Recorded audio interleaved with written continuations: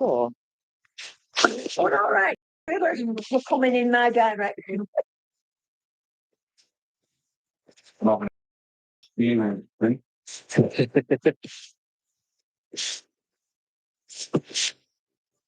it was quite really nice. I was immersed in that experience.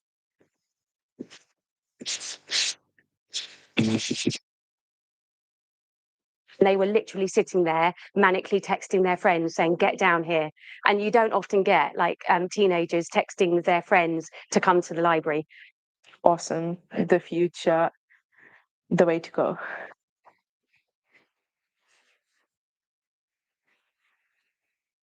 So we were really proud of that. I'm not going to go through the research that we did on that, but we definitely proved out this memorability thing. In a qual study that was done 3 months afterwards, people had these detailed memories of especially our 360 films on the Congo, of standing in Kinshasa station. It was one of those things where we just got the camera in exactly the right position. And so really, really strong results. Did the BBC decide to fund it forevermore? No, I'm afraid they didn't. They decided to make other big digital bets, and the short-term excitement of the fact that there was an Alexa in everyone's home that Christmas led them to make that big bet, which of course was very sad for virtual reality. We learned a huge amount through working with libraries.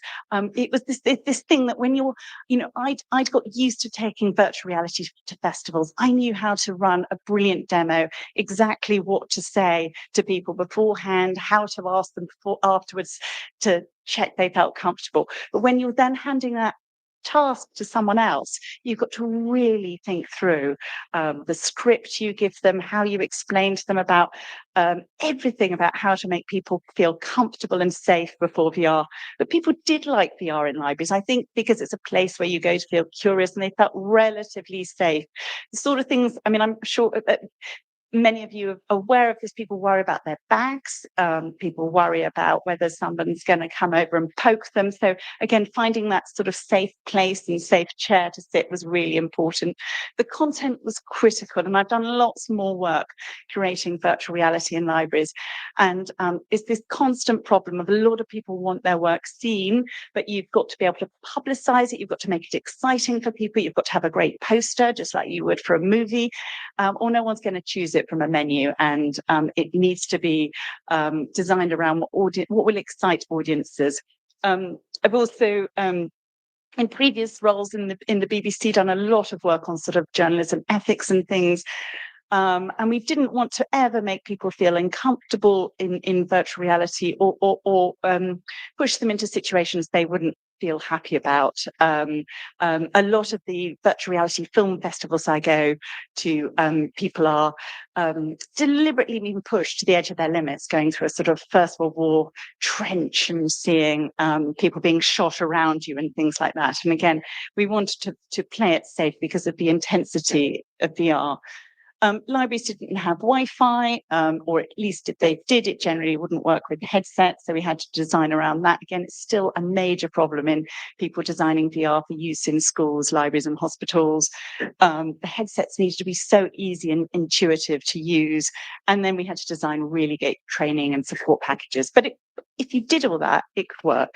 And that's what's great.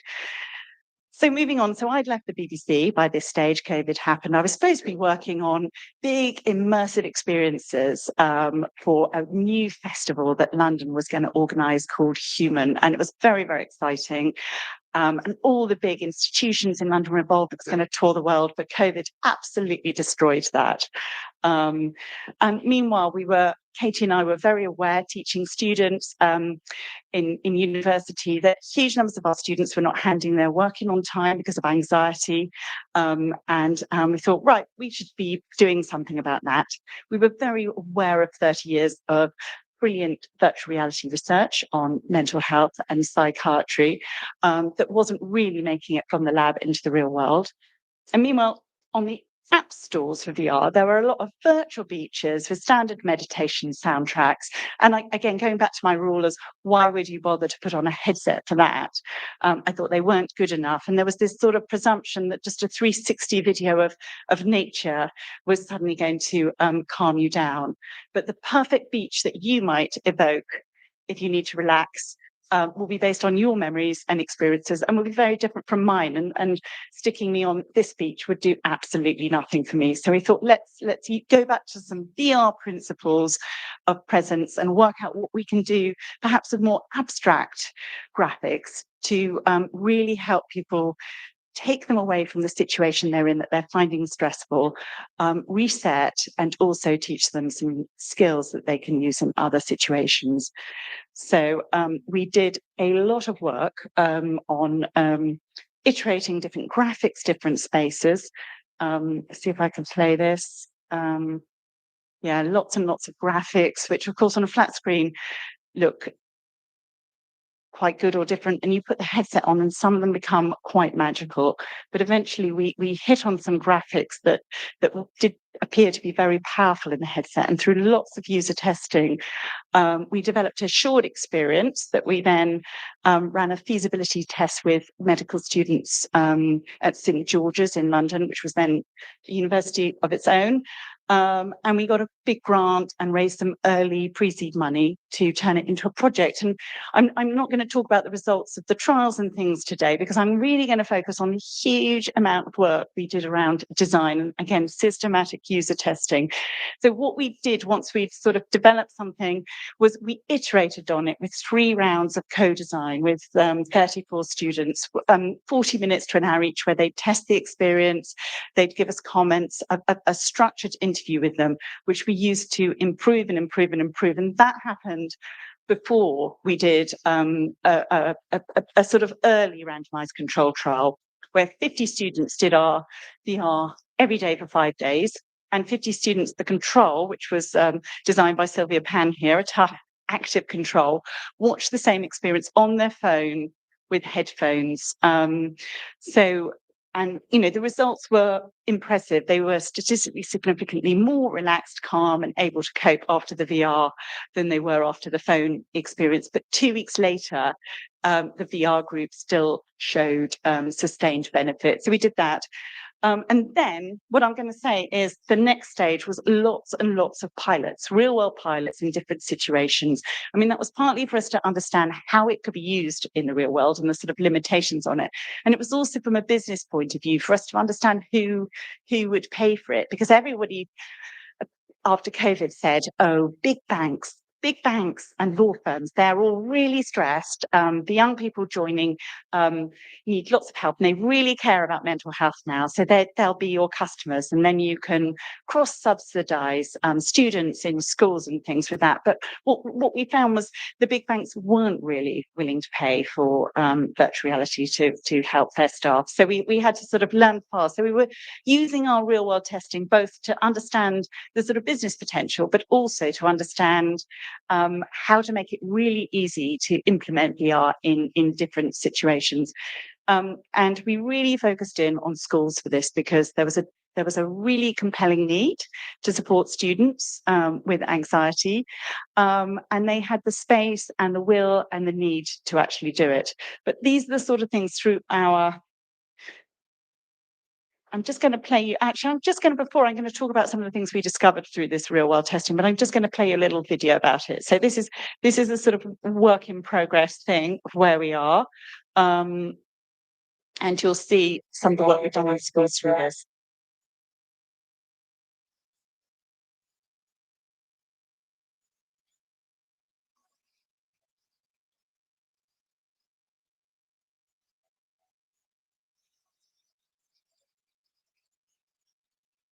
I think that this could be an incredible tool to help people who are struggling with a lot of stress. There's a lot going on in the world and in my life, and it did feel like an escape from that. As soon as I took it off, it felt like I just woke up from a good sleep.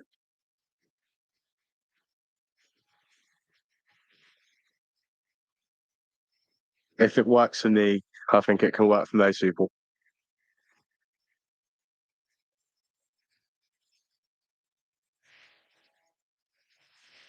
What's quite nice about the use of face space is students actually enjoy it. They wanted to use it again. They were actively wanting to participate. I didn't want to come back. I didn't want to like get out because it just felt really good.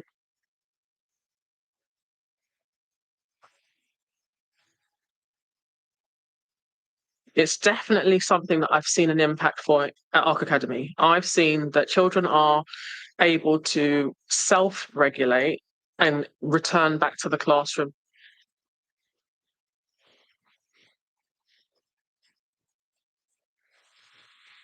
It helps students be in the classroom and they're able to learn, they're able to take part in their exams, and they're able to be confident in doing so.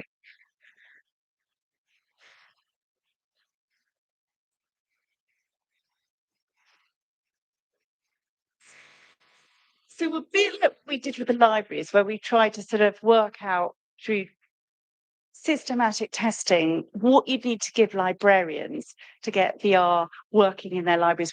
We've started to do the same with schools, and initially we gave it to a couple of schools who you see represented there to get them to both to understand where and how to use it, because that wasn't obvious at all.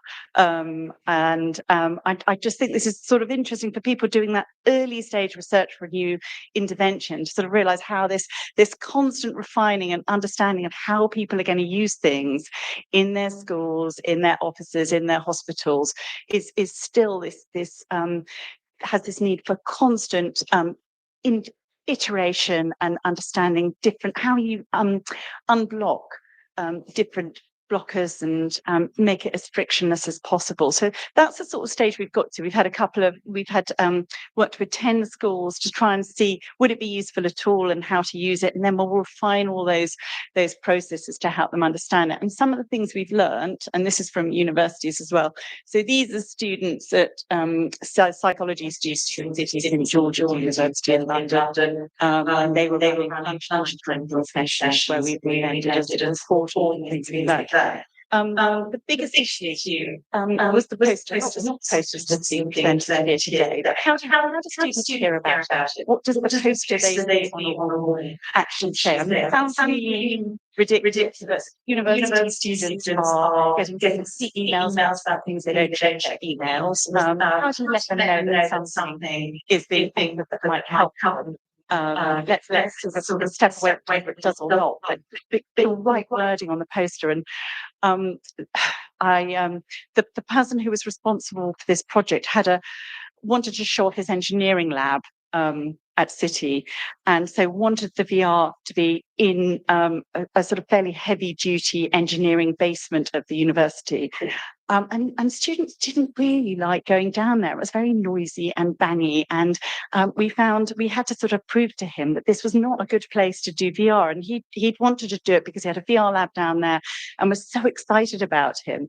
But we really found that the time of day, the place, don't do it in a noisy engineering lab, find nice chairs like this in a place where people feel comfortable and safe. And as I said, aren't worried about their bags, and the right person. So one of the things we found in a school is sometimes the people who are responsible for student welfare are also responsible for discipline.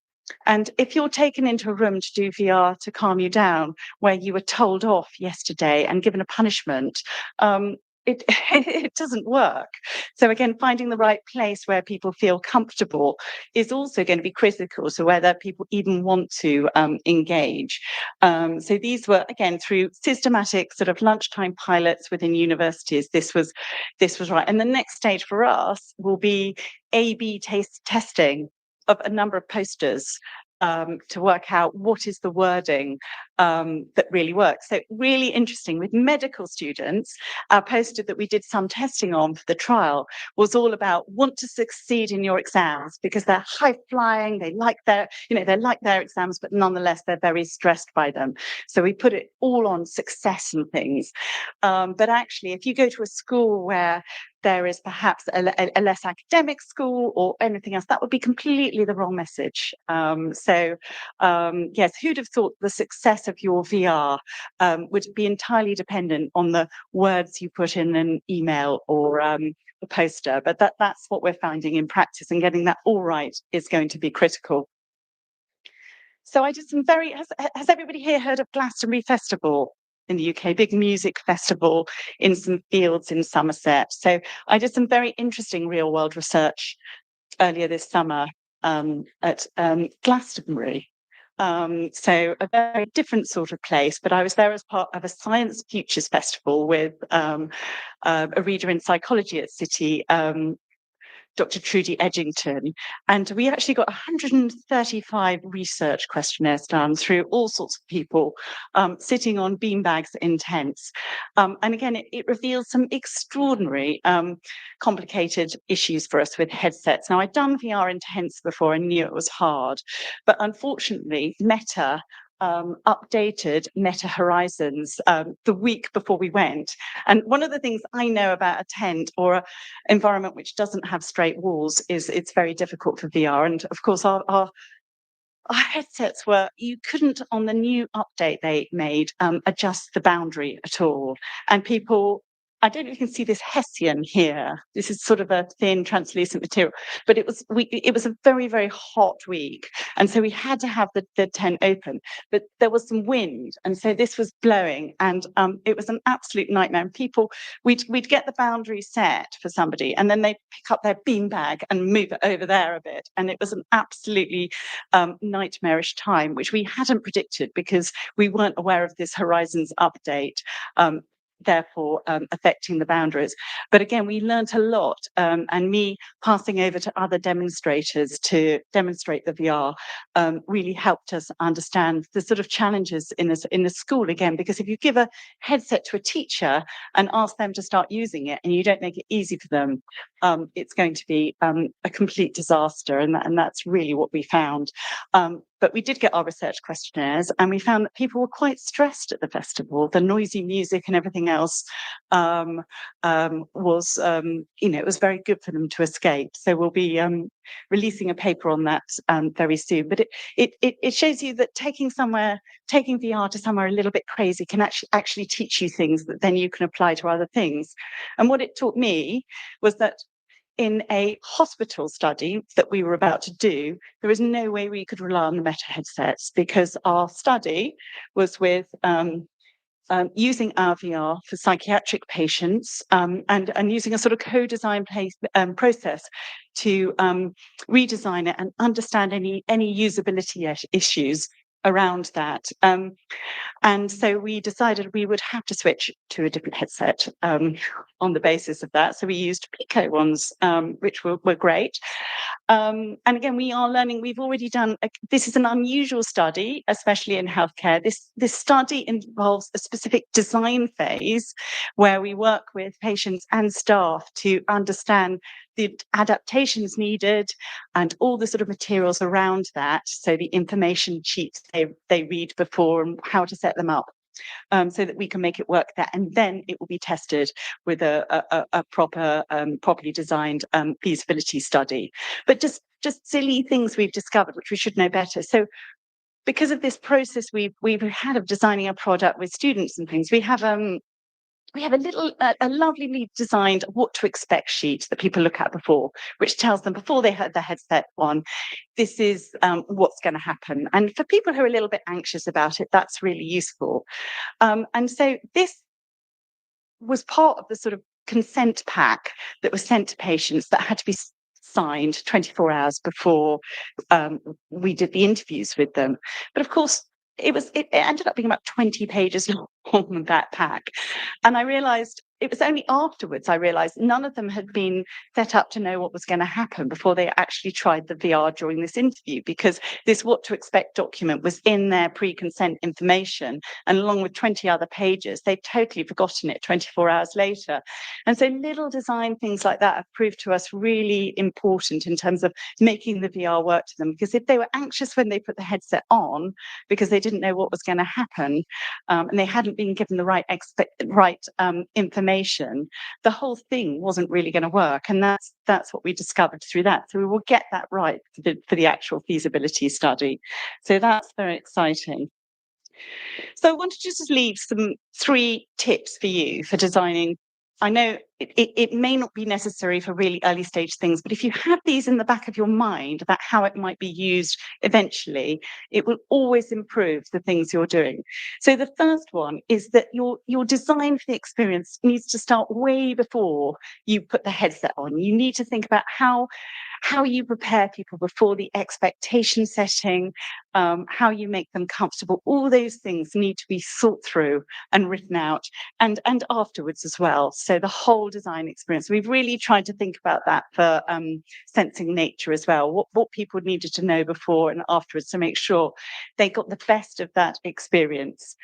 I've talked about systematic user testing, and this is user testing before you then run a study. And the user testing is about making sure that it works in the way that you want, and there are no barriers to people being able to use or enjoy it in that way. And then I just want to sort of bring in a real focus on accessibility and creating the lowest barrier to entry in all design. And don't be afraid to drop some idea or component you had if it enables far more people to be able to use and enjoy what you're designing, because they won't know that it was supposed to be like that. They will just get a better experience about what's presented to them. So those are my three principles from years and years of VR for you. And then just one final thought. I'm making this a little bit shorter than was advertised because of Chanyen's talk, and also I know everyone's going to want lunch. One of the things I've learned through my journey through VR is it's incredibly complex to bring all these things together. I started sort of collaborating on academic research. I'm now trying to make a startup roll out VR into schools and universities. And it involves the most complex interdisciplinary thinking and different teams bringing together all these different things, from UX research to platform expertise to understanding the right product market fit and things like that. And so it's great to have events like this that bring so many different people together with different experiences. I'm still completely passionate about VR and the change it can bring, but this is what's needed to make that change a reality. So thank you very much.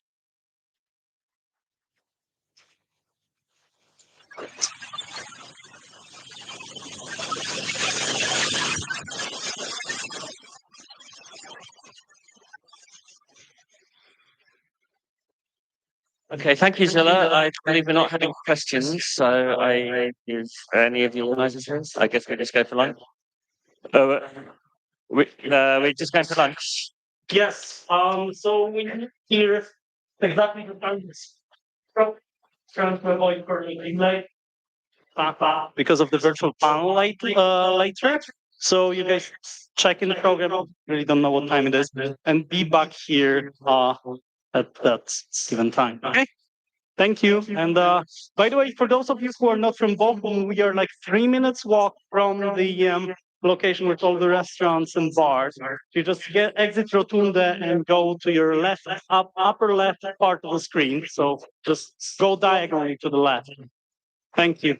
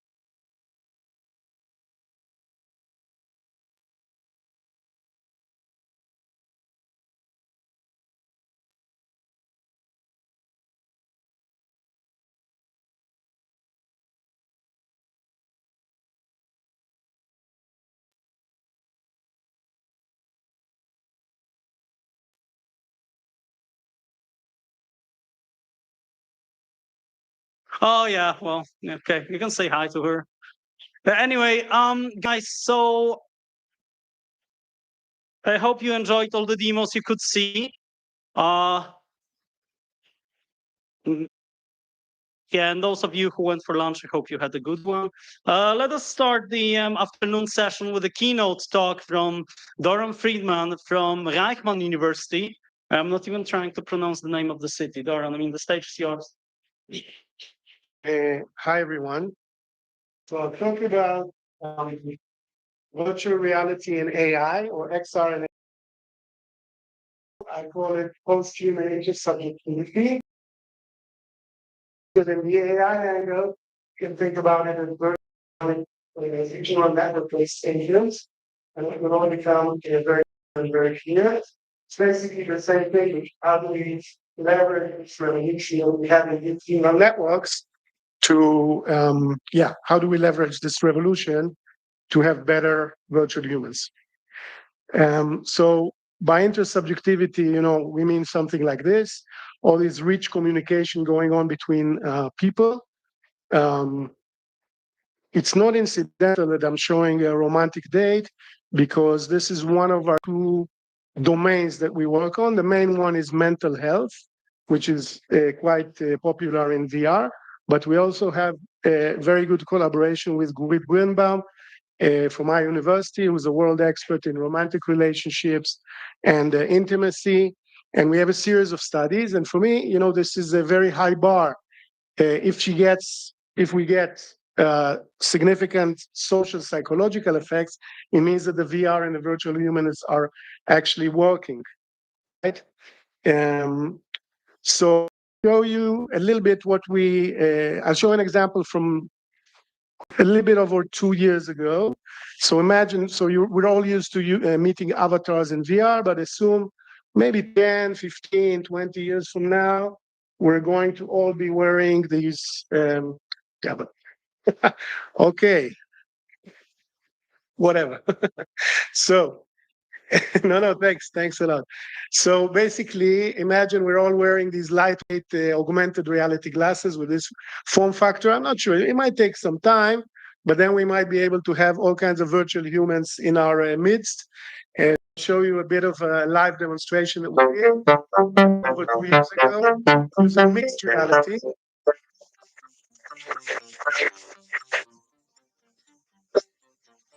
Sorry.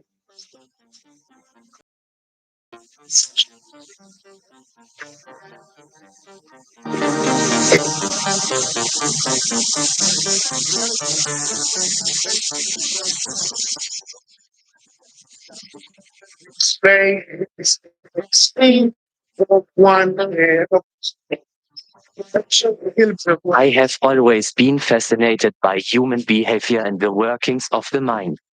I believe that understanding the human mind and its complexities can help us lead better lives and solve many societal problems. That's why I decided to delve deeper into the field of psychology and make it my life's work. Okay, so you see, Can you tell us Can lead to psychological distress. As an example, this person to delve into their examine their childhood traumas, and perhaps consider the possibility of some repressed sexual impulses. So if I fantasize a lot about sex, what does it say about me? It means nothing, dear. After all, sex is the basic and natural human drive. You're probably just a healthy young man with a lot of energy who needs an appropriate outlet to channel it. But if you have any particular kinks, I might just have to charge you extra for that session. May I share a dream of mine with you? Sure, I am happy to listen. Please. Okay, to save time, I will cut the dream, but you can watch the video online in our lab's YouTube. There's actually, it's a live demonstration, really worked really well. She's telling him about her dreams, and you get a real-time analysis. So this is kind of the days of ChatGPT, GPT 3.5. and gives you a sense of where we're aiming at. And of course, all this intersubjectivity and encounters with virtual humans doesn't have to be dyadic. So this is an example from, I think, 3 years ago. On the left is a panel. I think it was Mel Slater's idea to have a panel. We had a conference in Israel, and basically, instead of having like a Zoom panel of remote people, we had Mel in Barcelona, David Chalmers from, I think it was in Australia, talking about his new book, Reality Plus, which is, by the way, highly recommended. And we had a discussion in VR, in VR United, which is a software that developed by Ramon in Mel's lab. And we had a virtual Albert Einstein join in the conversation. Okay, so I'll skip this video, but I'll show you another example, which again is a testimony to, if you do things right, you can get really powerful psychological effects with these virtual humans, and that's what we're aiming at. So this is again one of these studies we did with Gurit, which is a bar scene. And imagine, so you are in this case, you're a woman, you're a female, and you sit on the bar. You sit next to this girl. I hope you see what's going on there. And then incidentally, you see your romantic partner being hit upon, kind of a foreign lady, a strange lady comes and starts flirting with your meaningful other. Okay? So kind of incident, basically we ask the students to send us a photo of their romantic partner, and then a couple of weeks later they come and they experience the scene. נראה לי שיזמין גם. חוץ מזה, נראה שלא תזיק לך קצת חברה, שממש בדד. Okay, anyway, so this is just to give you a sense of the kind of studies and the fact that we get these psychological effects, which you can read more about in all kinds of psychological journals, including, by the way, in 2025, this is something I never imagined in my lifetime, but we also have a paper in the Journal of Sex Research, that's JSR. Okay. Anyway, and then we have the more kind of serious, actually, basic research in psychology is, I think it's a very serious issue, but we also have the applied application, which is again popular in VR, which is mental health. And I will tell you how we got into this weird situation that we found ourselves having virtual patients talk to virtual counselors. And you know, in the age of AI, it actually makes a lot of sense. I'll actually, this part I will be brief because I was notified that my talk has been shortened a little bit. So I'll be brief about it, but again, details are in the papers. Okay. So first of all, why would you need a virtual patient? So the original version is, of course, for training. Okay. You have virtual patients for medical training, but also for mental health training. And then why would you need a virtual counselor? Well, today it's becoming quite popular. You all know that a lot of people talk about their personal lifestyle and well-being problems with GPT and Claude and all these guys. And also, basically, there's some companies doing AI, LLMs for mental health. Yeah, that's true. So basically, we were very interested to the effect that to what extent can we trust LLMs for the very sensitive issue of mental health? So we did a couple of studies, which part, so I'll go over this very quickly, but I think it's important if we LLMs in VR, it's important to know that we cannot trust them out of the box to work 100% of the time.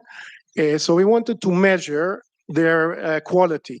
Now, of course, measuring generative AI is very, very tricky. It's a very important and tricky problem because if you're talking about supervised learning, then you have a model that distinguishes maybe a cats from dogs. It's quite straightforward to measure the accuracy. However, when you're talking about Gen AI or the automated psychologist, you have two responses. The patient says something. It's very difficult to know what is the wrong. There's no right and wrong responses. Okay, so in general, Gen AI measurement is a very tough problem. And you also want to do it in real time because you want to train, there's a lot of hyperparameters, you want to train a lot of AI models. So you need proxy metrics to benchmarks, to measure the accuracy of the AI, even if it's a generative task. And so we said, Stav is the lead student, Kfir is a PhD student, also a clinical psychologist. And again, very short, first we showed, we learned that none of the existing metrics for natural language worked. They weren't very good for this use case. And to make the long story short, we came up with this platform where we developed virtual patients. In this case, it's not VR, it's an LLM that basically pretends to be a patient. There's a suite, of different demographics, different types of mental health issues, and then we let them talk to each other. The automated counselor talks to the automated patient, and at that point, we thought it was quite funny, but actually it's become mainstream today. There's this scheme called LLM as a judge, and this has become almost mainstream to how you train AI models by playing with each other or self-play. But in our case, we did a very careful evaluation against humans. And interestingly, the virtual patients, they don't only talk to the virtual counselor, they also, in the end, they fill out questionnaires. Just like human patients, they fill questionnaires about the quality of the session. And we validate it against human clinical psychologists and show that this is both valid and reliable. So we can use it as a metric. Again, not perfect, but it's a valid metric for measuring automated psychologists. And then we went on and did a series of work, like testing all kinds of fine-tuning methods, trying to measure and evaluate models. Respects. We did go one step further. This is the work. Lior is the student. Moshe, who teaches reinforcement learning, because all these language models, basically what they do is imitation, right? It's mostly mimicry or learning priors, learning the distribution of what people would say. Now, if you want to obtain reinforcement, to obtain goal-oriented behavior, then the technique is the best technique and the most popular technique is reinforcement learning, or all kinds of variants. Basically, you first train a model to learn language, and then you do post-training. For those who don't follow the field, so that was the main difference between GPT-3 and ChatGPT. GPT-3 was only next word prediction, and from ChatGPT 3.5, it was also doing post-training to be goal-oriented. Okay, so given that we have this oracle, we have these patients that can rate automated psychologists, then we went on to see if we can have a self-improving scheme. Again, I'll skip a lot of the details, but the point is that now we have the virtual patients are fixed, and the virtual counselor has to automatically improve to get better ratings. They can talk to each other all night, right? Or you can run it a few weeks server, and that's what actually happens. And after a lot of conversations, the virtual counselor is trained to get higher ranks from the virtual patients. Okay? I will not go into the full technical details. There's a few tricks here that Leo did. But the bottom line is that we have very good results. The blue, what you see here is 2 questionnaires, and then the average of both questionnaires. The blue is the base model. I think it was Llama 2 at that time. And you can see that both the green and the yellow, these are 2 techniques of self-improving. They're both better than, certainly better than the base model. So the idea is, in this domain, you can have self-improvement by the patient and the counselor talking to each other. And even more, we see that the conversations become shorter, or actually the therapists responds shortly. And this is funny because we see it in all kinds of techniques, across techniques of fine-tuning and learning. We see that one of the first things they learn is to speak less. Okay, so if you want to be a counselor, that's one of the points from this talk, I guess. Don't speak too much. Okay. So now, where is Art? How am I doing on time? Because I did it very quickly. Okay. Okay, good. So now I want to talk about nonverbal communication, because so far we're talking about language, and most people, they know the revolution with language models, but of course the same techniques could help us with many other things. I'm sure you're aware of it. And so we've also done some work on nonverbal communication. So ideally, what we would like to have is kind of one model which gets a lot of input channels, your text, your voice, your gestures, your facial expressions, maybe other things, and output the same channels, right? And that would be like a virtual human or a model. Now, for some reason, I don't think too many people are doing it. Probably because to do it properly, you have to do, if you want to compete with industry and do it industry scale, you need tons and tons of data, verbal, non-verbal data, probably need, hundreds of millions of dollars of CPU time or GPU time, cloud, etc. So we don't see too many of these, but we can explore subsets. So I will give you some examples of very recent work. The first is work on understanding nonverbal. This is actually not in VR, but I think also it's relevant and you can do the same in. And then we will talk about generation. So first, when it comes to understanding, so we can take this part, and actually what the students did, On and Nadav, two students, they actually took an existing foundation model. So they didn't even have to build like their own AI model. Gemini was the first, I think it was one of the first popular models that became multimodal. And you can just see test the level of understanding of nonverbal. And again, here we wanted to raise the bar. Again, we say, we've been 20 years ago, I was working with Mel in London and Anthony, and we had avatars which had 15 polygons, or I don't know how many, and people responded to them. But I think now it's, with all the progress, not only in VR, but also in AI, we can raise the bar and have really much more difficult tasks. And so in this case, we took a data set from Gurit. You remember the lady who studied romantic relationships. And a key parameter in couples is so-called responsiveness. But actually, it's also been taken out of the context of romantic couples. Responsiveness is basically things that like mirroring and, could be friends, family, business conversation, rapport. Okay, so Gurit had this data set of 140 couples, romantic couples. One of them had to talk about their kind of problem, and the other was supposed to be the response provider. And experts rated very carefully the level of responsiveness. And the level of responsiveness is very holistic. It's verbal, it's nonverbal. They were trained to do it based on the literature. And three subsets. It's caring, validation, and understanding. And we took the same instructions. There was like a booklet of instructions for the coders. So we also used this as prompts for Gemini 1.5 out of the book. Okay, so it's like 10 minutes video. And what you get is all kinds of insights. So you see that, first of all, out of the box, we get zero. So all the results are Pearson correlations. So we get 0.35, which is definitely better.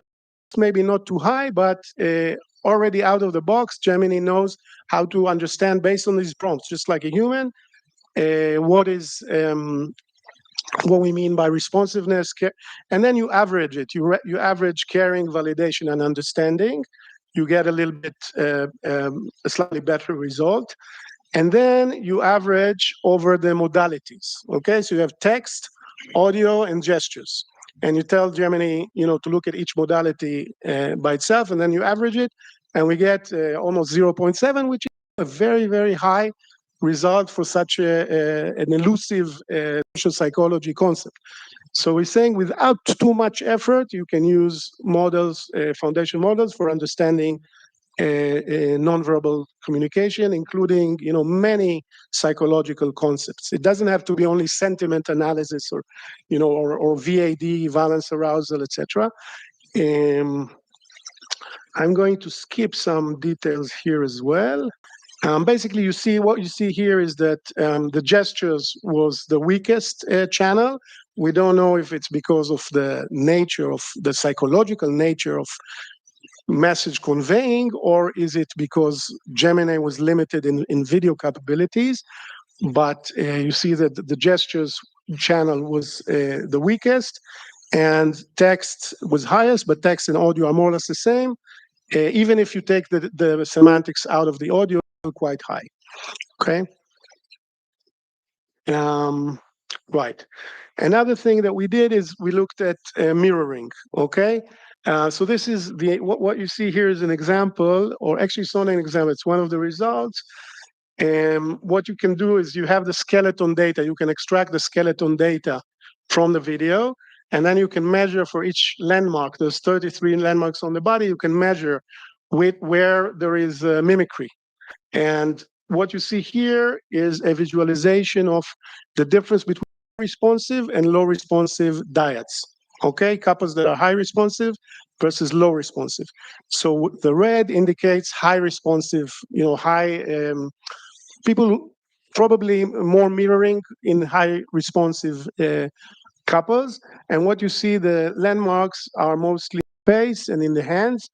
And interestingly, more in the left arm and hand than in the right arm and hand. Of course, this is anecdotal. We can do many more studies. We need more data sets. But again, the take-home message, if you want to be responsive to your partner, it's all about the left hand. Okay. No, I hope you understand. Okay. Next. Okay. So the next thing is generation. Okay. Generation of nonverbal. And this is really where generative AI can do amazing things, and it's less common. I think we will see it more and more, but it's not like Gemini. You can't use Gemini or GPT or whatever. You have to start building your own. Probably it's going to change. There's a lot of work in the graphics and animation community on so-called co-speech generation. Basically, when you're speaking, automatically generate gestures or facial expression. In this case, I'll talk about hand gestures, arm or body postures, gestures, that match the content of what you are saying. Okay? And there's a lot of work, and I'll show you two recent examples from our lab.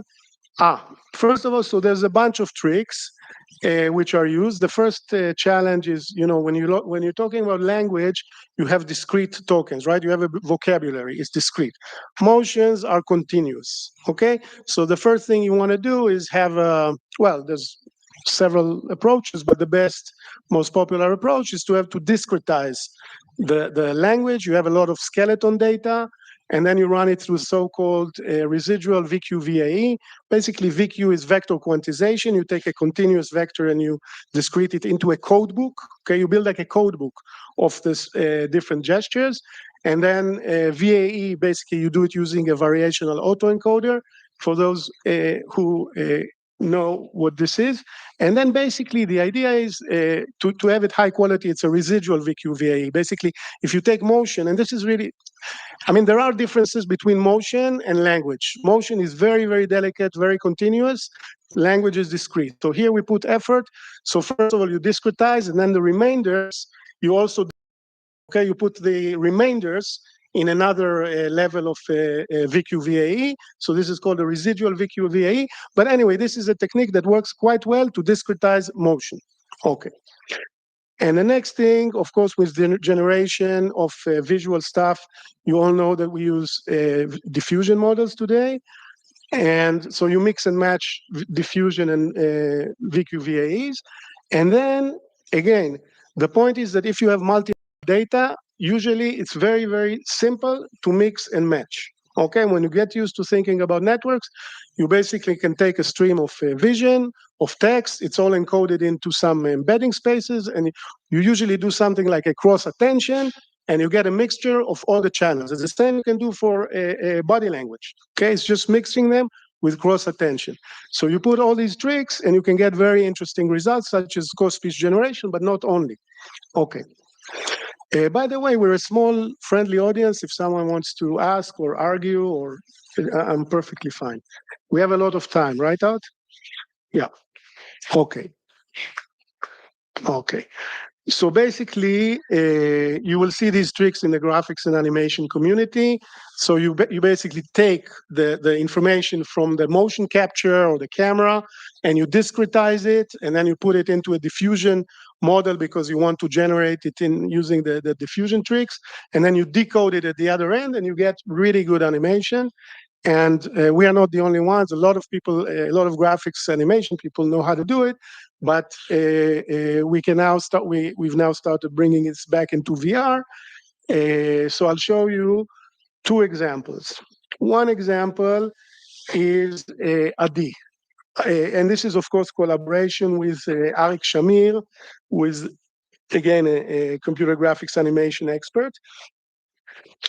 Okay, so let's explain what you're seeing on the right. Okay, try to be focused and yeah. Okay, so a few comments.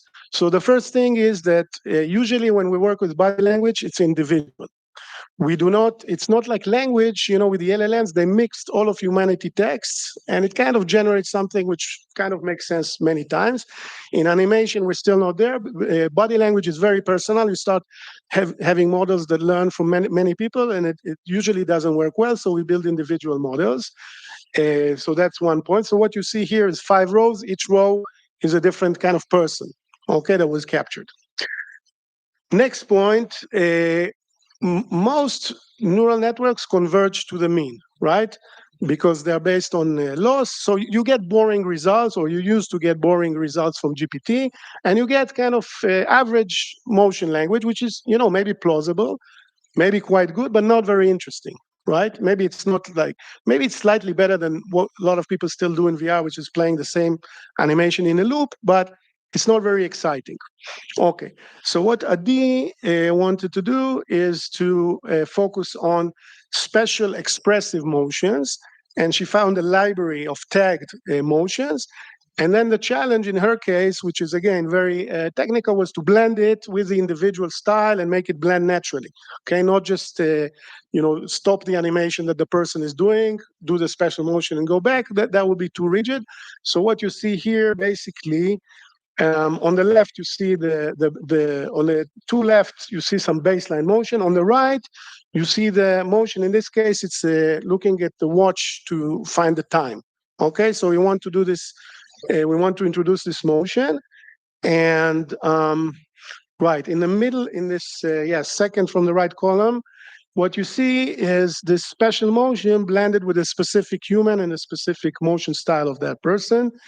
And again, this is achieved using all kinds of tricks, but these are now animations that we can play in VR. I think there's a video. So what you will see in the video, we will see basically the ground truth recording on the right, our generated stuff on the left, and you will see the person turning to red whenever they say an expressive word, a word that has some expressive meaning, which the model was trained on. When I was in university almost more than 10 years ago, the community security was not very good, and we are more often than not in dangerous situations. One time, I was walking home from work, waiting at the bus stop for a bus. Then I heard the sound of gunfire from across the road. Police cars came around, and the police shot at people across the street. I was so scared. The main reason was because you've got no place to hide. You're at a bus station, there's no place to go.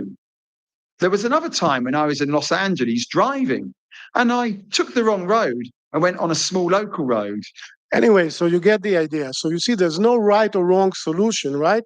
But you still want to get something expressive. So it doesn't have to be the same as the ground truth, but, and I'm not saying it is as good as the ground truth, but you want an expressive animation, and it's possible to develop it and to measure it. Okay?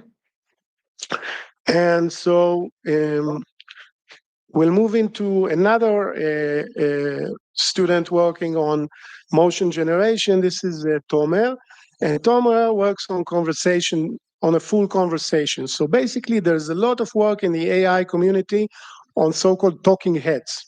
Okay, facial expressions. A lot, of course, most of it is in video space, not in 3D, so we can't use it for VR, but also some work in 3D. A lot of work on people talking, maybe including upper body. But you know, when you have in VR, we want to model whole social situations. You have conversations, you have full body, you have responses, right? So Tomer focused on realistic conversations. You see, and in conversation, and again, I think someone commented about it earlier this morning. It depends on where you're from. I guess in northwest Europe, maybe people are very polite and, you know, no one speaks at the same time that another person is speaking. But in some countries, or actually even in North Europe, you have some short bursts of, you know, responses like, aha, yes, wow.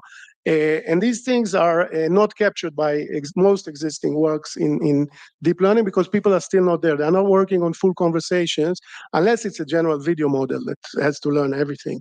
But again, that's a different game. That's the billion-dollar game.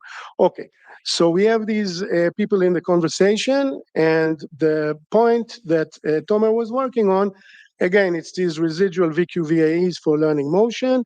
The point, you know, I'm going to cut it short. The point is that he developed a model where the model receives as a channel not only what, so basically imagine that you trained a model of someone speaking, you know, you have recordings of that person and their body language, and then you train a model, and the model can imitate that person in a satisfying way. Now you have dyadic conversations, and of course, we can use it now with dyads, different dyads, and adapt. But the idea is now the model gets two channels, or actually 4 channels. It gets the text of what you are saying, the audio of what you are saying, but also the text and audio that your interlocutor is saying. Okay, with a 2-people conversation. Okay, so there's 4 input channels, and the model knows when it speaks. This is what you see on the left. On the left, you try to find out when you are speaking and when you are listening. Okay, when you are speaking, it's similar to the other co-speech gestures. When you are listening, it gives much higher words to what the other person is saying. Okay, and in this way, you can get kind of natural listening, context-dependent motions. Okay. And yeah, we have good results. I'll keep it short. You have to measure these things very, very carefully to convince yourself and others that it's works. So you compare, you know, things like beat alignment, the ratio between the motion and maybe the head motion and the audio. You measure variety. You measure FGD, which is like FID for those who know. FID for share inception distance is the metric for images. Okay, you want to measure that the images are realistic, so it's the same for gestures. Okay, anyway, so you use all these methods carefully because, again, it's very hard to decide if it's high quality or not. Of course, eventually you also do a human study. I'm going to show a little bit. I'm not going to show the whole video. We present our paper, a model that jointly captures both speaking and listening behaviors. Existing speaker-centric models effectively generate gestures aligned with speech but overlook the bidirectional. In this video, the listener keeps moving unnaturally. In this another example, the listener produces repetitive motions. So whenever these issues, we have an icon showing which one is divided into speaking, two if main you notice parts. in the videos. The first is the motion representation module. Shows some results. More recent years, I tend to. Okay, so you see when the person is speaking, and you saw this right-hand guy, he was speaking for a very short burst and then moving their hands. This is very natural, and this would be missing for most VR applications, but also if you use most generative AI techniques. Now this person is the lead speaker, actually the left one. You saw the right one is speaking for a short burst. Lettering next to it. I wonder if they're like, if you know it, you'll recognize it, and it will stick in your head. And if you don't know it, and you're like Geico Health Insurance, why is there a big lizard? Right. So it's like you need to have. Okay, so I hope you get the point. And I hope you get the point that it's kind of small things, but I think this is what I mean by raising the bar of the social experiences that we have with VR. I think we should get all these techniques into the kind of social experiments that we do, and then we can have really amazing social experiences. Finally, I'll say a few words about the Inceptor. It's a tool we built in the lab that's open, that's available open source. In fact, Max here demonstrates it here, and I think there will be another demonstration in the evening, so you can turn to Max and see an example scene.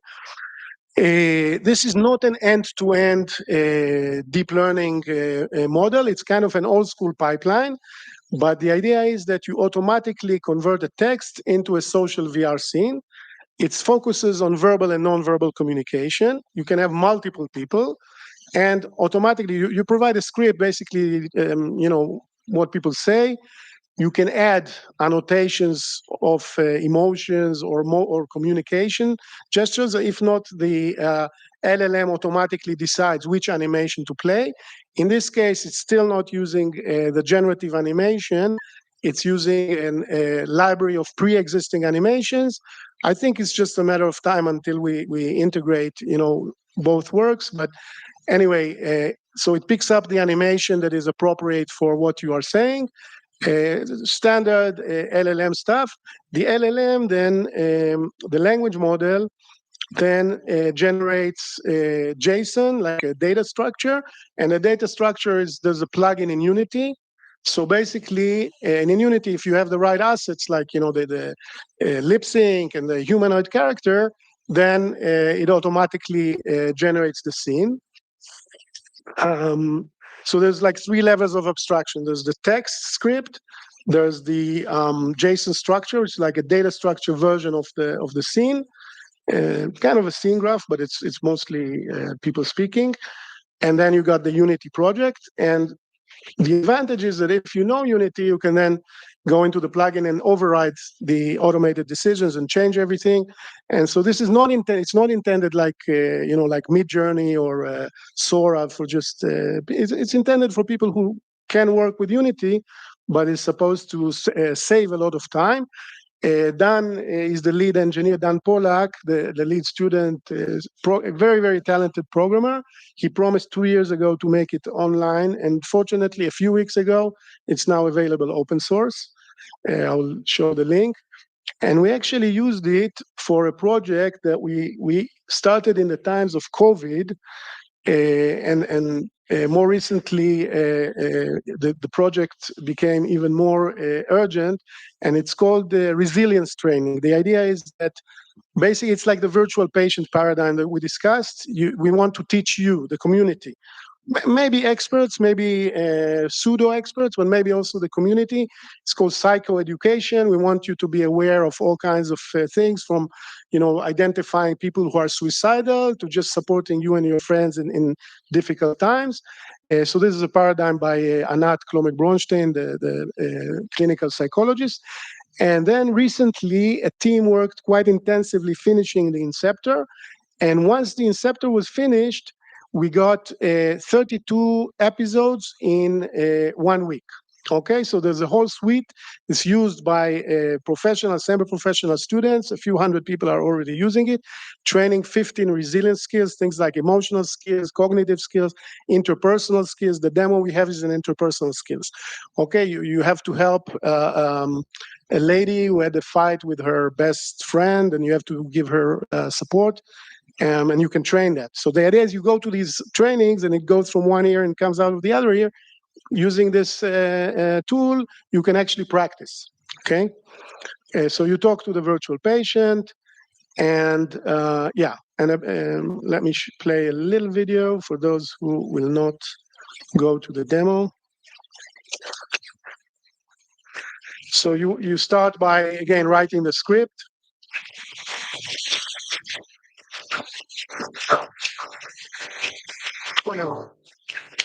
So the script is converted into JSON. There's a web-based tool where you can override the decision. So you can select another animation, another type of clip. You can introduce your own animation, FBX. And then you get a Unity scene. And then you can, again, override some of the decisions in Unity. And then you get a scene that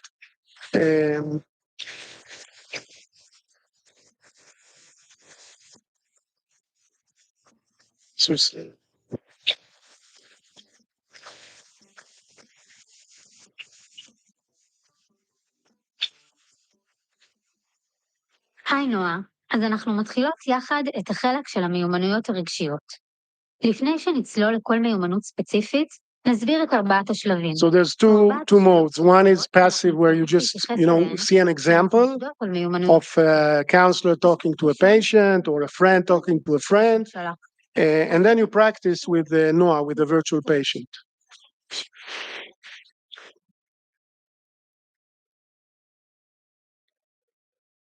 איזה יום היה לי, אני מרגישה רע, עצבנית כל הזמן, הלקוחות שלי משגעות אותי. Okay, you get some options, you choose. We also have an open-ended version, but for training, most people prefer the closed version. Okay, you go through training and you get, you need to select the right option, and you speak to the character. And so basically, I think you can try it with Max today, right? Yeah. And I think that's it. I think this is a QR code either to the Git of the Inceptor or to the documentation, and from the, I don't remember, if it's the documentation page, then from the documentation page, you'll find a link to the Git. And so this is more or less what I had to tell you today. Thank you very much for your attention, or just thank you for attending to this matter.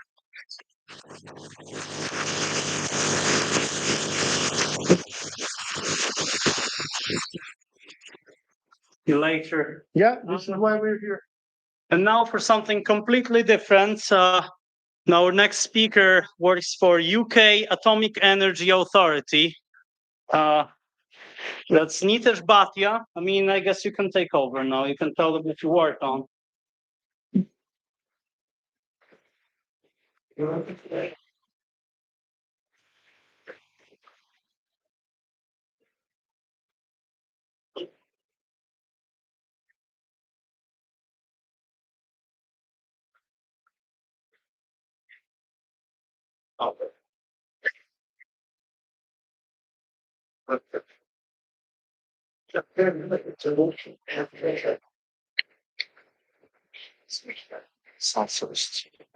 Sorry, how do I do that?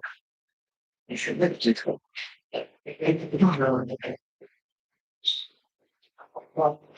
Here? Yes. External, it's this. Okay.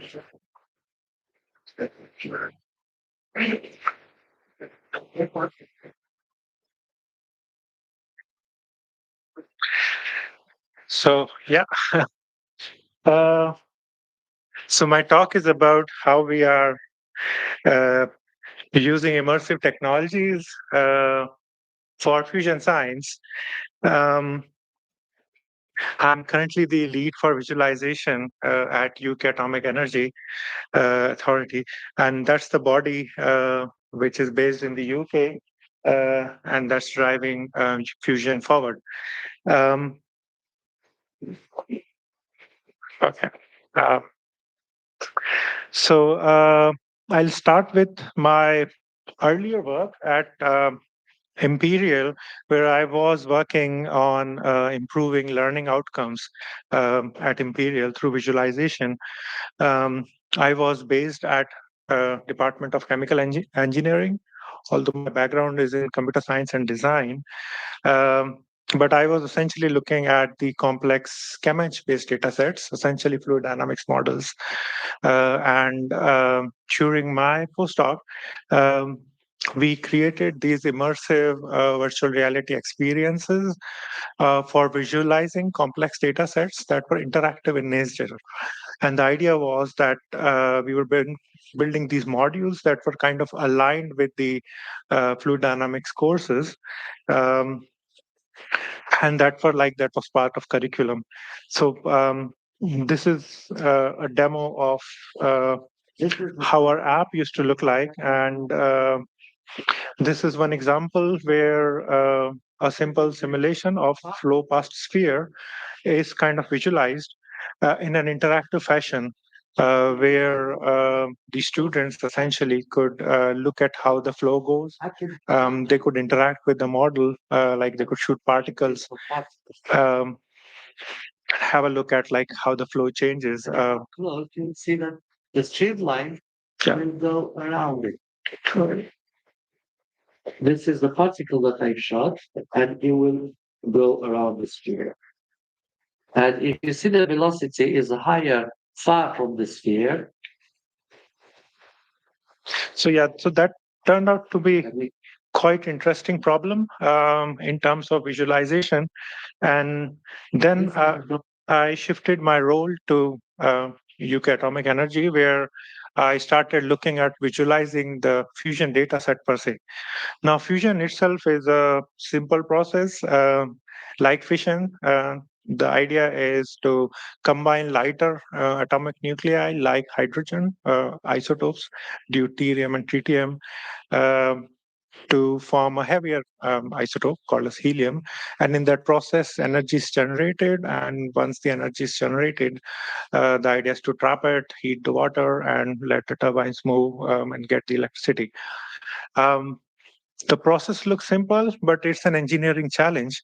So far, there are a couple of major global fusion initiatives. The largest research-based one is under design and manufacture at ITER, France.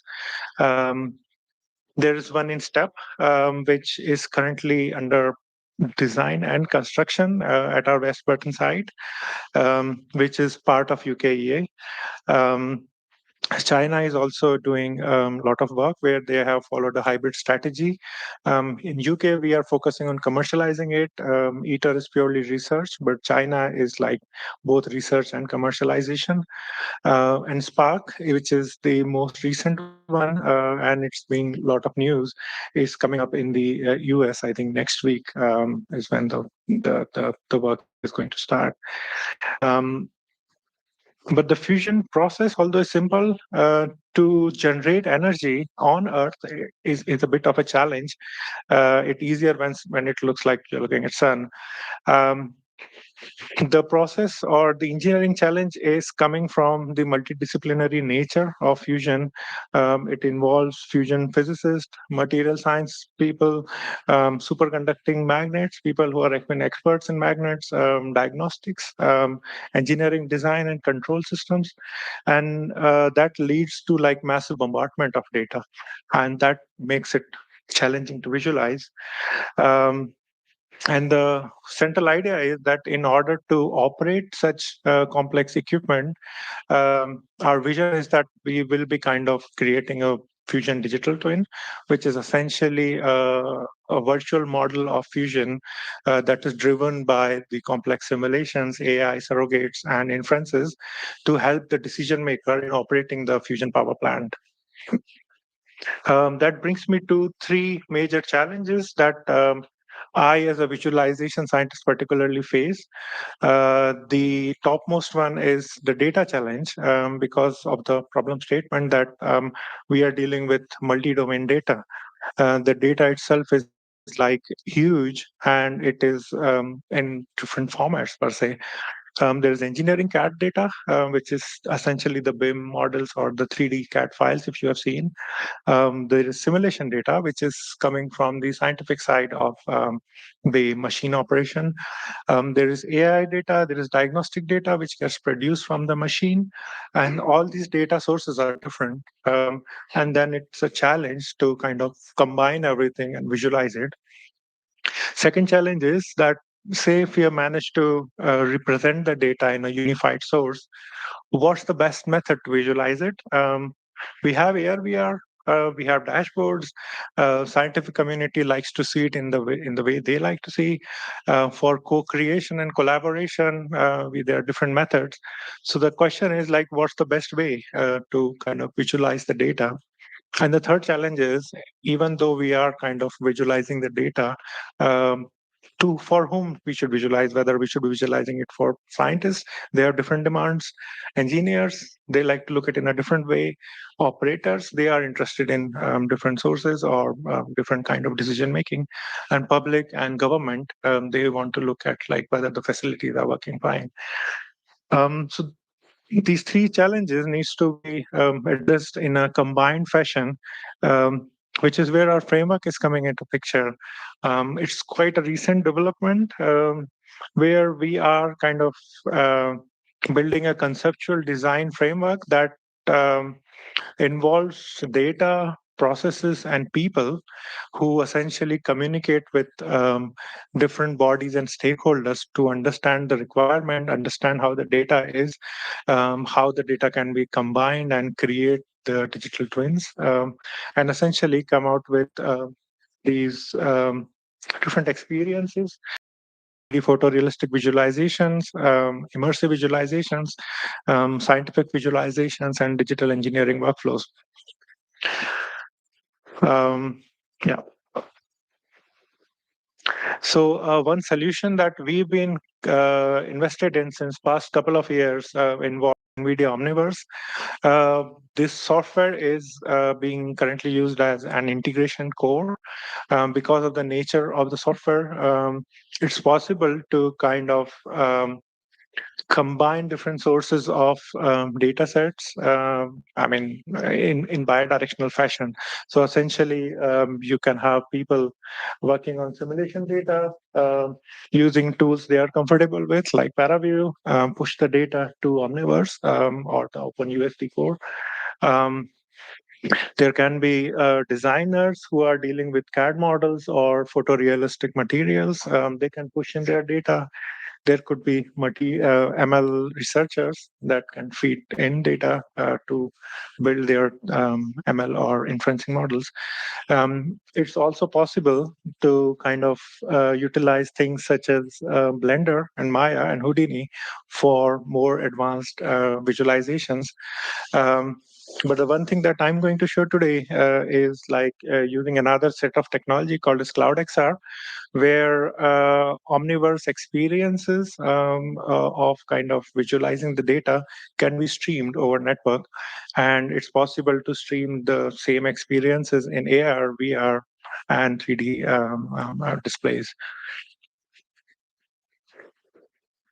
And this all is actually coming into place because we've got a new infrastructure in place. So we recently acquired an OVX cluster, which helps us in building these experiences on a cluster.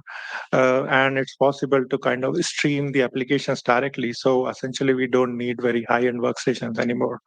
And all our complex data sets can be streamed directly from wherever they are using Omniverse. So this is one example of how Omniverse can help in collaboration. It essentially shows how designers in 3 different locations can kind of collaborate and work together. Working on 3 different components of a reactor in 3 different packages from 3 different locations connected via the nucleus using one-way and two-way connectors. Any changes in any of the packages gets updated in real time in the Omniverse without the conventional file sharing and import and export process. We can add or remove components, or we can even edit the existing components. We can also create new components within the Omniverse using the creation tool, and the changes are updated throughout the pipeline. So essentially what this tool is giving us the power is to kind of modify our workflows without actually changing the design or kind of communicating the design changes in a forward fashion, which can be later on communicated to other people who are like working in simulations or visualization or ML. So it kind of acts as a bidirectional layer of data exchange. In a non-destructive fashion. So here we are kind of not modifying our data. We are just translating it into different layers.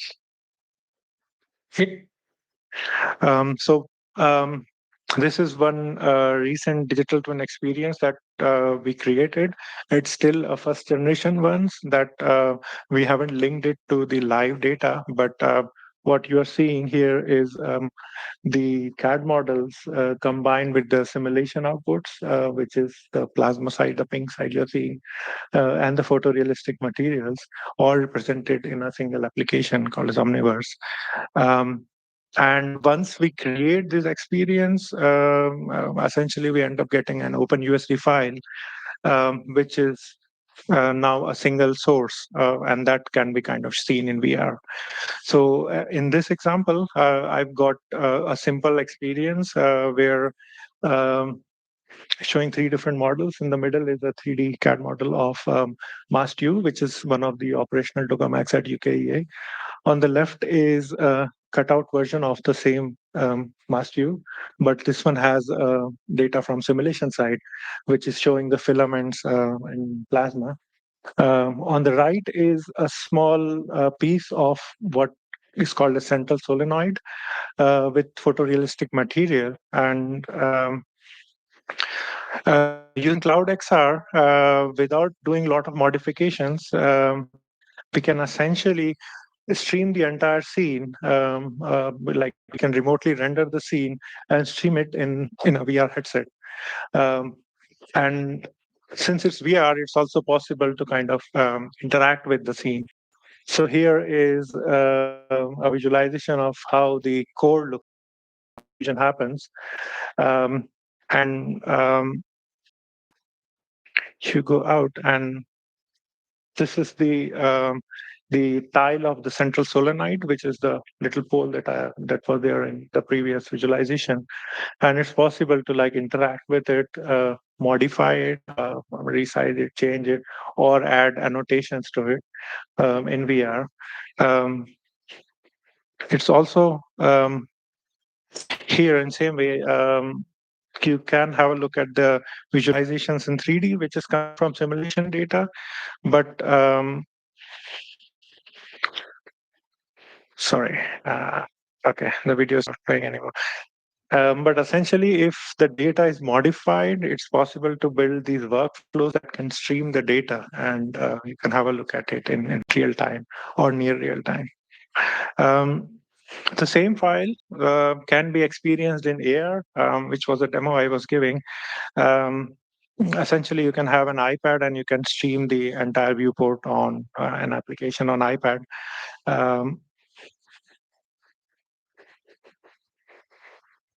And the fidelity, it depends on how good the GPU is, but our central vision is that once we have the cluster up and running, which has like massive pool of data, massive pool of GPUs, we can essentially stream all these experiences over internet. Although the challenge would be how fast our internet works.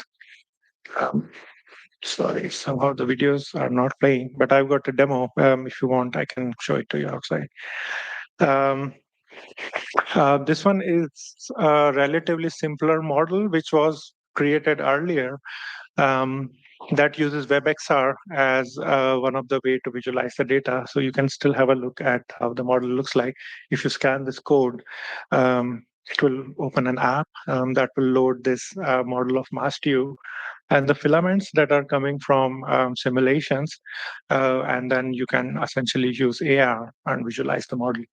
The advantage that we get with WebXR is that the same experience works on our 3D VR headsets. Also, it works on our 3D model, 3D displays. So with one app, we kind of targeting different technologies. So coming to my last slide, we are now using XR Omniverse and visualizations in a pretty central fashion. We've got a framework in place which is flexible, provides for the interoperability, and now we are looking into human-centered part of the designing the process of visualization. Although these are future pathway, but these are like very immediate, where we are trying to bring in AI-driven visualizations, in situ simulations, AI surrogates, and that is the work that's planned for next couple of months. Collaborative visualizations and XR environments for design, training, and outreach are also looked at. There is a PhD student that has started quite recently at Manchester to be looking at this third aspect. So with that, I'll end my talk, thanking my collaborators and my team. Thank you.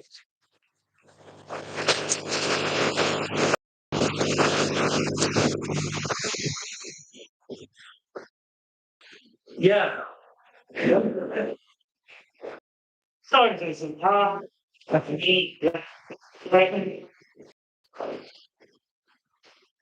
Okay, go ahead.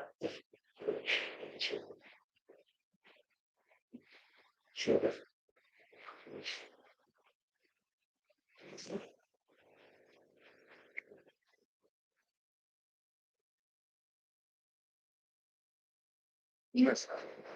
Oh, no, sorry.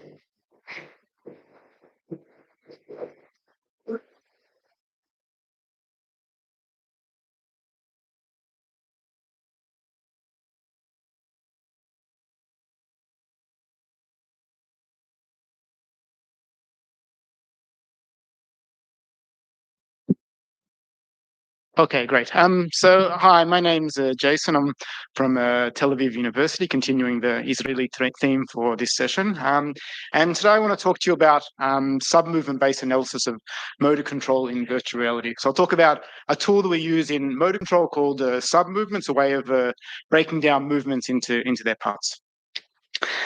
So our movements are generated by our muscles, and our muscles are controlled by the central nervous system, by the brain, and via the spinal cord. However, when we make movements, we know that our movements are dependent on feedback. It's not we simply give the command for our a particular limb to move, and it moves by itself in a similar way to how you would program a robot, but rather they require feedback. And the reason we know this is that there have been some cases where people lose their feedback and they have a very difficult time in making movements. However, the problem with using feedback is that it's very slow. So feedback, depending on whether it's proprioceptive feedback or visual feedback or other types of feedback from the eyes, it can be very slow, between 25 and 200 milliseconds, which means when we're making movements and planning things, we're using information which is already quite old. And there's also a delay in terms of response of the limbs. Even when the brain decides to move, the limb takes some time to move because of the inertia and the way that the muscles work. So how do we deal with this need for feedback to generate movements when using feedback is so slow? So one way to get around this is using the idea of intermittent control. And intermittent control means that rather than controlling our movements on a moment-by-moment basis, rather we control the movements at specific points in time. So I think in the last talk, Doron said that movements are executed continuously. So I would say probably movements are not executed continuously. They're executed in a discrete way. When I gave this talk once, I said movements are discrete, but perception is continuous. And then someone else told me that perception is probably also not continuous. It's probably also discrete. So a lot of things seem to be discrete in the way we plan our movements. And a benefit of using intermittent control is that it simplifies the movement planning and makes the system more stable given the slow feedback. If we were always using feedback that was slightly out of time and we tried to have some feedback control, it would be inherently unstable. So often these sort of movement primitives that we generate in particular points in times, they're often called sub-movements. And often we model these sub-movements by movements that look like they have this bell-shaped velocity profile. So if I make just a simple arm movement and I measure the velocity as a function of time and I plot it, I'll get something that looks like this bell-shaped velocity profile. However, of course, we can make much more complex movements than just a point-to-point arm movement. We can do all sorts of complex and impressive movements. And if we want to make a more complex movement, we can basically take a set of sub-movements and execute them one after the other, but we don't have to wait for one sub-movement to finish before we start the next. They can be overlapping. So this is an example here of when I started making a movement from one point to the other, and on the way I changed my mind. And so we have a number of sub-movements which are overlapping, which can then generate curved movements and other types of movements. Why this particular bell-shaped velocity profile and not some other type of velocity profile? So these sort of type of sub-movements, there's some argument about exactly which type. This is the simplest type we have, which is the based on the minimum jerk model. So the minimum jerk model, jerk is the derivative of acceleration. So under some particular conditions of starting and ending, it can be was shown in this paper from Flash and Hogan that the velocity profile has to have a bell-shaped velocity profile, which describes very well most of the movements that we make. So when do we produce sub-movements? So we can make sub-movements for lots of different reasons. These can include new or updated information. So for example, let's say I was making a movement starting here at the red circle, and I was planning on making a movement to the black circle. And so this is the sub movement here that I was generating. But when I was on the way, suddenly the target jumped to another position. This is something we love doing in experiments, but you can imagine in day-to-day life, you're trying to swat a fly and a fly is there and suddenly the fly is there. So it's changed its target and you have to correct online. You don't want to stop moving and then start moving. You want to make a correction. So we make these movements often. So we had the first sub movement, which is here. And then at some point in time, I decide that I want to move somewhere else instead. So I make another sub movement from here to here. So while this movement here looks like it's complex and has these changing throughout time, there's actually only 2 points in time here when I'm controlling the movement. When I started the first sub movement and when I started the second sub movement. The rest of it is just the continuation of the movement plan executing itself. We can also have conditions. So for example, we often see sub movements a lot in terms of error correction. I was heading towards this target here, and then on the way I realized as I got close, I'm going to miss the target, and then so I make a little correction at the end. So in this case, we have this nice first sub movement, and as we get to the end, we make another little correction as we're going along. We also have sub-movements can be produced by intrinsic factors such as noise in the sensory motor system. If someone has some movement disorder or even just regular sorts of noise that all of us have, as well as delays in processing. And they also, they may also depend on the speed of the movement. So if I make a relatively fast movement, I'll have a single sub-movement. But if I try to make a very, very slow movement, I'll see much more sub-movements, probably mostly due to biomechanical reasons. When we look at recordings of VR is a very rich source of recording movement data when people perform all sorts of different day-to-day actions, especially with the improvement in the technology in the last few years. So in VR systems, this relates to some of the talks from this morning. If there's latency in the system, if I'm making a movement and I see it with a slight delay on the screen, then it's likely to induce more sub-movements as people make corrections because they're working on old feedback. Reduced fidelity of the feedback. There's also talk this morning about if dropped frames or if there's lower resolution or they're unable to see where the target is. As well as altered proprioceptive feedback. So if I think my hand is in one place and through the goggles I see my hand in another place, this could also be a source of creating more sub-movements. So what can we learn? What can we learn from sub-movements?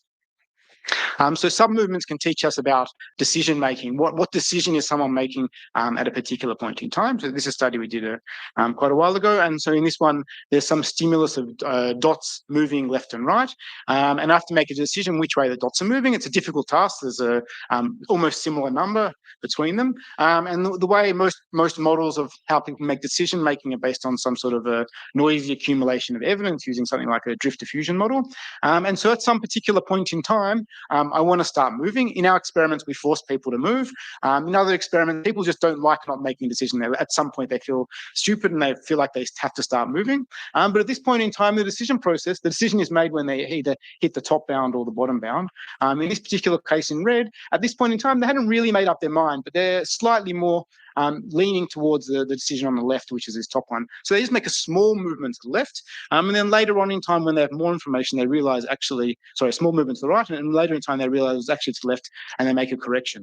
So we can see by looking at the sub-movements, this was actually a two sub-movement process, which meant that at the beginning, they hadn't made up their mind. And later on, they had made up their mind. In the cases where it's easier, we see they just move straight towards the target as a function of the reaction time. So, and then this is also can be a factor of cognitive style. Some people are much more will make the decision straight away, regardless of whether it's right or wrong. Other people will try to buy as much time as possible. But it allows us to see by looking at the sub-movements if they're heading all the way to the target or if they're heading just part of the way. We can also see whether movements are primarily using feedback or feed-forward control. This is something, for example, so in development, if we look at children's trajectories, when they make reach to grasp movements, we see that they don't make smooth movements, they make lots of little movements as they're correcting. We also see this in aging, in disease. This is from a nice study from Rohrer et al. From 2004. This is looking at movements of stroke patients, trying to make round movements. And this is the first day of the therapy. You can see that there's lots of sub-movements here. And on the last therapy day, you can see there's much fewer sub-movements and the sub-movements are much more overlapping. So it's a good way to index, for example, if we're looking at rehabilitation, using VR for rehabilitation. Sub-movements also seem to be an index into cognitive load. When people have a higher cognitive load, they tend to make more sub-movements than when they have less cognitive load. There's a study we did a few years ago with the people from Australia. So this is an example of a movement with less sub-movements, and this is an example of one with more sub-movements. And when we observed in this experiment, when they had to do some reaching movements under different levels of cognitive load, that when the cognitive load was higher, people tend to make more sub-movements. So if you have people performing motor tasks in an environment, and you want to have some measure of cognitive load, so this using just the movement data can give us perhaps an index into how people are planning on moving.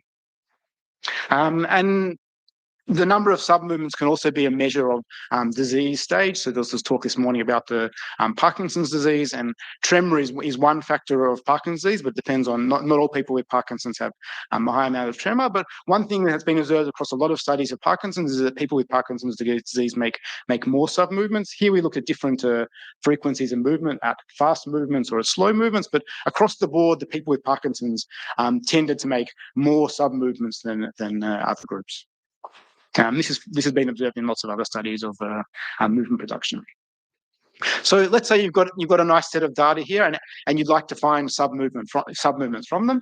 The problem is that in general, there's no ground truth for sub-movements because of data is always a bit noisy. The measurement device are a bit noisy. Our limbs are affected by other things rather than just the exact movements we're planning on making for them. So the way we generally go around it is we have some sort of a trajectory here, usually in 2D, and we usually do it with the velocity profiles. And then we try and find the best sub-movements that can reconstruct it. So because we're reconstructing something using optimization, we're always going to find a solution. We won't necessarily find the ideal solution. It's not really well defined exactly what the ideal solution is. And so the usual way of doing it is we find the minimum number of sub-movements that can reproduce the observed movement for a given level of accuracy. So we decide ahead of time what accuracy we'd like, and then we do optimization to try and find them. So we need to make lots of assumptions for this, like how long are sub-movements, what duration are there, how much do they overlap typically, and related topics. I have a package that we wrote that you can use to do this. And there's been a few other attempts at the moment, people using machine learning to be able to do this in an automated way. Hopefully there'll be better solutions now that we'll be able to do it in a much quicker way. Long duration movement, and you'll see most of the papers that use sub-movement decomposition use very short movements, like up to 5-6 seconds, which obviously is not very helpful for most of VR activities. But recently we've been using long duration movements, 1, 2, 3 minute tasks, and what we basically do is just cut it up into windows of 2 to 3 overlapping windows of 2 to 3 seconds, and it seems to work okay. But the reason it doesn't work with one long movement is you're trying to fit hundreds of parameters, and the optimization problem becomes intractable. Okay, to give you a couple of examples, this is from the studies I was talking about before when we look at fast and slow movements. So if, for example, here at the beginning, the red is what the trajectory, the velocity they're supposed to be performing, and the blue is the velocity they actually perform.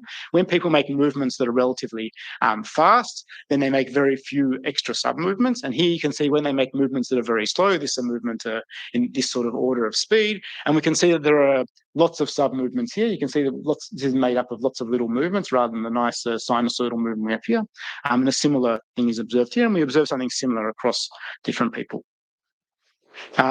We also know, we did one of the studies we looked at, it was published last year, was does extensive training help? If you just train people a long time, do they get any better? The answer is only very slightly. We also tried people who have practiced Tai Chi, who have practiced slow movements for a long time. They also are no better than other people. In Parkinson's disease, we also, as I said before, we see an increase in sub-movements. This is from a task from some colleagues from Sheba Medical Center in Israel, where they do a trails task. We have to point to a series of balls in order in a virtual reality environment. This is data from a typical older adult and the data from a typical person with Parkinson's disease. And you can see that this is made up of this I did using a method of the window method of fitting sub-movements. And you can see that the sub-movements do a pretty good job of reconstructing the trajectory, and you can see the person with Parkinson's made a lot more sub-movements than another person of a similar age. And this is another study that we're hopefully will get published soon on looking at when cognitive load is increased, similar to the other studies we performed before. When we got people to do 2 tasks at the same time, we can see that the cognitive load was higher regardless of how fast they were moving. So to conclude, I think hopefully you'll agree with me that sub-movements are a useful window into understanding motor control, given its intermittent nature. So sub-movements, just hopefully to sort of be clear, sub-movements is not necessarily a mechanism. It's not that we know exactly where in the brain sub-movements are produced. You can more think of it, I like to think of it more as a analysis technique, something that can help us understand how people are generating movements. They can be used to examine the time course of decision making, as we saw motor control strategies, disease state, cognitive load, and more. And in virtual reality, they may be useful if you want to understand the effects of altered feedback, misalignment between the visual and other cues, and latency, how they affect motor control. And they can also be a useful tool for predicting user intent at different time points. So if we fit sub-movements, once I've already observed the start of the sub-movement, I can already know where the end of the sub-movement is going to be. So I can know ahead of time whether the subject is going to point to this target here, or whether they're just starting to move towards the middle. If I just fit a sub-movement to the first part of the movement, it can give me enough information to tell me about what's happening in advance. So this is some of the people that worked on different parts of this project. My email address is down here. You can also just search for Jason Tel Aviv. There aren't that many Jasons in Israel, and I'll be happy to send you a copy of the slides if you like.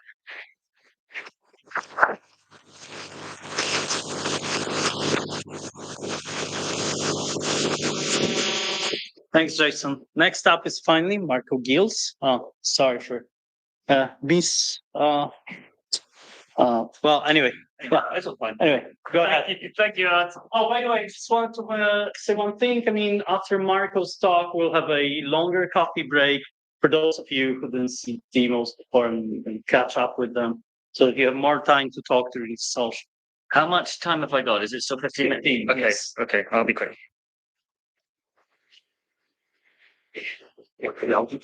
Okay. Thanks.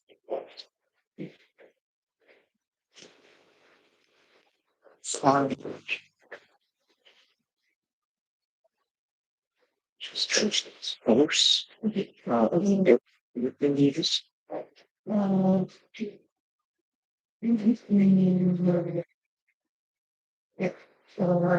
it's not. Yeah, cool.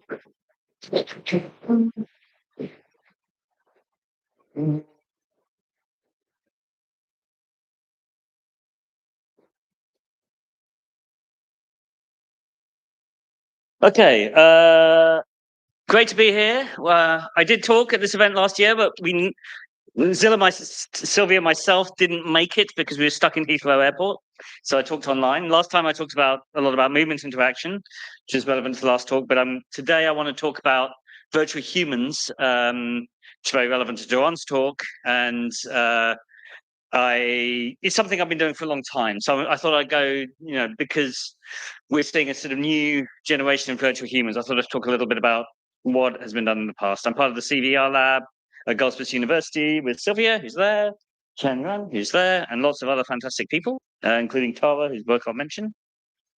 And we also have a master's in virtual augmented reality, which is really successful. And as part of that, we do lots of collaborative projects. Our master students do projects with other academics. For example, this was up with Aitor Rivera and Daniel Freeman at Oxford. This was about quitting smoking. And this is in a situation where people were put in a situation where, they'd be tempted to smoke, sitting in a pub garden with people talking about smoking. So this is an example of the kind of quite applied work we do. But a really important thing is that there are virtual people in here, and they're core to this scenario. We've done lots of other things to do with simulating domestic violence, to training social workers. I think Sylvia's going to show you this piece, which is about, there's no audio. Oh, that's because actually, I don't really need audio. About social skills training for medical doctors. So virtual humans have lots of really useful applications in training and other things. And I'm going to talk about, I think you'll hear tomorrow from Sylvia about some of those trainings, but I'm going to talk about virtual humans themselves. And so I think one of the grand challenges of technology over the next few years is social interaction. How do we support, and in this case, simulate social interaction? I don't need to talk too much about that, because Duan's kind of introduced some of those ideas. But how do you create a character that you can interact with? Well, a lot of the characters in the scenarios you've seen are actually Wizard of Oz characters. So they're not, there's a experimenter behind the scenes clicking buttons to trigger the things the character says. These are based on pre-recorded performances on a fairly limited script. And we motion capture and audio record actors to get a really high quality, very realistic performance and interaction with the character. And also it's extremely controlled. We know exactly what the character is saying. For some training scenarios, that's really important. But it's quite inflexible. You've only got what you've recorded. It's unresponsive, it is responsive, but it's less responsive than it could be. And it's expensive because you have to have somebody there the entire time. So I'm going to talk a little bit about how you might want to automate virtual characters. Now, there's two types of characters. Avatars are the characters that are representing real people within an environment. And, you know, there's stuff you can do, high-tech stuff, more responsive to what the person who's controlling them is doing. We've done lots of work in that area. I'm not going to go into that because I've only got 15 minutes. What I want to talk about is agents. So these are characters that are entirely controlled by AI.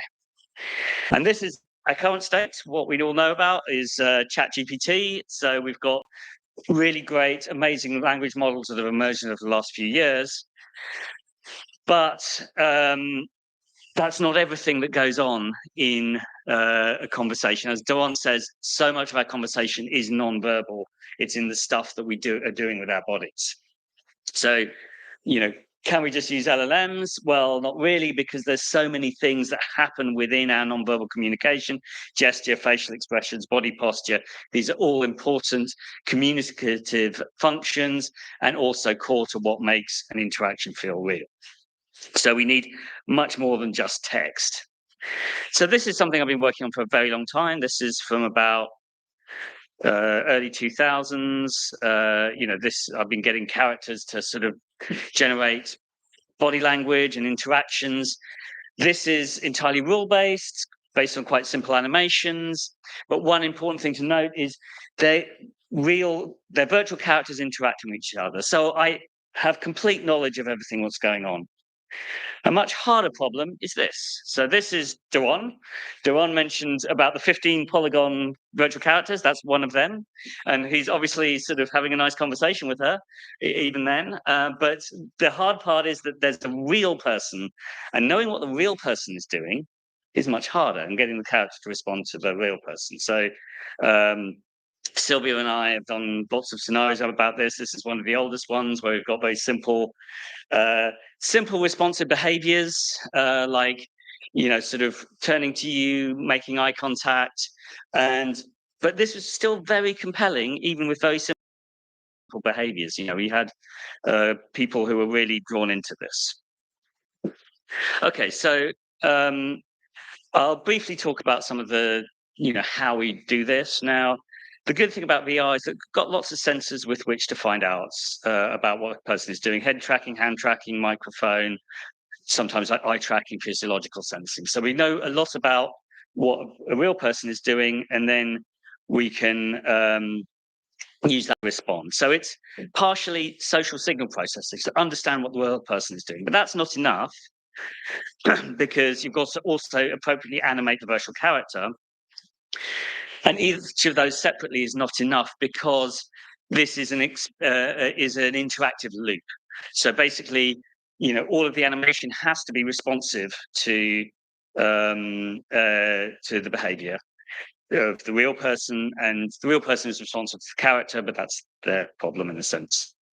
And one of the vital to understand here is that the entire time we're responding to people, but we don't fully understand what we're doing. So we couldn't say it in words. So I could, like, what gestures do I make when I'm talking? I have no idea. My hands are just doing stuff. I'm half Italian, who was talking about cultures. And if you can't put it into words, you can't put it into code. So this is where we brought in machine learning. And I have a feeling Doron and I wrote one of first papers ever to use machine learning on for virtual character body language. Things have moved on, but that was sort of 20 years ago ish. So we were pioneers, weren't we, Duan? Yeah, don't look for it. I mean, there's better stuff. We've done better stuff since. So then I was working on, actually trying to capture both parties in the conversation. So looking at, two people capture, so that you've got these synchronized data sets. So you know both what the speaker is doing and what the listener is doing, so that you can use one set for generating behavior, animations, and the other set for recognizing behavior. Okay, so this is a sort of model I created quite a long time ago. Before I get into the results of that, what is important thing to note is that a lot of behavior, we think of when animating characters when they're speaking, what the speaker is doing. A lot of the important stuff going on in responsiveness, as Daron said, is what the listener is doing in response to what the speaker is doing. So to feel really that you're connected to, it's actually what the other person is doing while you're talking. So this is some example of listening behavior. If this works, is this going to work? It's a fun video. It's very old. This was like 2008. So things have moved on. We've got much better motion capture technology. I'll talk about a couple of other little bits. So more recent work, we've worked with a games company to look at can we capture, let me just try and we share this. Videos aren't working. I'm running out of time. So anyway, we're working with video games companies to implement some of this pipeline, and in particular, this was more detecting whether a real person was paying attention to the character. So if you walk into a video game, typically the character's talking and the players ignores them and throws stuff around the room. We wanted to actually start being able to use that kind of interaction for gameplay. So we were looking, we were doing a machine learning based pipeline for that kind of work. I won't go into the details because you guys want to get to coffee. And now the latest thing we're doing, obviously, is that now that we have these amazing LLMs, how do we integrate LLMs with nonverbal behavior of the kind I've been doing for a while now? And so I won't go into much detail. This is very recent and quite preliminary work from Zimu Cheng with a spelling mistake. So we've got sort of nonverbal character. Sure. As a game student, I like playing games a lot. By the way, I haven't even asked your name yet.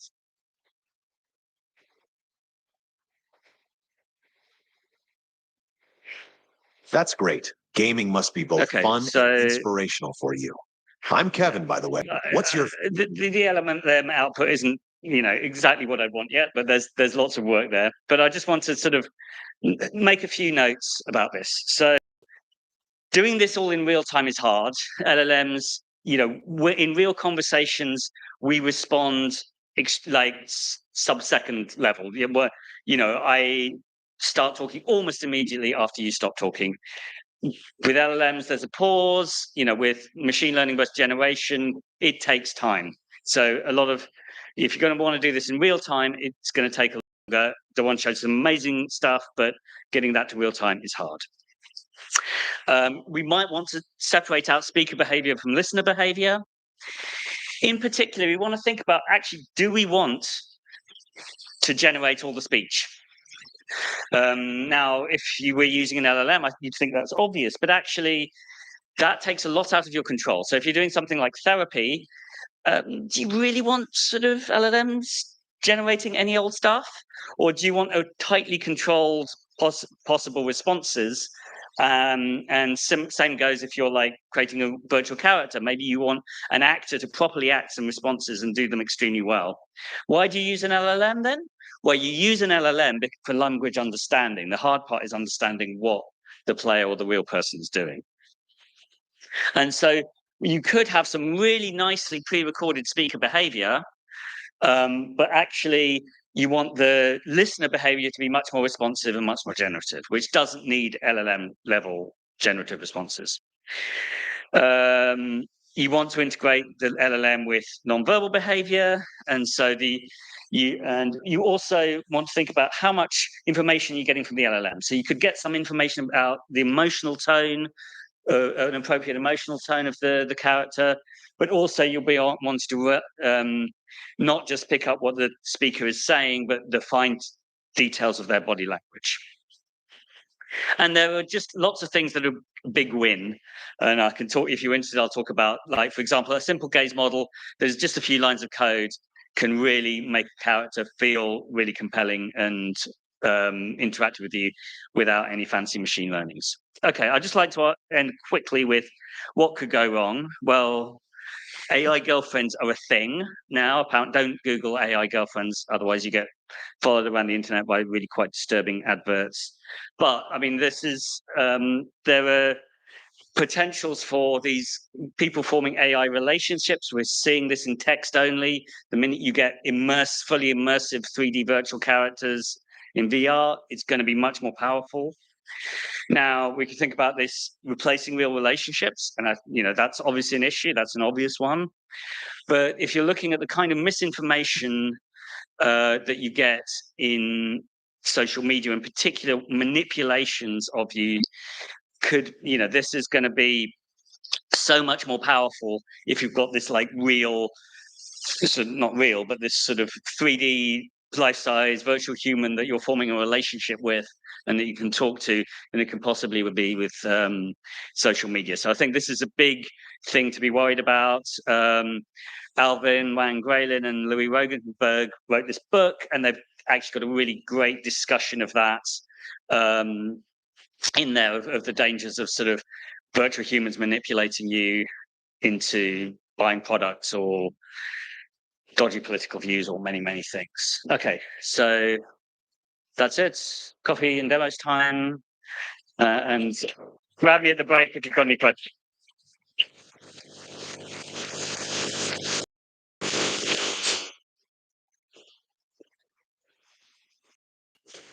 Okay.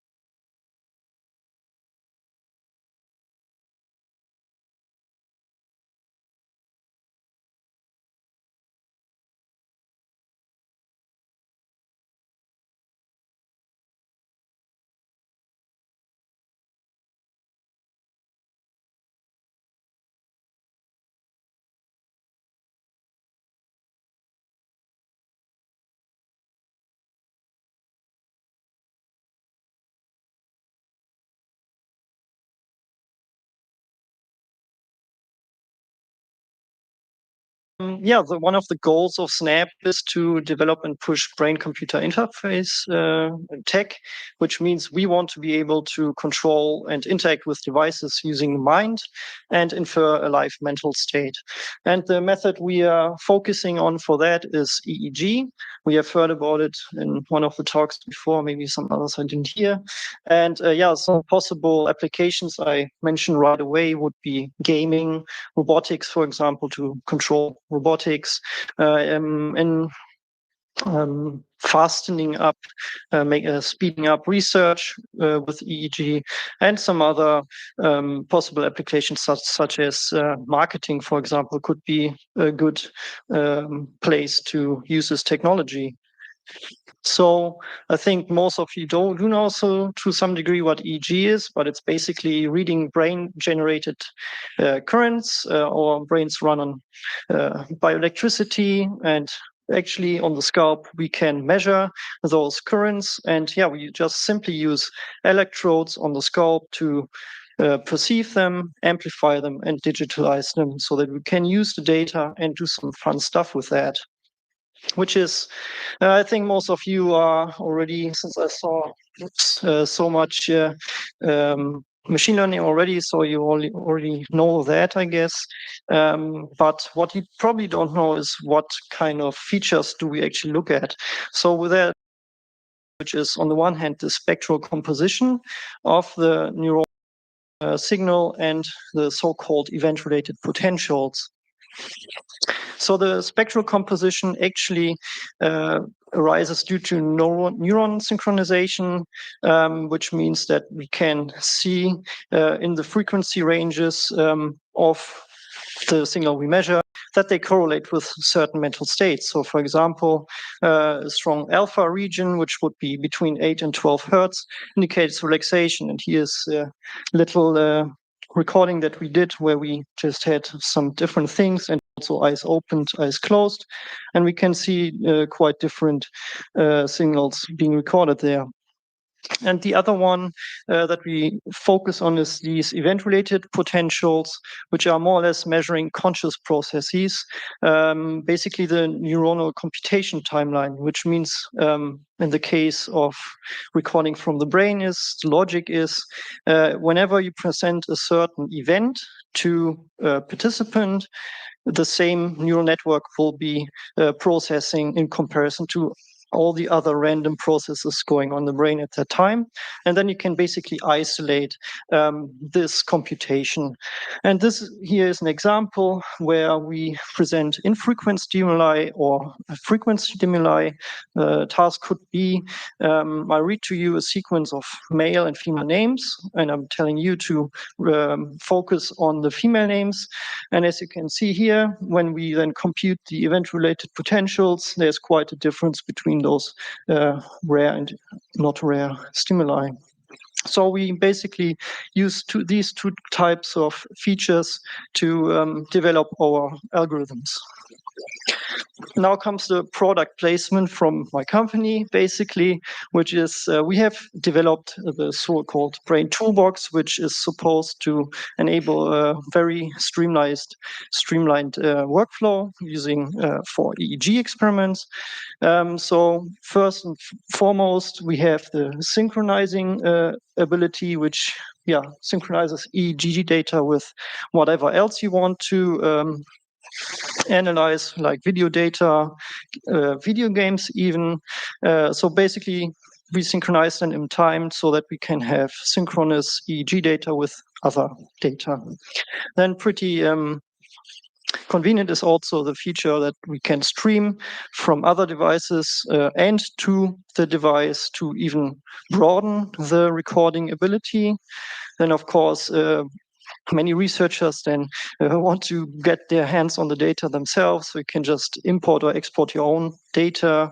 And then what is very convenient is we can already train in the toolbox on the data we recorded or somebody else recorded. And also we can live inference the models on new data. So this is a very streamlined solution to rapid experimenting, essentially. No coding required, but I guess most here want to code, so there's the possibility with the exported data to do it yourselves. Anyway, so what are we doing? We are, of course, trying to come from the science to a product where we actually then collect data for whatever feature we want to implement and test the theories that have been reported. And if we can reproduce this data in a sense, then we develop and implement those models in our software. And this is what I'm working on, which is attention classification. So just a small statement about attention. This could be a totally philosophical discussion, but let's focus on this one here. Selectively concentrating on specific information while ignoring other stimuli. And because we don't want to give very let's just say boring experimental stimuli, we wanted actually to use like more lifelike stimuli that could be applied sometimes, could be used at some point for more complex situations when we want to use this technology. So as I mentioned earlier, we're looking on the one hand at the spectral markers, so all these different frequency ranges, and then we just expose our mostly students to these video clips and then basically look what the data looks like and then train models in them and so on and so forth. I can't get too much into the details right now, but this one is pretty straightforward. This one here is not very straightforward because, as I said earlier, event-related potentials are very conscious stimuli in a way. And what we are now focusing on is to investigate which of those stimuli we actually can use to measure ERPs, because logic is from the literature is that the easier we can detect ERPs, the more attentive the person is.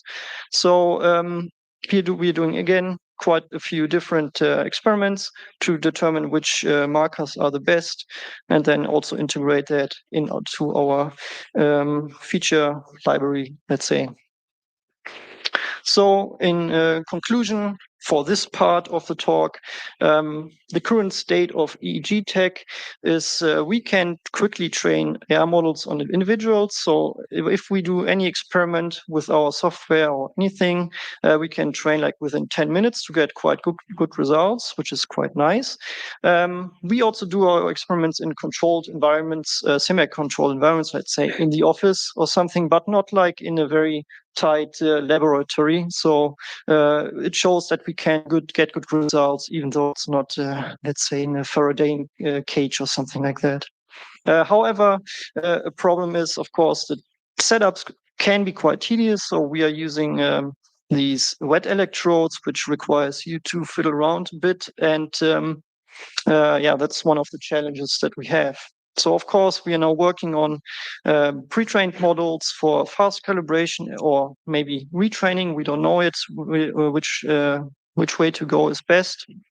Then we also work, of course, towards the technology being used in calm environments or work environments, and of course, easy setup, let's say, with dry electrodes.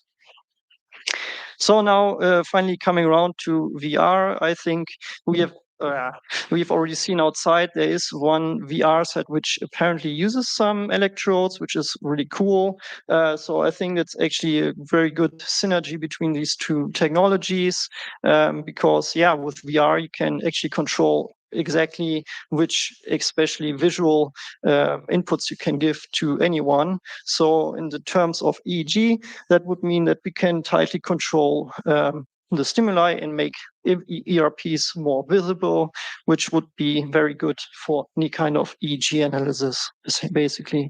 As you can see here from this OpenBCI bundle, it makes quite sense. You already have a huge chunk on your head, so it doesn't even matter if you put a little bit more. Yeah. Yeah, and lastly, what applications could we use it for? I mean, we are mostly aiming for gaming, which because most of our employees do like video games. And of course, it's we have already done so. I think we can show some videos outside of some of the games we have been playing with EEG. But other industries and targets could be, of course, research, making it way easier to set up your own EEG setup. Because I know from my university it took a while to fiddle around, but with the toolbox was very easy to the most part. And yeah, other things, of course, could be marketing. You get an unfiltered response, and mental training would be also, of course, a cool application to see if you train anything for your mental state. You can see live what effect it has on your mind.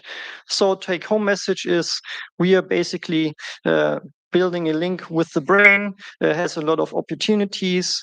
You can think about it as a mental extension for more convenience in a way, like a mechanical tool to support your hand or whatever, but with the mind. And yeah, ultimately, I think if we go this way as humanity, we will be able to have a more intimate relationship between man and machine. And ultimately, I think that's good for anyone, a stronger mind. Thank you very much. We have a booth outside if you want to chat with us.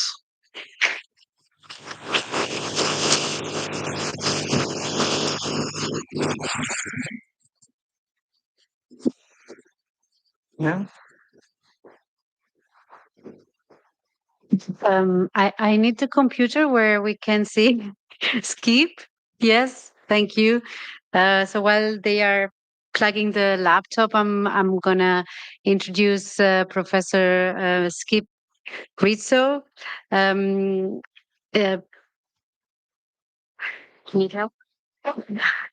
So it is my real pleasure to introduce Professor Skip Rizzo. He's a clinical psychologist by background, but currently professor and director of the medical virtual reality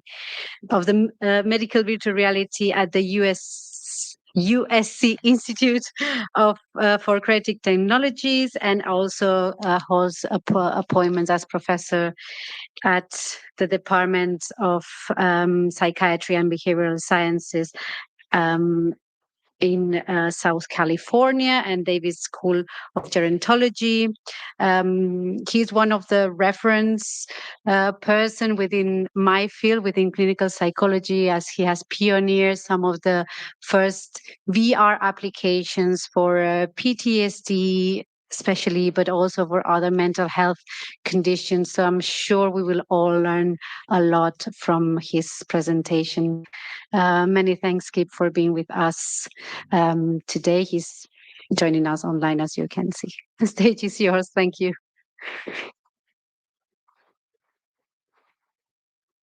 Oh, hold on a second. I will just adjust your audio. This one should be all right. Yeah. Okay. Try something now.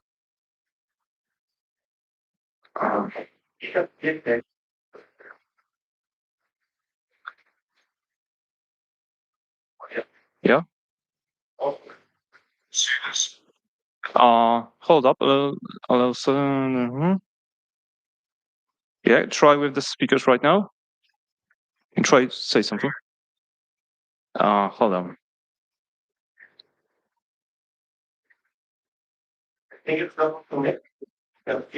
I mean, it should be connected because it's from here. Okay, let's try with different sources.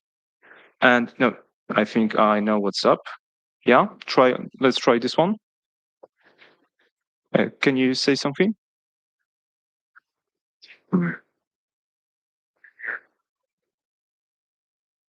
You can just try saying something all the time, and I will just switch between different audio sources, and it should be all right.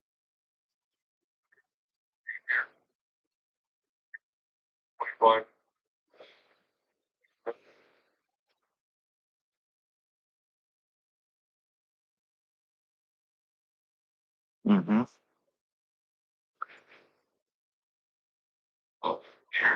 Can you maybe go to microphone? Now that will be straight on the time. Oh, now it should be working. All right. No, not yet. Not yet. We're still trying to figure this one out.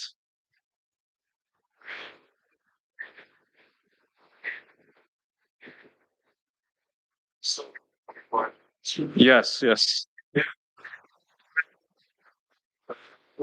Because the bigger that has with microphone, probably the better. Oh yeah.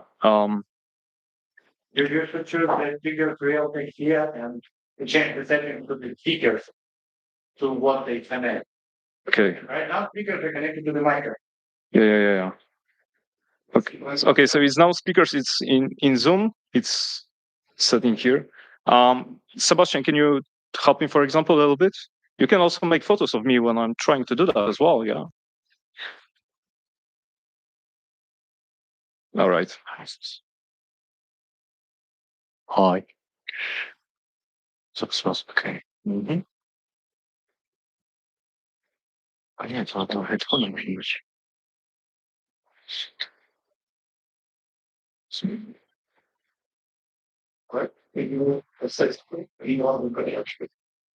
Hello, everyone. Can you hear me?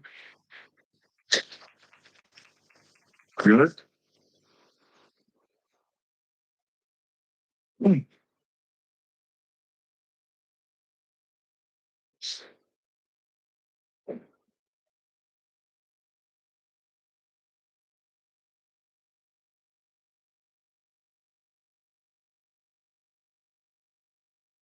Can go around the reference. You can see us.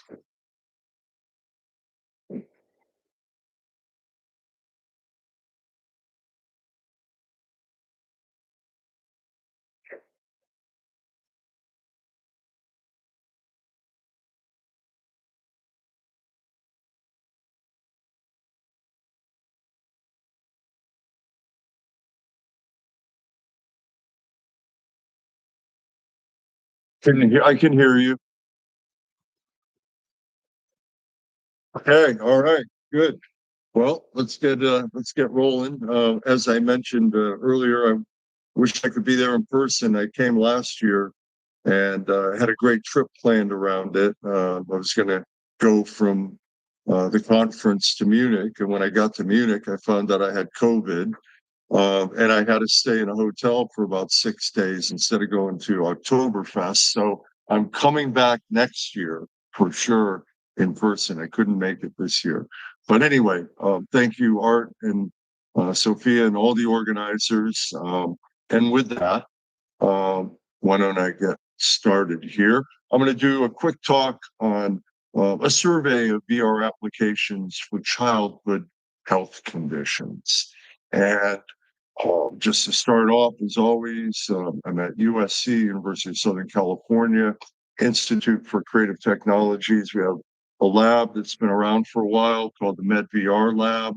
And over the years, we've developed applications in psychological, cognitive, motor, function, and virtual human interaction. This is what some of the old stuff looked like, just to put it in perspective. And the good news is that all of our work over the years very rarely was one-off applications, but rather grew into research programs. So these are the more modern versions of the applications we started, a while ago, and they continue to evolve.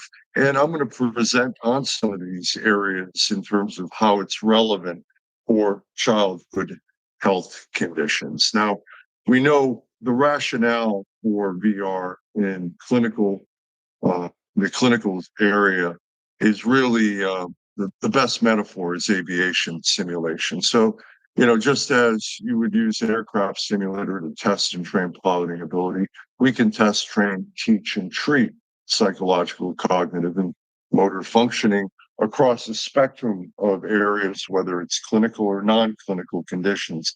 And if you're a student of psychology, you'll get this. It's the ultimate Skinner box, the controlled stimulus environment. Now, why use VR for clinical purposes in children?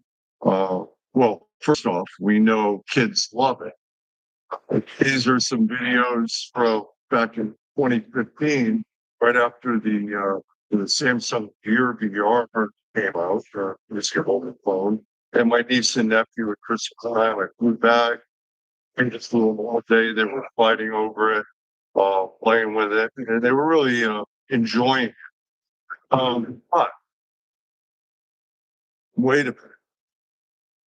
There's this issue about VR not supposed to be used, or VR headsets not supposed to be used by kids under 13. I think it's gone down to 10 now.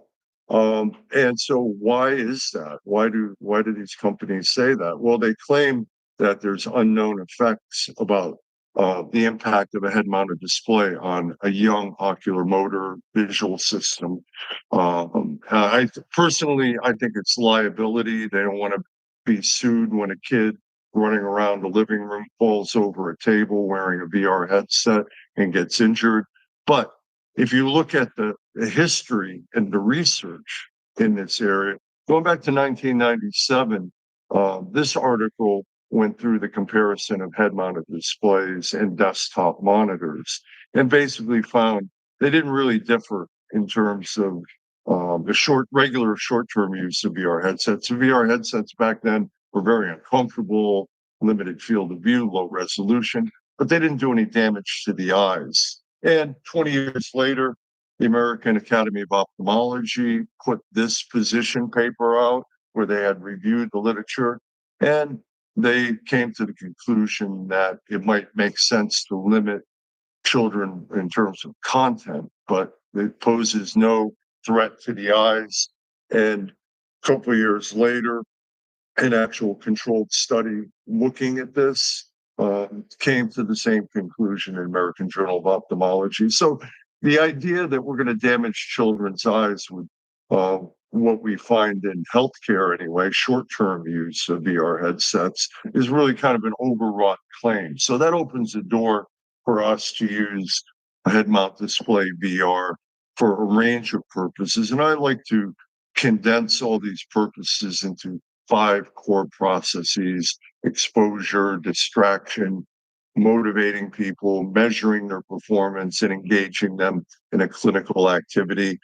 And I would say that when you look at the ways that VR can be applied with children, we're looking at a range of areas where those clinical processes make sense: reducing anxiety, addressing and reducing acute pain management, physical assessment, motor assessment and rehab, along with neuropsychological assessment and rehabilitation.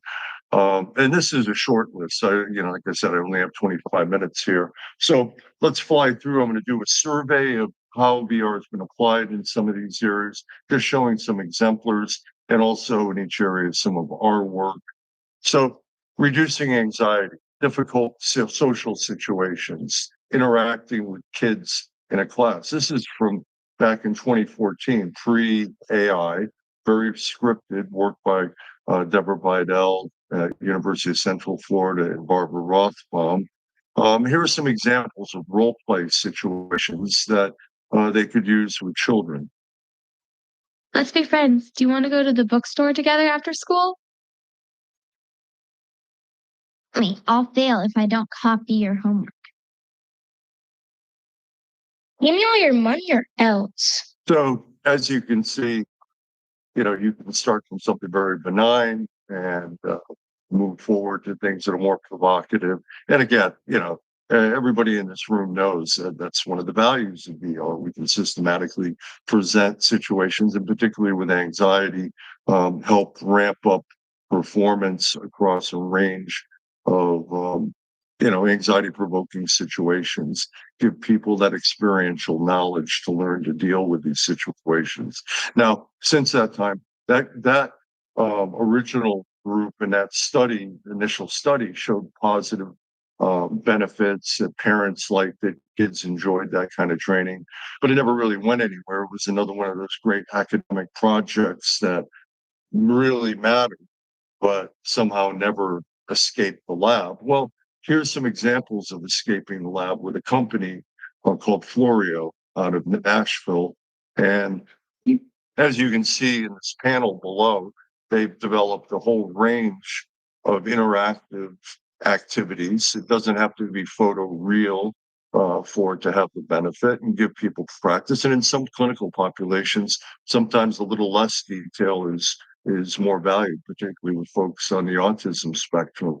Not just the direct interaction with people, but places where there might be provocative challenges or learning experiences to be had in a simulation. And they've done one that I always like to highlight here that I think is particularly relevant with the oppressive state the United States is in right now. And I'm just going to let this video play, and I think you'll get the point here on why it's important.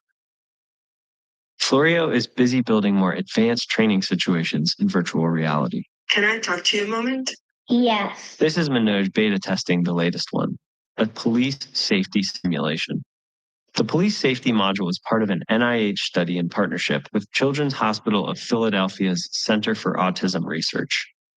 Florio started building the police safety module after an incident in 2016 where police approached an autistic man who wandered from his group home. The incident resulted in his caretaker being shot by the police. We basically started building content to simulate what it would be like to have an unexpected encounter with law enforcement and start being exposed to some of the language that the officers would use in that interaction. All right, you're free to go. These children are intelligent. It's not a matter of an intellectual disability. It's more how the information is coming in and their inability to organize that information. Keep looking. There is basically that application needs to be updated with people wearing masks and ICE agents terrorizing the population. Very difficult situation we have here for everyone.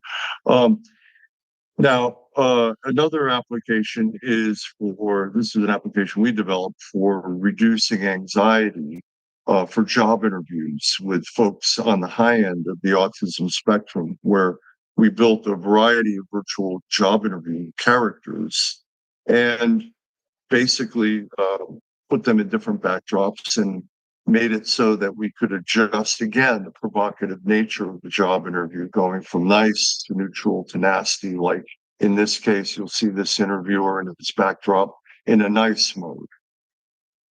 I'm glad you're here. In a minute, we'll get into some questions about the job. But before we do, why don't you just tell me about yourself? And you could make her neutral or nasty, more provocative, of course, over time, or you could pick any of the characters. And this is an example of a more difficult character. This is an entry-level position. I guarantee there will be things you won't like about this job. That said, what's the most important thing you think you're looking for in a job? Not working with you. Okay, so here's an example of a user and some data coming from that work. It's a good program, and it teaches you how to do an interview, and it teaches you how to be in an interview situation with another person. And did you see your performance improve? Did you get better? I get better every single time I do it. I get better. And the data from this is from the first study. There's been a couple of studies with this. Shows that when you compare job interview performance before somebody goes through the training, live job interview practice with a vocational counselor, you see the red bar being before training, red bar at the end after training. And what you see is progressive improvements over the course of 4 different days of practice training, where a structured type of an assessment was applied to observing the performance of these kids. These are young adults, teenagers, and so forth.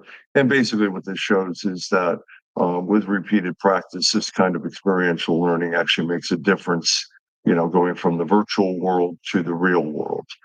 Now, another area I want to just touch on real quick is our work in Ukraine. This is a partnership. We're doing a variety of things. We're building out a PTSD exposure therapy application with Ukrainian developers for the problems there. But we also have a variety of other applications. We have metaverse gathering points set up for doing group therapy that we have a study under review on, showing its equivalence doing it online to live face-to-face group therapy. But what about children in these circumstances? And I want to highlight the work of my colleague here, Jessica Stone. And basically what she's built is a play therapy application that can be delivered on a touchpad where children can create a world.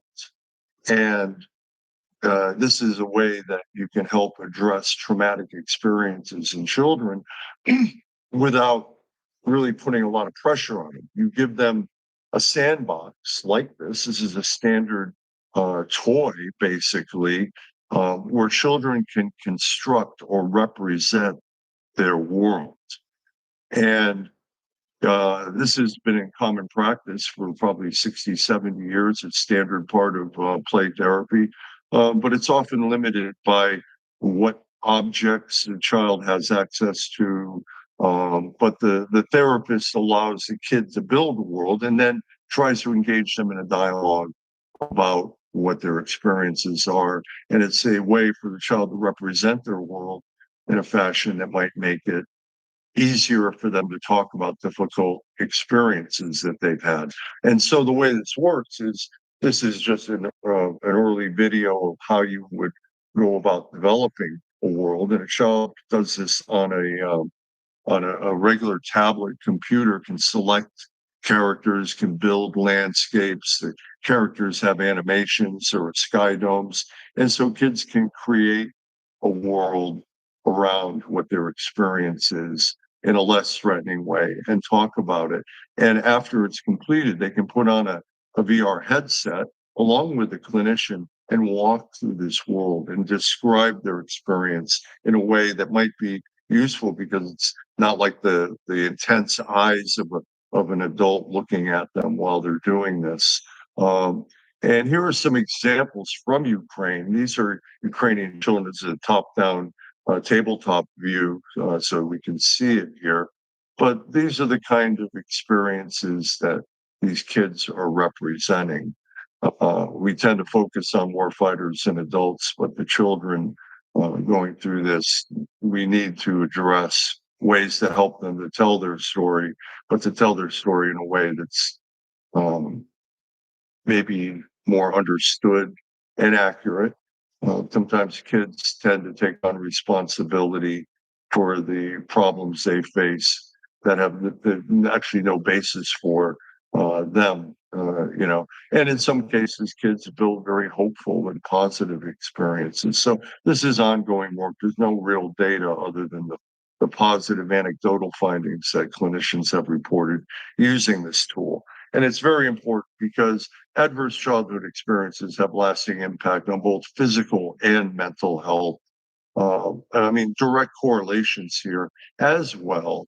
When you look at studies that look at people in young adulthood that have suffered a later traumatic event, particularly urban violence, intimate partner violence, or getting mugged somewhere, that research shows that when you follow these folks over time and you enroll them in a study and look at what their adverse childhood experience score is, the number of incidents of abuse, neglect, dysfunctional household, and so forth, you see a direct correlation with development of PTSD after a traumatic experience in adulthood. So it raises your susceptibility. And other studies, this is a meta-analysis looking at these different factors that contribute to childhood adverse experiences that affect later adult health.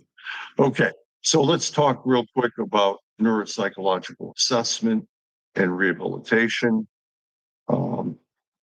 There are a number of companies out there that are developing applications, some for adults, but can be applied for children, like Cognitive Clear, developed by Virtually, which has made a bunch of cognitive training activities that there's now a lot of clinical findings and supportive value of engaging these things. Cognitive Clear is more of an assessment tool, but other applications, whether they focus on functional environments or direct clinical cognitive training, like on the upper right versus the bottom left, or the bottom below that with kitchens and supermarkets and everyday environments. These are providing value that it can be marshaled for childhood applications.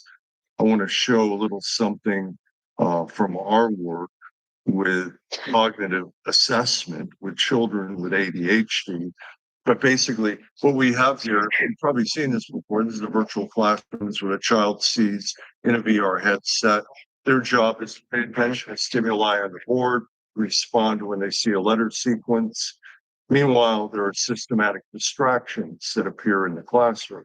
So we can measure how well the child can maintain their focus on the blackboard or the green board up front to perform a continuous performance task in the presence of realistic environments and realistic distractions.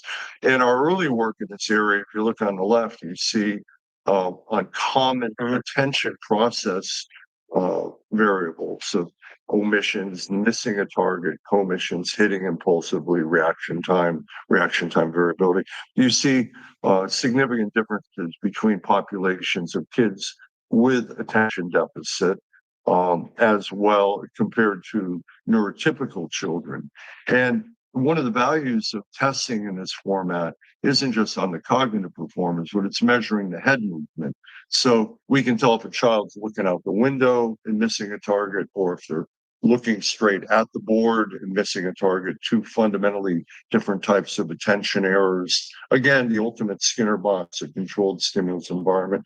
And we can measure that head movement. So if you look in the upper right, you see a red line there, and that represents a randomly selected ADHD child's head movement over a 10-minute trial. And you can see in the beginning, it doesn't move much, but over time, they get more distractible and it moves a lot more. Now, I don't know how well you can see it, but there's a green line in there as well. And that is a neurotypical child randomly selected performance for example purposes. And you can see fundamental differences. Now, the value of VR, you can quantify this in a visualization, but you can also put it in a visualization that really brings it home, like this. That same data is planted onto these little avatar heads. And you can see now we're at almost a minute. Then the ADHD child is looking forward at the blackboard. It's, doing pretty well. But now we're going to jump to 5 minutes. And you can start to see, well, the neurotypical child may look away from the board, but it gets back on task. But the ADHD child becomes more and more distractible over time until we get to the 7-minute spot here. We call this the exercist clip in the lab. And this is actually the real head movement of that child during the testing. And now he's going to see the paper airplane fly by and look up at the window.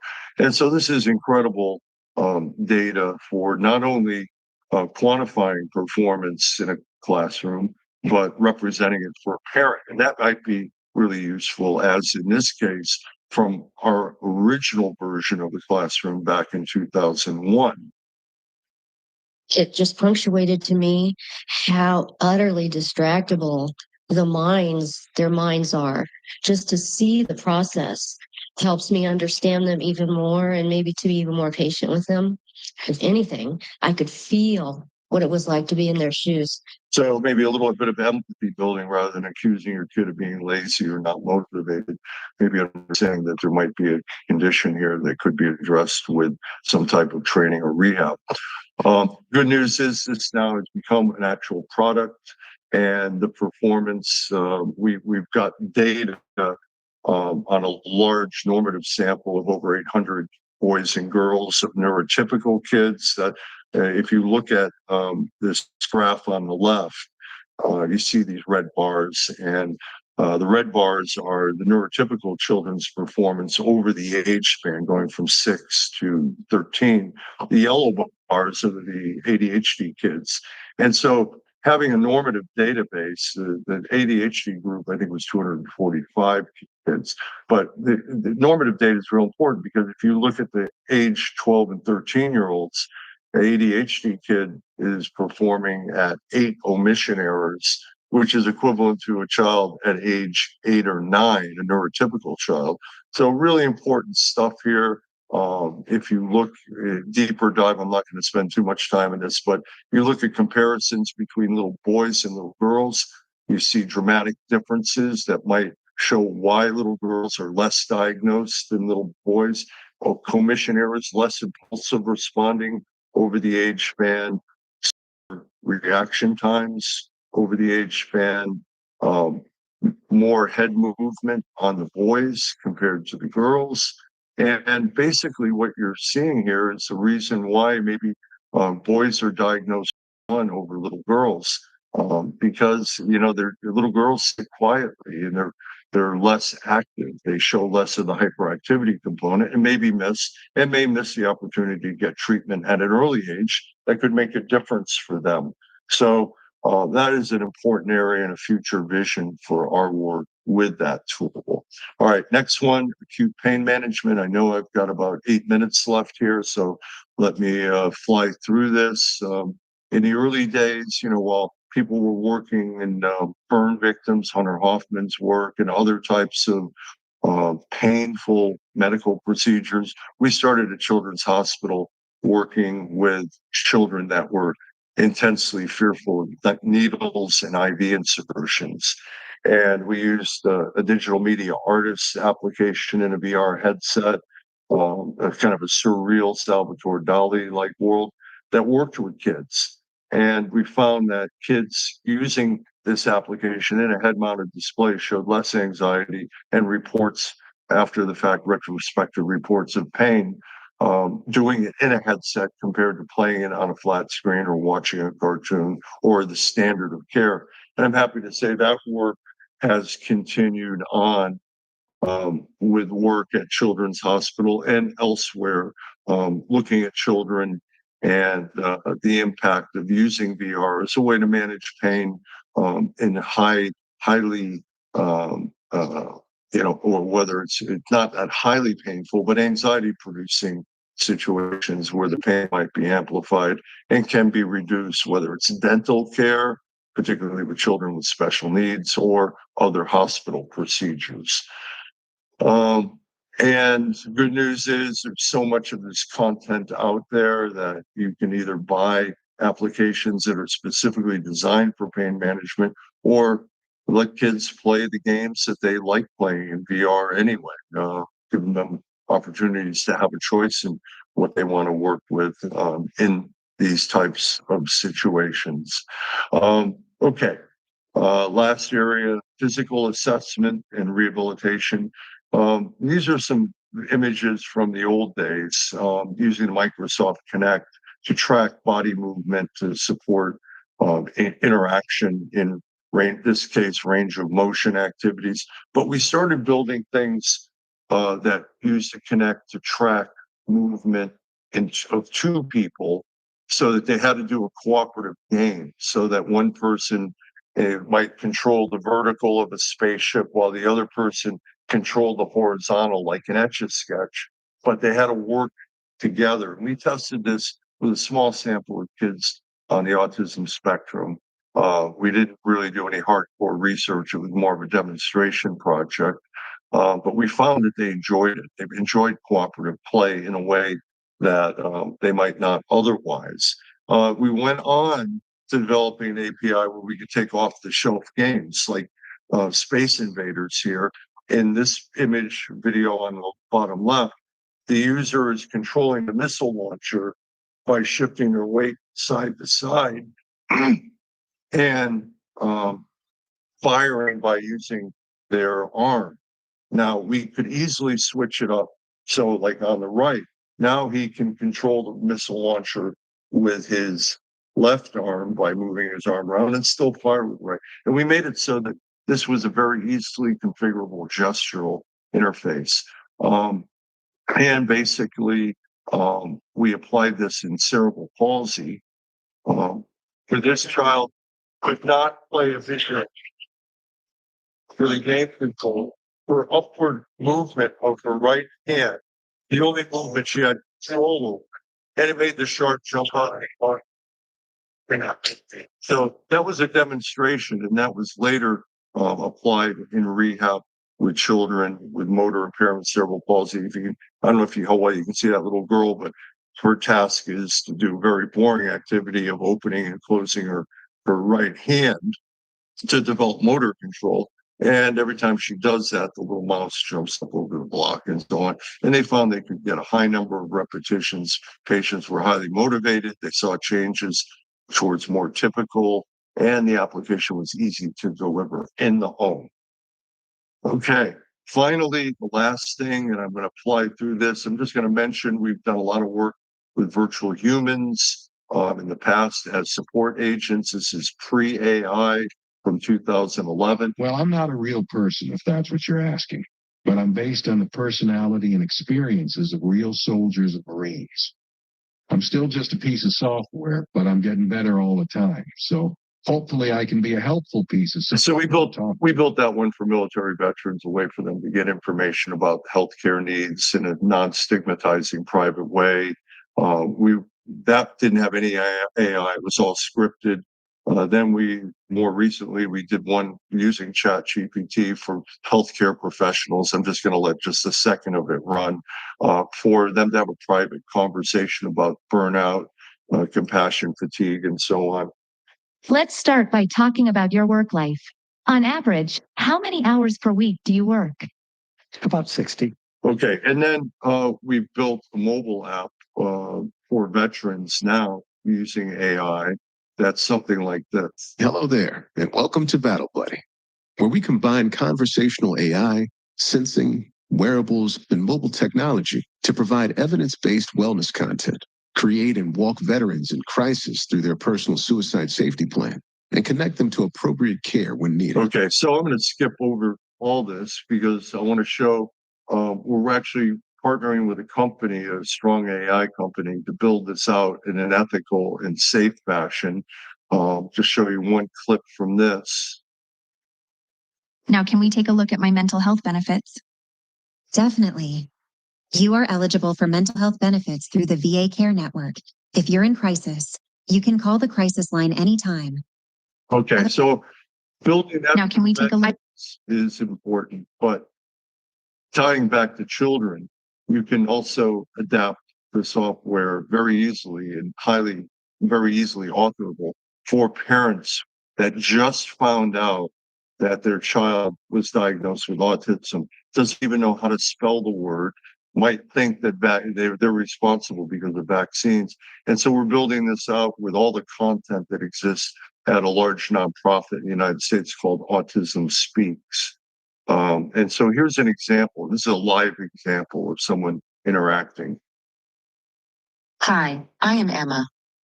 I am a demonstration of an AI-powered personal sidekick for autism resources. I am not an officially endorsed product by Autism Speaks or the World Health Organization. I am here to show you the possibilities of this exciting technology. While I'm not human, I'm designed to provide helpful information and connect you to real people when needed. So here we go. Yes, I have a daughter. Her name is Lisa. I'm her dad, and she's 6 years old. And we're very confused about her recent diagnosis and trying to get her ready for school. And she's not showing the symptoms we'd expect from autism. The boys we know in the neighborhood who've had autism don't really act like she does. So we're confused. It sounds like you're navigating some challenging times with Lisa's recent autism diagnosis, especially with the differences you're observing compared to boys. Autism often presents differently in females than in males, which might explain some of the variations you're noticing. There's a path to well-being item called Guide for Families of School-Age Children with Autism ages 6 and above, which might offer valuable insights into starting school and understanding her unique needs. Would you like me to connect you with Oliver, the expert sidekick for this topic? Hello, I'm Oliver. It's understandable to feel uncertain with Lisa's recent autism diagnosis, especially with school preparations. Autism can present differently in girls compared to boys, which might be why Lisa's behaviors seem unique. I can help you understand the school-age resources available, how to craft an effective individualized education program, IEP, and explore legal rights in education. Okay, I'm going to jump because I know more time. Expose, distract, motivate, measure, and engage. We're in a great time with VR, no matter what people say, where our work is theoretically informed, scientifically it's supported, low cost, high fidelity technology, and people like you, passionate development community that are totally excited and want to do some good work. And with that, if you want a copy of this talk, code, I'll leave that up for a second, but I guess I'm a couple of minutes over my time, but thank you for your time and attention. And you can send me an email if you didn't get that barcode. Have time for discussion. And anyway, I hope to meet up with all of you again sometime in the future. Thank you.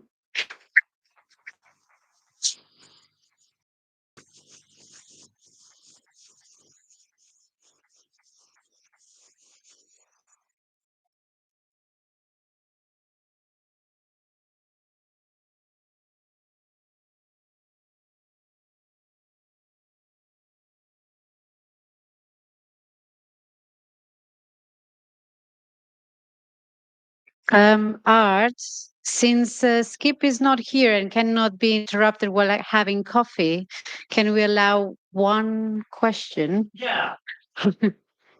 Sure. Question.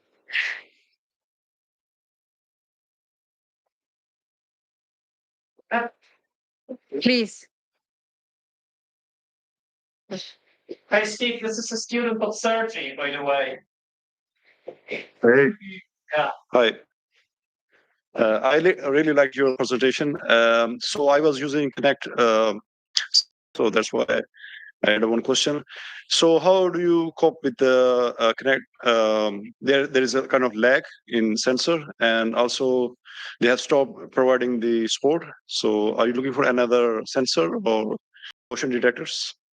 Yeah, well, the Connect, that's old legacy stuff from way back. And unfortunately, now you've got to find them on eBay and so on. Fortunately, we have a bunch of them, so we still play with them. But now there's a number of companies that are developing, computer vision, camera-based tracking that allow you to track full body movement. One company is called Ubiquity VX. And using a common webcam, they're doing pretty much what you can do with a Connect. If you want to send me an email, I can connect you with them. But,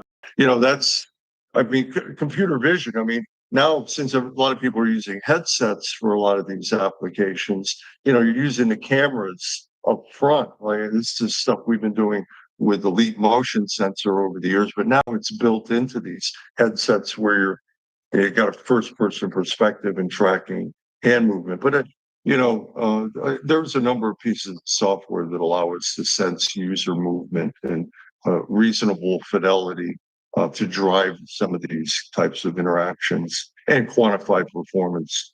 Yeah, that will be fine. All right, thank you. Thank you. Send me an email. Yeah, thank you. Thank you very much to both speakers. It's been a pleasure to chair the session. And I think, Skip, there are some people here waiting for you in person next year. So see you in meetings, but perhaps see you next year as well here.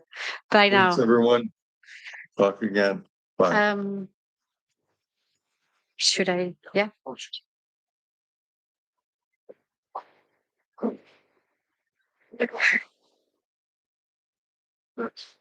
Right.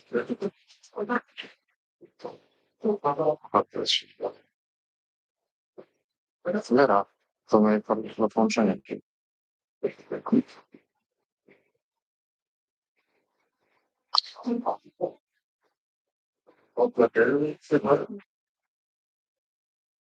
Connection to our media secretary.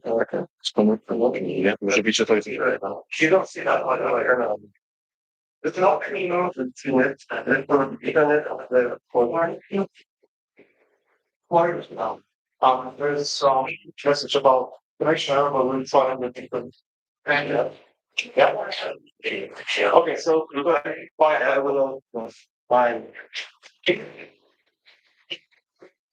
If any of you is worried about those technical problems we're now having, I just wanted to say that on Saturday we had a burning laptop at the hackathon, so nothing can beat this. And if you smell something funny, just go to the emergency exit. Thank you. Hmm.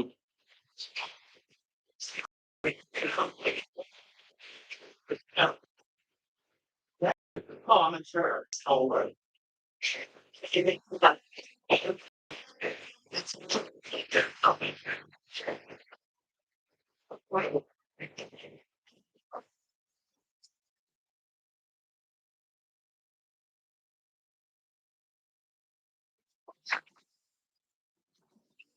Steps. No. That's long. What color? Yeah. Yes.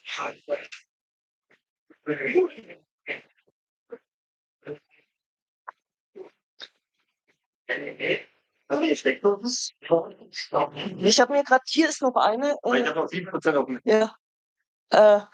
Nur noch mein Ladekabel. Hier haben wir noch eine, glaube ich. Okay, aber jetzt gerade auch die ganze Zeit wieder Ladestelle. Bitte? Yes, please. Yes, please. Everyone will be able to speak, but right now, because it's a hybrid event, we have to control the number of audio inputs going up. Wo kannst du niemanden rekorden? Ansonsten, Wir können vielleicht ein paar Shots. The microphone is still. Sorry, I can't hear anything. Yeah, but we got 3 microphones. Okay, great. Thanks. Yeah. Things on the side. Yeah, okay. That's fine. I can hold it myself as well. Okay. But anyway, if it's here, I know. 6 months is out in exceptional.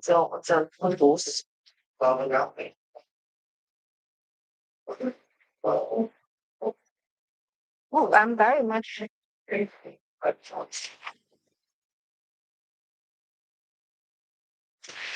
Them.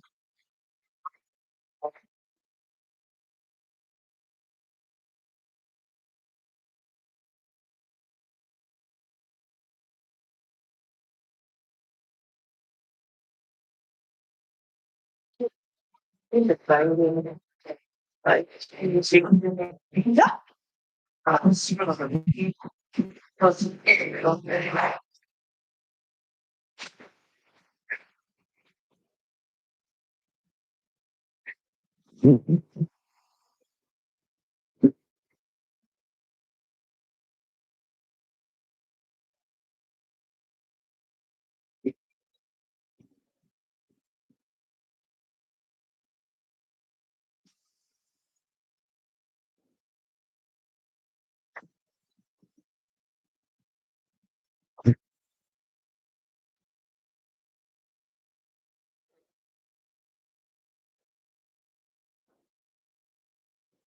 Have if you can hear me, have your audio is on.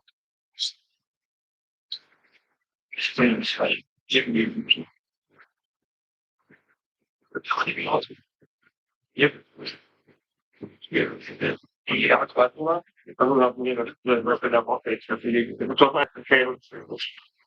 Okay, just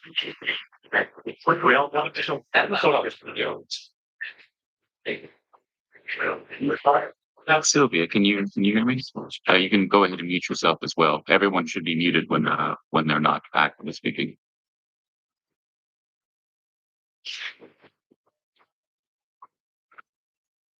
Yeah.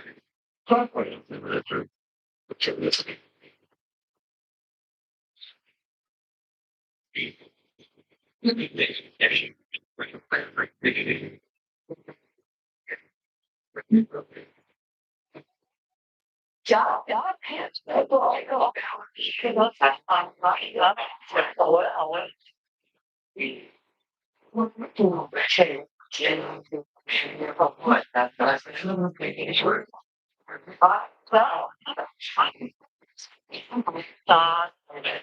die Performance bei euch okay? Is your performance okay?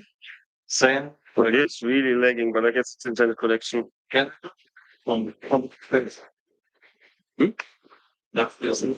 Yeah. So for everyone, but the patience is where trying to merge Das geht eigentlich so. and the virtual. Definitely, the virtual is so much easier than the on-site, the composite of this. So it's been definitely an experiment, and I think again, it's just highlighting how challenging some of the hybridization efforts can be Why am I on-site. so high? Am I very high? Anyway, yeah, okay, fine. So Sylvia, so if you can hear me, please make sure to mute your microphones. Hello.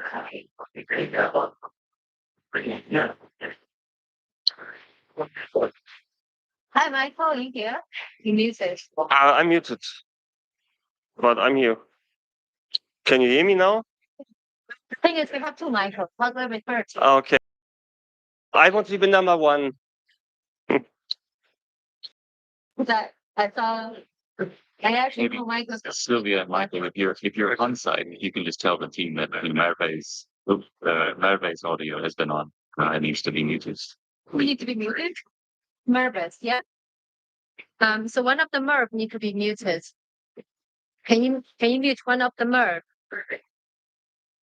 So apparently Merv audio is on, and that Michael is saying that's a bit disturbing.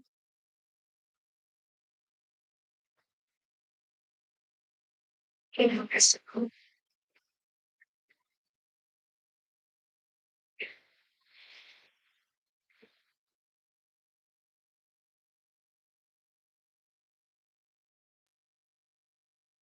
think we definitely have almost everyone here on stage with us.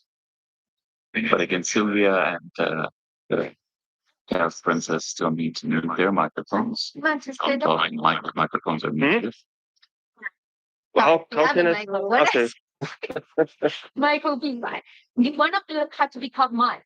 Right? This is super- Okay, why can I not?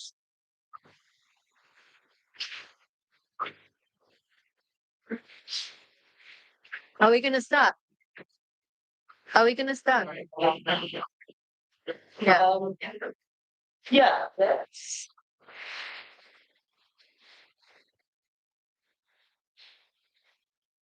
Like audience and check. Are you ready? Yes. Yay. Yeah, going out and say, welcome, welcome.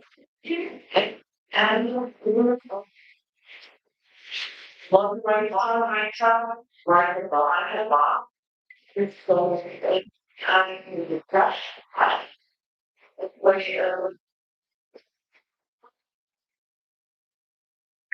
Yeah, putting doing high, going and not strange. But I will go on. But meantime, I'm driving not very good maybe and they're running in the in $20 in the other side. But now, thank you so much, Michael. And everybody, and I hope you have fun and exciting insights on our panel.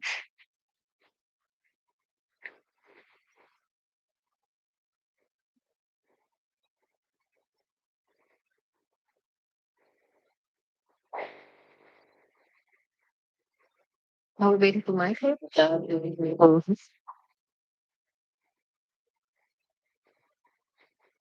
Michael, are you muted? No, but you were not muted. So that's what I was waiting for. So now that I see you're unmuted again, if you can mute yourself, then we can, I think, get started safely.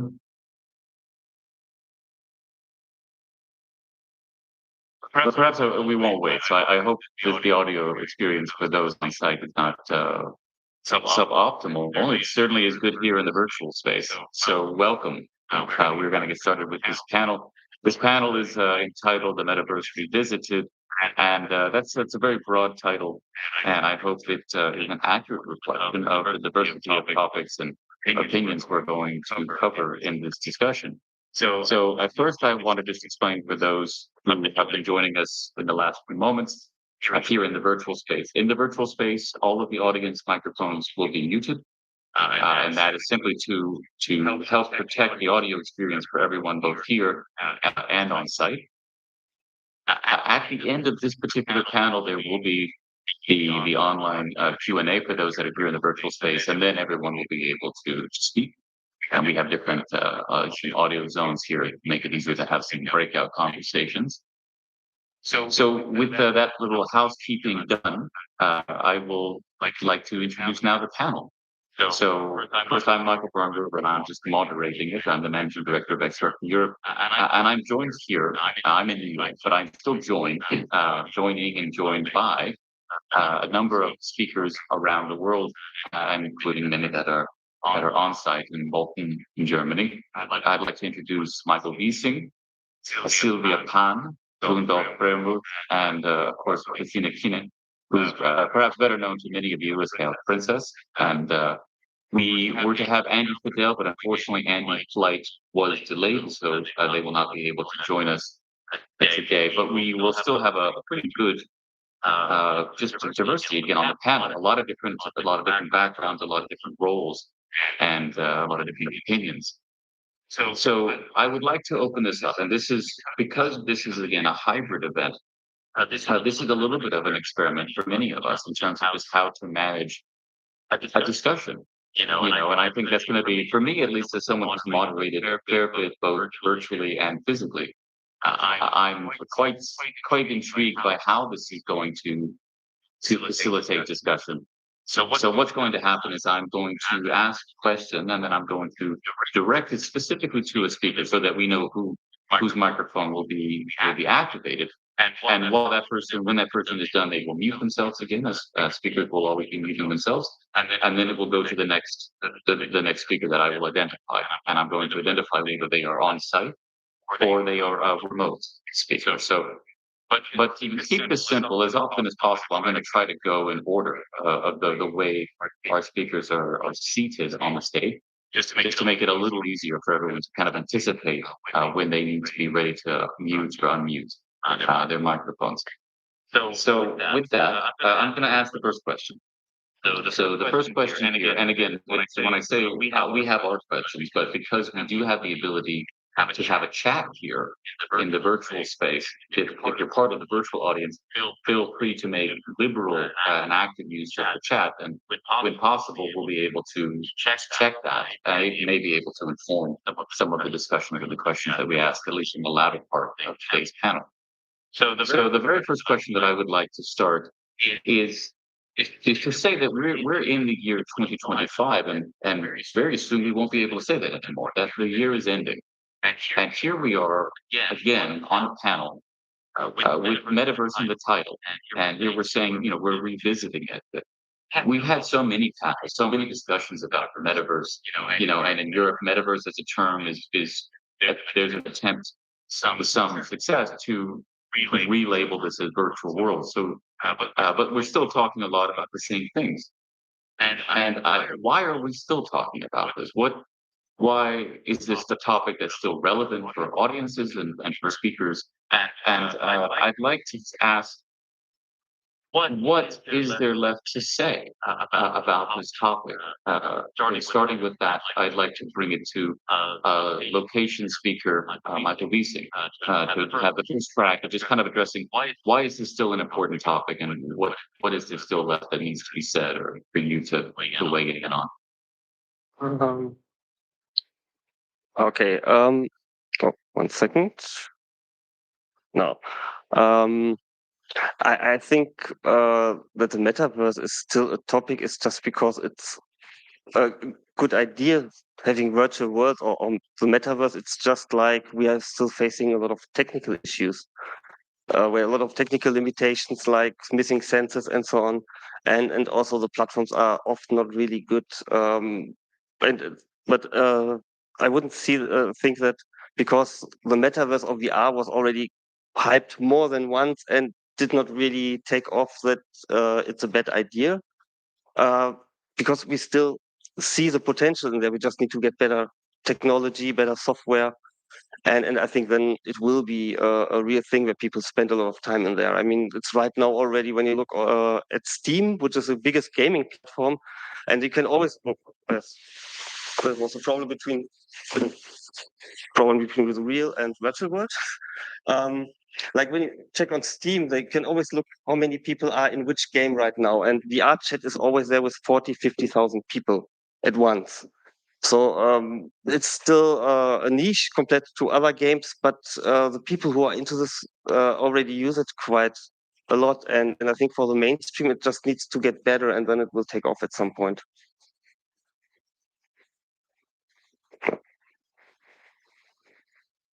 Do I just carry on or do I? Okay. Okay.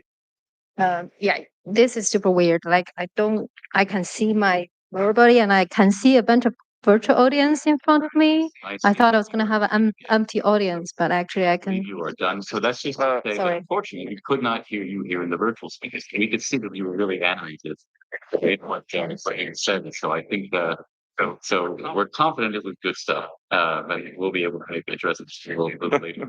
But maybe just again for the audio gods that are helping to make all of this possible. If we can make sure that we have Julia next. Because I don't want to ask Michael to say again what he just said, because the physical audience heard him very clearly, I'm sure. But now, Sylvia, I'd like to bring it to you and hope that we will be able to hear you here in the virtual space. Okay, is it okay to speak now? Okay, so I don't think that they can Yeah. hear you virtually because there's no echo. okay. So Michael can't hear me. Can Michael hear me? Michael Bongover, can you hear me? You can just nod. I take that as a yes. Okay, what was the question? That was a question we're supposed to be talking about. Anyway, I'm just speaking super weird on a virtual audience and on a virtual platform and a real one at the same time. I think it's quite an experience on its own. So if nothing else, I think the metaverse is a new way to explore social connection or performance in ways that people probably never really even thought about before. And in terms of whether it's relevant or not, I just want to say, like a few months ago, I think many of us probably also went to this IEEE VR conference, which is the biggest VR conference internationally. And we actually had a similar panel, which we were in VR. But in addition, there was one character that only existed in VR, and that character was Alan Turing. And I think that's exactly for reasons like that, especially with AI becoming more and more going to be sort of part of the future. I think VR or the metaverse is a brilliant way to actually give a body to the AI that we are hoping to interact with. It can be, a character from the past, or it can be a character that represents certain groups that do not want to be seen in real life. So yeah, I think there are lots of various applications where the metaverse in combination with AI will becoming a more and more important part of how we interact and socialize with each other. Thanks.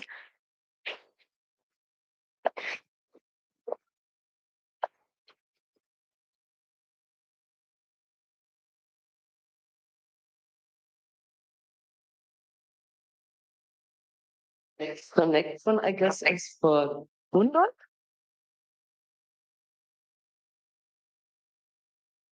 Yeah, and just to say again, we're not able to hear anything here in the space. Well, of course, we're going to hear Gundo because he's here with us in the space. But just for Michael and Sylvia, we were not able to hear. But we hear you. So it's just two of the four speakers we're not able to hear in the space. But yeah, Gundo, go ahead and please respond to that question because we'll definitely be able to hear you. You'll be the first person that we hear here. Okay, I hope you hear me. Can you hear me? It's of course a little bit surreal that someone wrote because I hadn't heard the other two. Maybe I say exactly the same what one said already. So I have no clue. But as a media historian, I would say that, and actually this experience shows it as well, the metaverse is still an unfulfilled dream of promise and desire, and it goes back very far. It goes back to physical times, of course, in the 80s, cyberspace, and holodeck. And in many ways, you can say that the metaverse as a concept is synthesis of cyberspace, the global immaterial consensual hallucination, and the local metaverse physical hallucination, so to speak. And the metaverse concept brings that together. So it's an unfulfilled desire. That's one thing. But let me say something more, let's say, more practical, because desires stay unfulfilled for a long time, often. But what we have seen already happening is we have historical steps of dealing with media. For millennia, we went to media. We went to churches, to temples, to theaters, to cinemas to enjoy media for a certain amount of time. And then suddenly something in the early 20th century happened, and that was that media came visiting us. Radio, television came home to us and started to live with us in our living room, in our bedroom.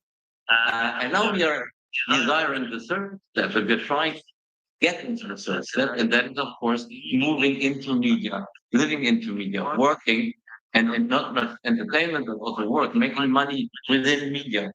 And that's the big promise of the metaverse. It's completely unfulfilled. So I think actually we have good reason to talk about it for the next 20 years at least.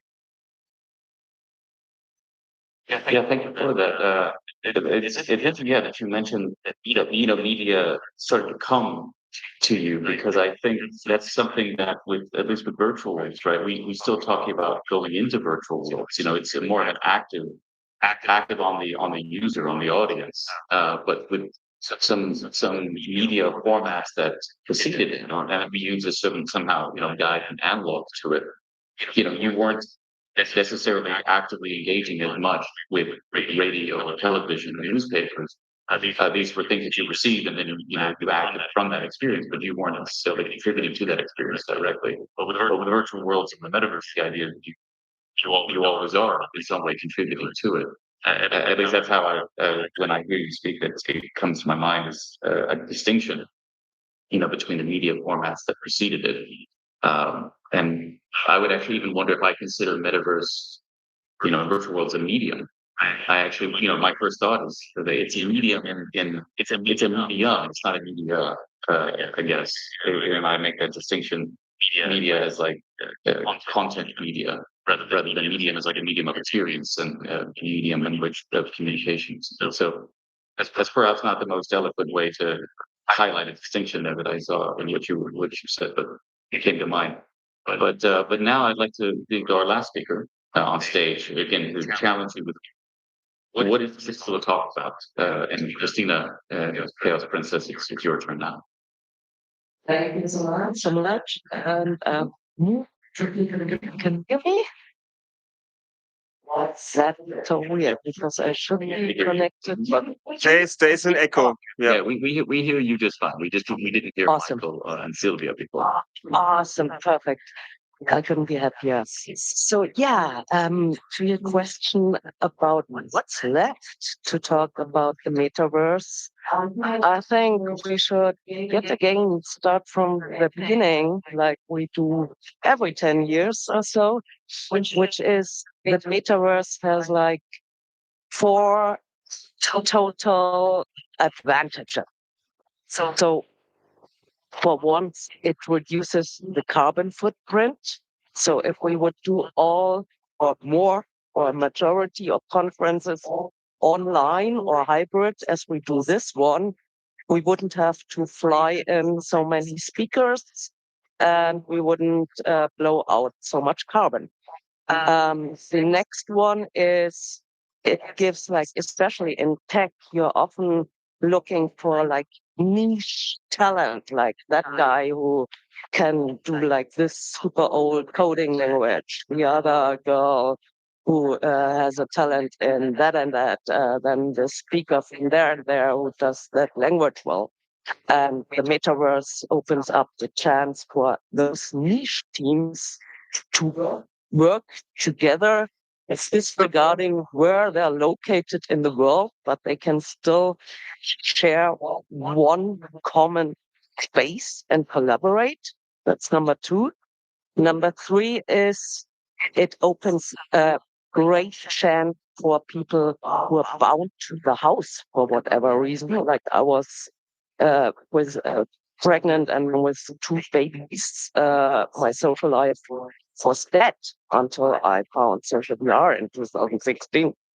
And other people, like for example, my father, he can't walk very well anymore, but could go hiking in VR and also together in VR. Or then there are people who are agoraphobic or have like mental health, social and society, which is also better in VR, which brings me also to point four, which is like socially, emotionally for me, a very important point, which is like in VR, you can be your true self. You choose your own avatar, you choose your own looks, you choose your own gestures, you can even choose your own voice if you want. And I see that, for example, I'm Gen X. I like to dance in clubs, like to dance wild.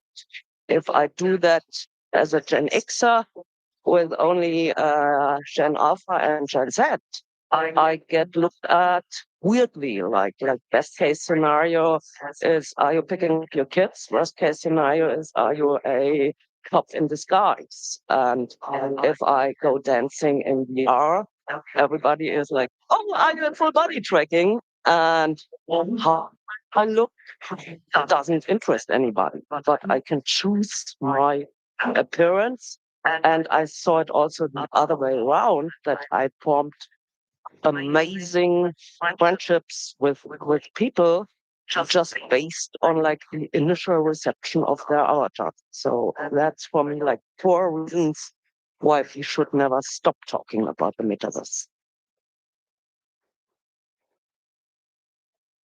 Right, thank you for that. So we managed to get to the first question, and we heard a range of opinions here in the virtual space. We heard at least two of them, which I think presented something of a different concept of the current state of things. Because Rudolph highlighted that it was, in many ways, something unrealized potential in many ways, and then Christina, you were talking about some really tangible um, value and abilities that are created now that have already been realized. And so, unfortunately, Michael or Shubi, we didn't hear in the virtual space, and I didn't hear it for that's what you said. But I'd like to maybe to explore this particular line that we did hear here, which is if we turn back the clock, we look at for many of you what you were expecting 5 years ago or 10 years ago, or maybe perhaps in some cases 15 or 20 years ago. What was it that you envisioned the metaverse would be till now that we would be doing?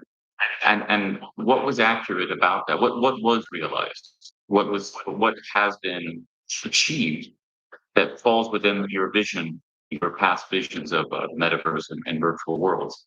And for the first, I'd like to bring it back to location speaker Michael. Can you hear me? Can you hear me? Okay. Yeah, I can hear you perfect. Oh, great.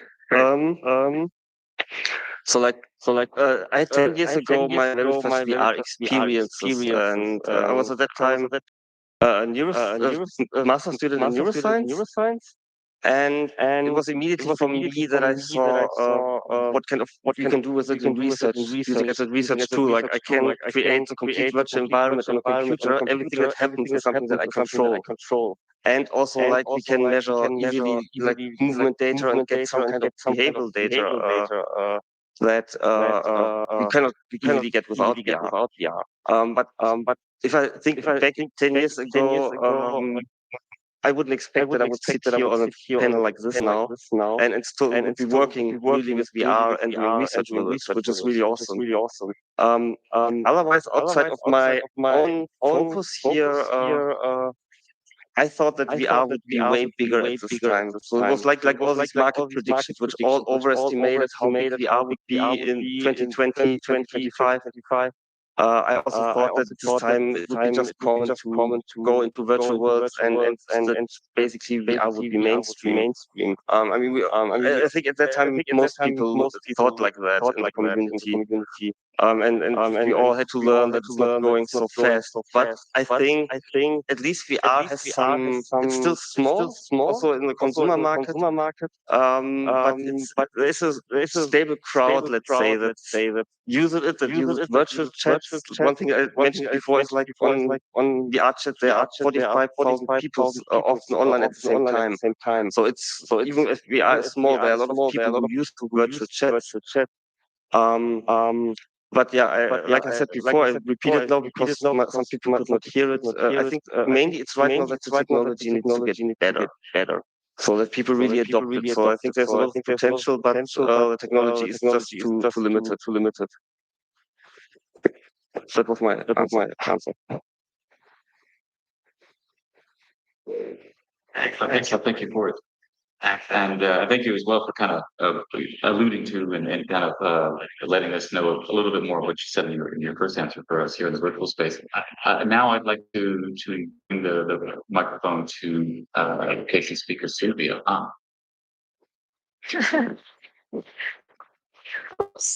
Okay, I'm just going to try to speak like this. Okay, so I think I'm going to go back 20 years ago when I started. Now it's in the audience. Cool. They can't hear me. The virtual one. There is this on your left hand, and they can. I used to call in the browser the microphone turning on and off. That didn't work. Okay, I've turned the microphone on now as well. Does that work? I don't hear you. No. So what else did you do? I have microphone on basically. Is there anything else I can do to make the virtual world can also hear me?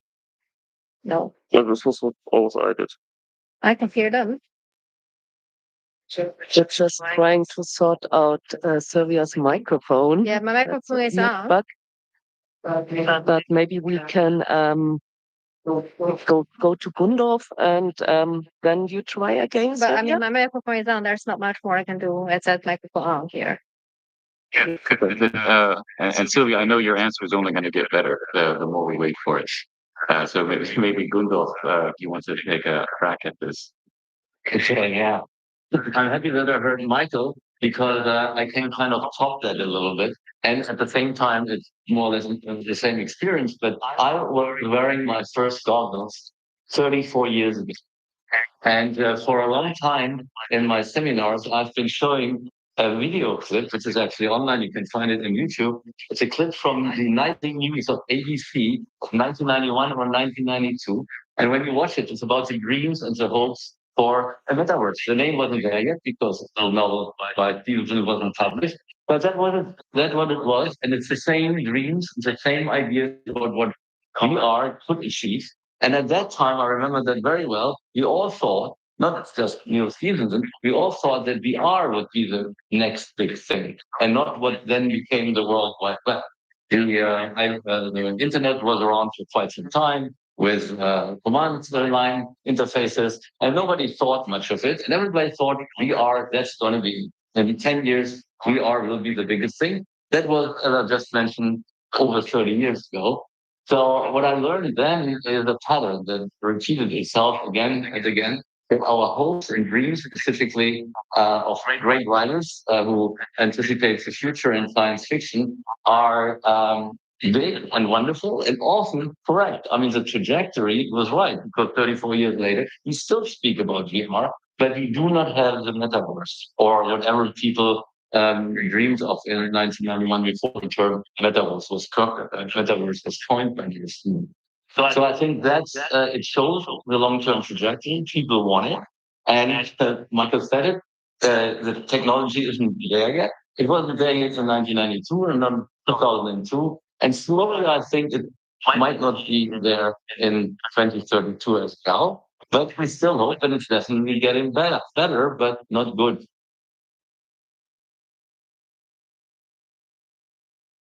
Thank you for that, Gundolf.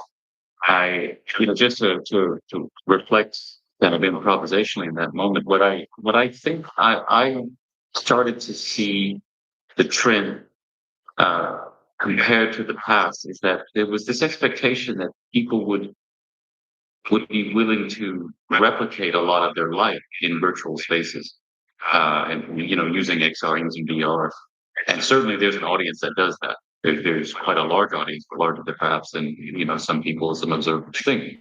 But I think what was underestimated is really just how much people wanted to integrate technology invisibly, or almost as much as possible invisibly into their regular life. They're not looking to change very much what they do or perceive much change in what they do. And then I think smart glasses, for example, there's a new hype cycle with smart glasses from Meta, is an example of that. That it's really a tiny little bit of technology that's perhaps being added into no discernible change in behavior for the most part from audiences. But I'm not sure what the current status of Sylvia's microphone is. So I would like to either bring it to location speaker Sylvia Pan, or location speaker Castle Princess Christina, who is I guess best positioned to speak next. Can you hear me in the metaverse? There's an echo. Okay. Yes, we can. let me Yes, see. we can. We can hear you. I left and I somehow, but I can't seem. Oh, okay, here we go. So I can also. Okay. Okay. Yeah, now we're back. What was the question? Okay, so I was going to say 20 years ago, I started VR. I think Mel, hopefully you're in the room or not. So here's the reason why I started VR, and we gave you this picture saying now, hey, you see these people who are suffering from social anxiety, they can actually practice their social skills with a virtual character until they're ready to embrace the real world. And, on one hand, I think the quality of virtual characters, how we're able to actually simulate and track in real time is really, really impressive. Technology has improved a lot, but at the same time, I really didn't see the kind of pan out of the use of VR in health and healthcare as I expected. So I think this kind of highlights that technology has gone so far, but it really takes a collaborative effort for lots of people to collaborate. I feel like humans with technologies were really good at cracking something, engineering problems, figure things out. But maybe we're slightly less good at actually try to come to a conclusion together and sit in the same room, listen to each other, and actually collaborate with people from a different area. And I feel, that's why I think the vision of VR is not quite yet there. And that's what I look forward to seeing the next 10 years. Hopefully the metaverse will actually improve the way we're able to socially connect, engage, and listen to each other, so that we can actually make products that will actually improve our real lives, rather than just make people addicted, or some of the dystopian sort of scenarios people presented today. Yeah, thank you for that. Now, final speaker, session speaker, Christina Kina, Chaos Princess. So your microphone is off. Your microphone.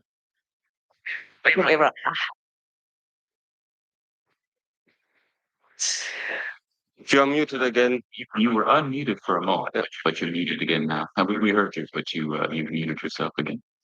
Okay, sorry, that is a bit much brain load currently, but now I'm hopefully good. So yeah, my dream of the metaverse started when I, like in my late high school days. I think it was, I read William Gibson's Neuromancer, and even though it was more of an AI topic, he had like these wonderful scenes of, like, for once when a hero, the protagonist talks to his old mentor as an AI, and another thing where a scene where he meets his girlfriend as an avatar. And many of these ideas to, like, connect virtually over borders globally. And I was like thrilled with this idea, and I was like, literally dreaming of it, but I never dared to dream that I would live to see it. I thought this is so sci-fi, like we didn't even have mobile phones back then. And then, I studied movies because that was like the nearest tech or several pieces of arts combining arts direction. But then in 2016, like all tech exploded, and I was just in heaven because the metaverse, as I encountered it on high fidelity, which was PCVR, what was the catch? But this was like more than Gibson and Stevenson promised, and I was like, it was paradise for me, 2017 till 19. And then, like in my opinion, it was the metaverse hype for one thing, which charted the whole area. So instead of 20 big players as platforms, suddenly you had 200, and the majority of them was white papers or wasn't functioning. So that like deleted trust in the idea of the metaverse, and also like repelled or had a bad influence on people who wanted to do good metaverse platforms. And then the tech went like in two ways. So for the masses, we promised wonderful VR, and it's going to be affordable, and they were expecting like PC VR images, but they got only like Quest images, so they were disappointed. And now I think our big goal would be to bring back this human enthusiasm about the metaverse, like we do now, like have regular events, not only kids, not only parties, but also like workshops, conferences, or arts fairs, museums, or like Sylvia Pan, for example, organized Goldsmith and Rain Dance Festival. Like all those meetings where a joint interest in a topic is, which then opens up for serendipitous encounters and new friends. That, in my opinion, would be the way to go for the metaverse. Thank you for that. So just conscious of time, we get a little bit of a late start, but of course, in the physical space, you still have the agenda. I'm gonna open it up to kind of closing statements. Last each of the speakers to kind of lay out our last thing that they want to say. But I would like as well to share my thought on that same question. Like, what was the expectation from the past that perhaps was or wasn't achieved till now? And what I often am thinking about is these expectations we're talking about. I think the most of the visualization of the metaverse and virtual worlds is really coming from several generations in the past. And I think there's always this kind of disconnect. I think what would have happened if we had high fidelity or Engage or Rec Room or VR Chat, if we had that 20 years earlier? Would VR look more like our vision of the metaverse? Yeah, probably, because that definitely would have been closer to this moment in that generation's evolution, when they were having more, perhaps more impact on what was going to come. I think about how often, I tell people, for me, VR is a physical activity. There's really no way to do it without considering it a physical activity. And how much of our human interactions are definitely less physical than before. A lot of the VR, a lot of our VR work, certainly in academia, going back, many decades in many cases, but a lot of that was before you had chat messaging, and how much we have asynchronous communication, as the 90% of our communication is probably asynchronous now. that's a major shift, and VR really demands synchronous, communication. And I think that's a little bit of a misalignment, which is how many people in the world are working. So I think for me, the vision is not so much the vision hasn't been recognizably achieved technically and experientially, but maybe it's just it's a little out of sync with a lot of the people living today and what is developing currently along with the view of it. So I just thought to now I'd like to bring it again, as I said, to each speaker to have a last opportunity to comment before we close the hybrid session and we just switch to the pure virtual session. So Michael Lisa, I'd like to bring it to you. Okay, can you hear me? Can you hear me?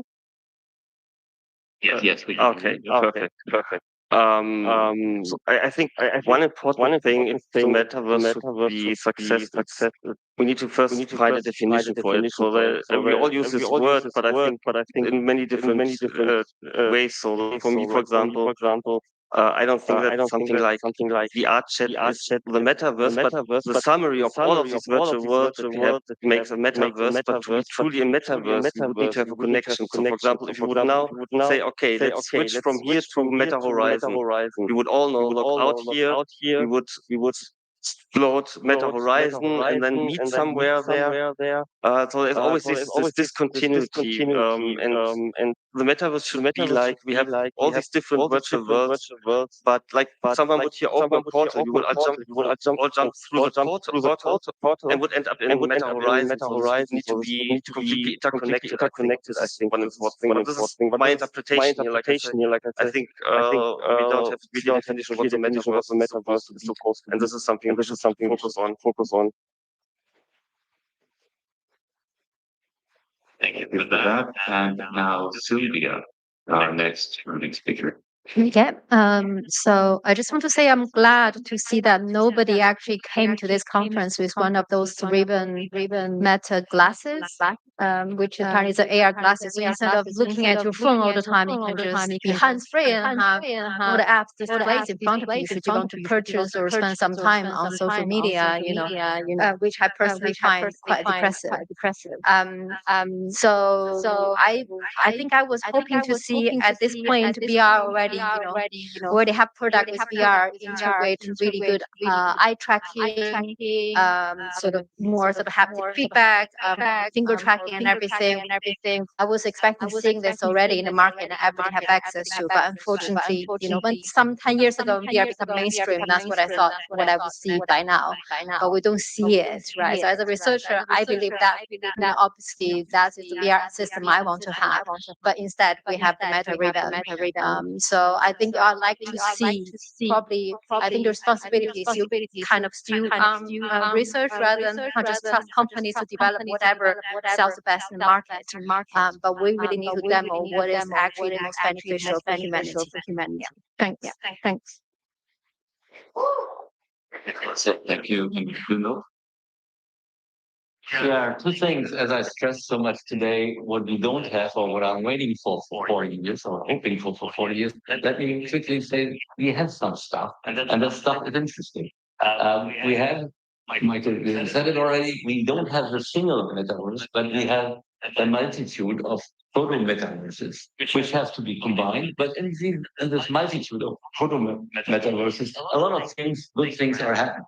And the second thing is, before the metaverse, actually, before Neil Stephenson published Snowcraft, there was another book, 7-8 months before, by David learned about mirror.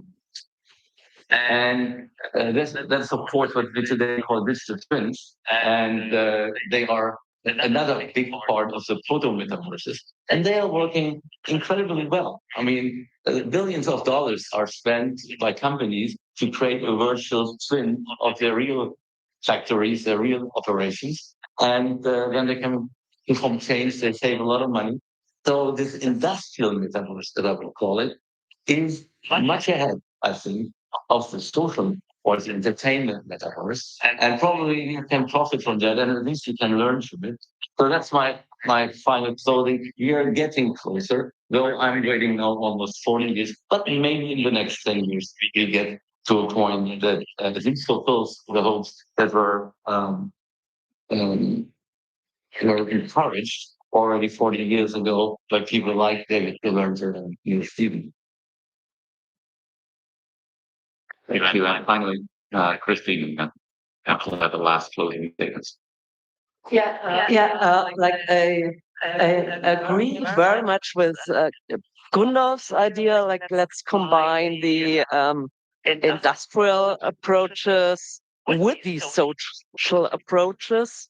I also go with Michael's call for we need better performance headsets. We don't need lighter headsets. We don't need nicer headsets. We don't need crisper headsets. We need better performance headsets who can display like PCVR quality as standalone at a decent price. So I guess this is just waiting for the tech curve. And I also agree with Sylvia, like people who use the technology should develop it. But yeah, I also get back to what I called out for in my last statement. It's us humans, us experts also, who should be more engaged, who should get their enthusiasm back.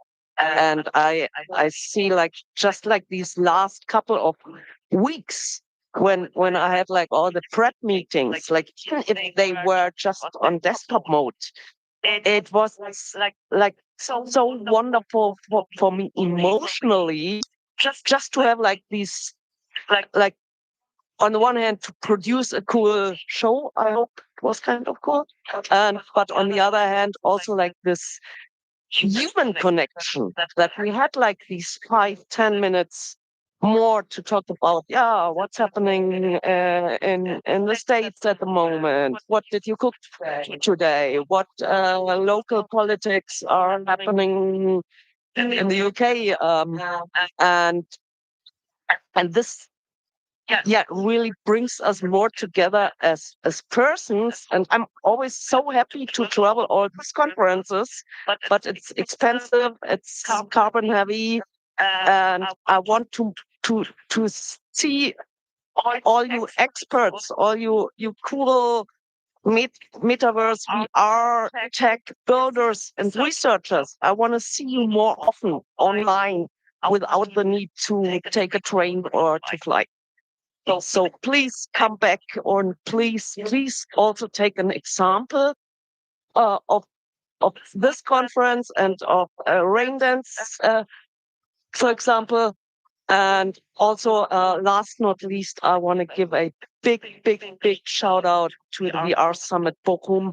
And I'm like now I'm crying under the headset. I'm so happy that they picked up on the idea, even in these times, to establish like a hybrid conference to make it as accessible as possible. And also like the team is so amazing. Thank you, Art.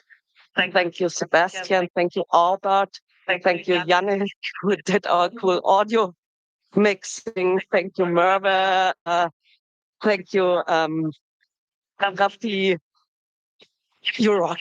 And thank you all so much that we made this panel here, which was challenging on WebXR, but accessible, that we made this possible through remote collaboration and through like meeting here online and meeting here in real life and bringing people together. That's the magic.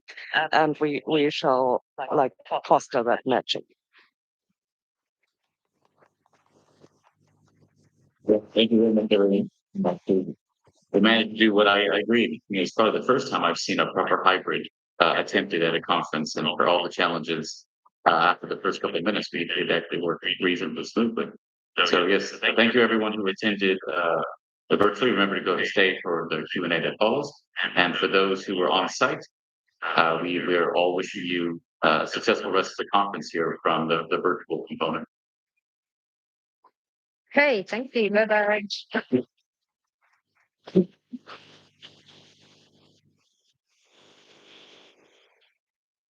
All right, cool. All right, everyone. So we're going to give them a chance to just kind of disconnect from the education base.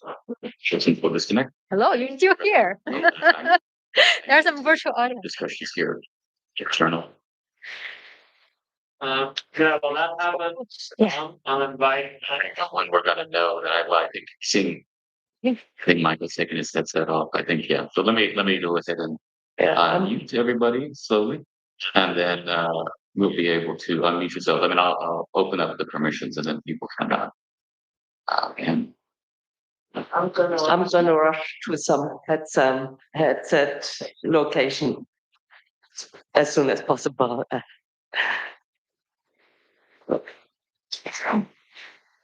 actually, it looks like they've already opened up the permissions for speaking to anyone. So if anyone in the audience wants to test to see if you can unmute yourself. Hello, we can test Alex. Can you hear me? Yeah, Alex. Yes. Okay. Yeah. So that's also that now. So yes.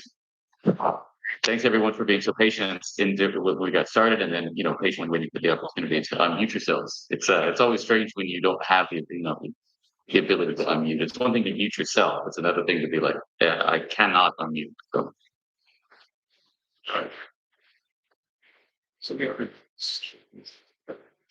can also.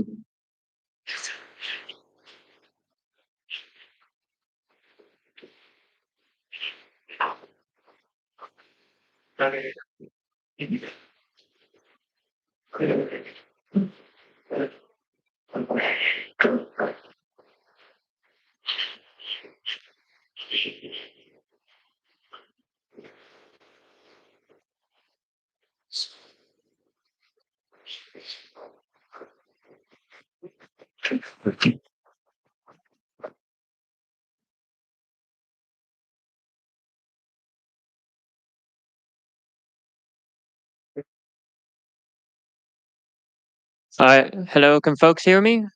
Yes, thumbs up. Cool. While people are getting set up for the next keynote, let me briefly introduce Anthony Steed. He is the head of the Virtual Environments and Computer Graphics Group in the Department of Computer Science at University College London. He has over 30 years experience in developing virtual reality and other forms of novel user interfaces.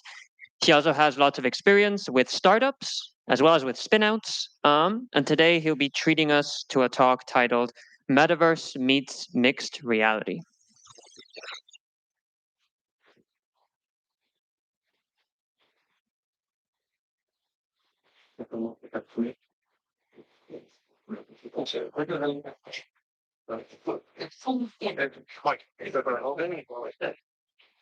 Yeah, if you could announce, that'd be great.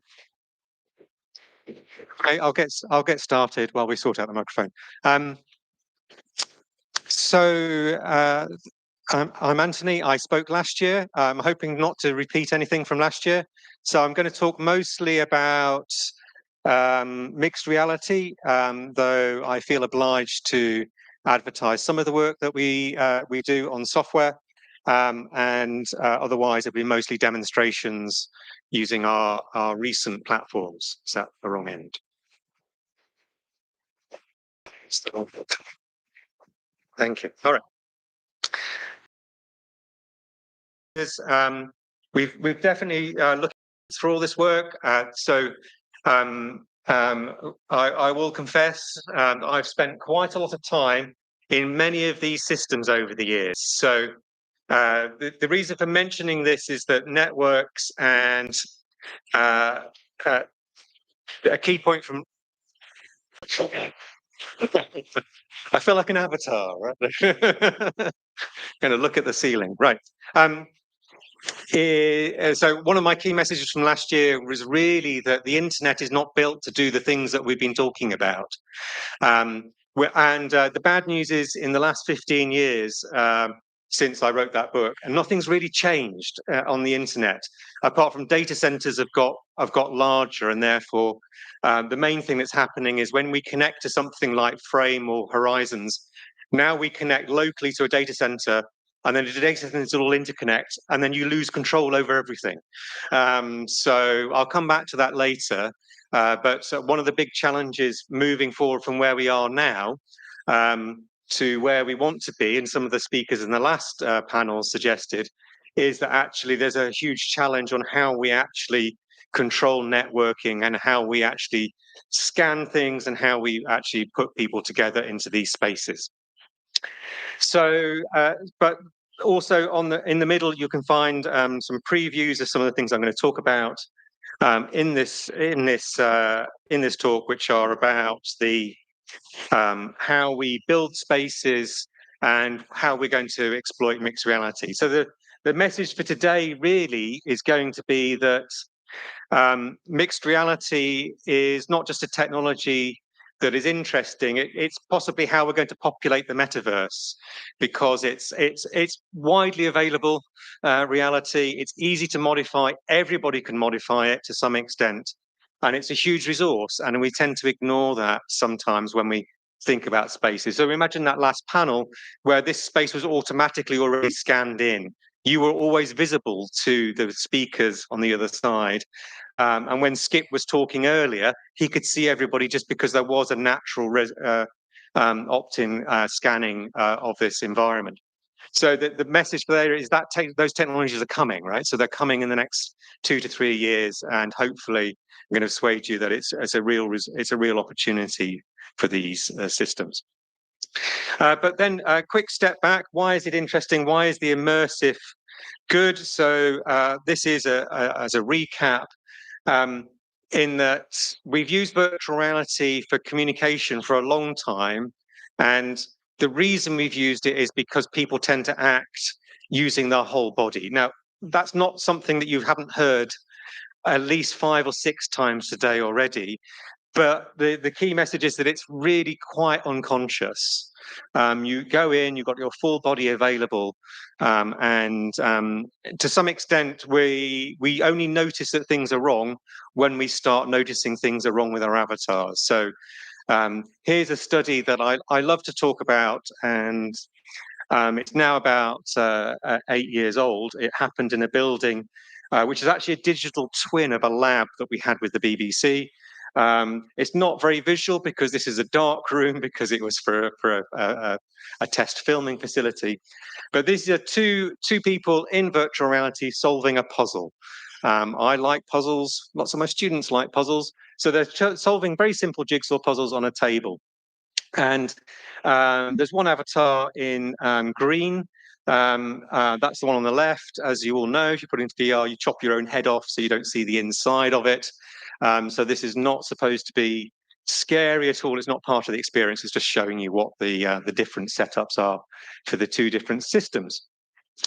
And so the key thing is that you're showing behavior, that people are solving things, and you can do that with any VR system. The jigsaw is really simple. You pick up pieces and put them down. Now, the main thing, the reason we did this as a digital twin is because that is a real jigsaw puzzle. It's easy to copy into the world. And that's the real lab. It has slightly more equipment in the real version than the virtual version. But these are two people obviously collaborating, doing the task in the real world. And you can tell that for various ways that they're interacting. And we can all read things into that. And I do a version of this where a quarter of an hour analyzing this picture from a sociological point of view. But the main thing is they're standing side by side, right? One person is showing something to the other person. They are preparing to act, right? So you can see that the person on the right is going to act in the future because she's holding something and it's exposed to the other person. Now, that's great. These two people are obviously not collaborating, and we can tell that in all sorts of ways.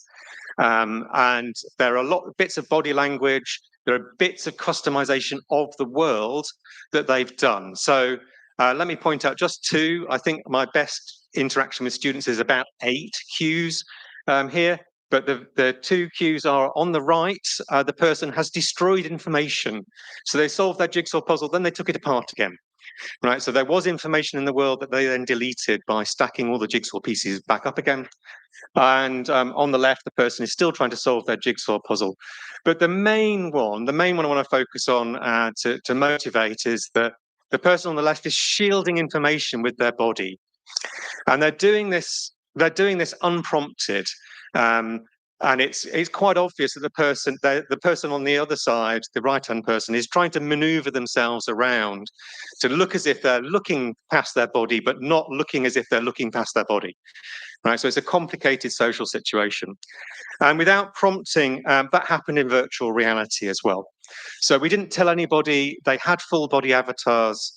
This was during a PhD where the person was really wanting to know what the avatar was for.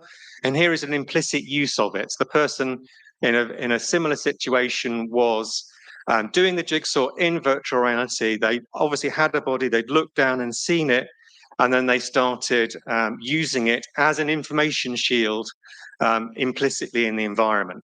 So this was the first time we saw this. We just thought, oh, well, first time we saw this picture from a replay we'd run. We were just like that. Is that really what's going on? Or is it just luck? And we've since gone back and run studies where we've actually tracked people's bodies and where they're looking, and it seems to be a purposeful but unconscious act of the people involved. So the body is really important, and I'd happily discuss with anybody for a length why bodies are important to preserve, because they are a resource for us, not just in tasks in the world, but also for thinking, as people have mentioned also today. Right, so let's have a quick reflection on the metaverse now. Every platform is different. We saw in the last one an expert user who remained nameless looking for a menu button, which was obviously there. And you can be absolutely guaranteed that in different systems, these conventions are completely different, right? It's not as if we have the equivalent of a metaphor such as I'm carrying my mobile phone around. I know how to mute that. Why doesn't that work in the metaverse? Right? Why doesn't the fact that I'm trying to talk to somebody else remotely not have an embodied dyactic metaphor in the environment? We always have to reinvent the wheel each time. So here's some questions, and the main thing to point out there is here's me giving 3 different talks in VR in different platforms, some of which you'll recognize, hopefully, some of which you so one on the left is Verbella Rec Room in the center, and the long lamented alt space on the right, which was my favorite for a long time because it was designed to support events. And it did it pretty well.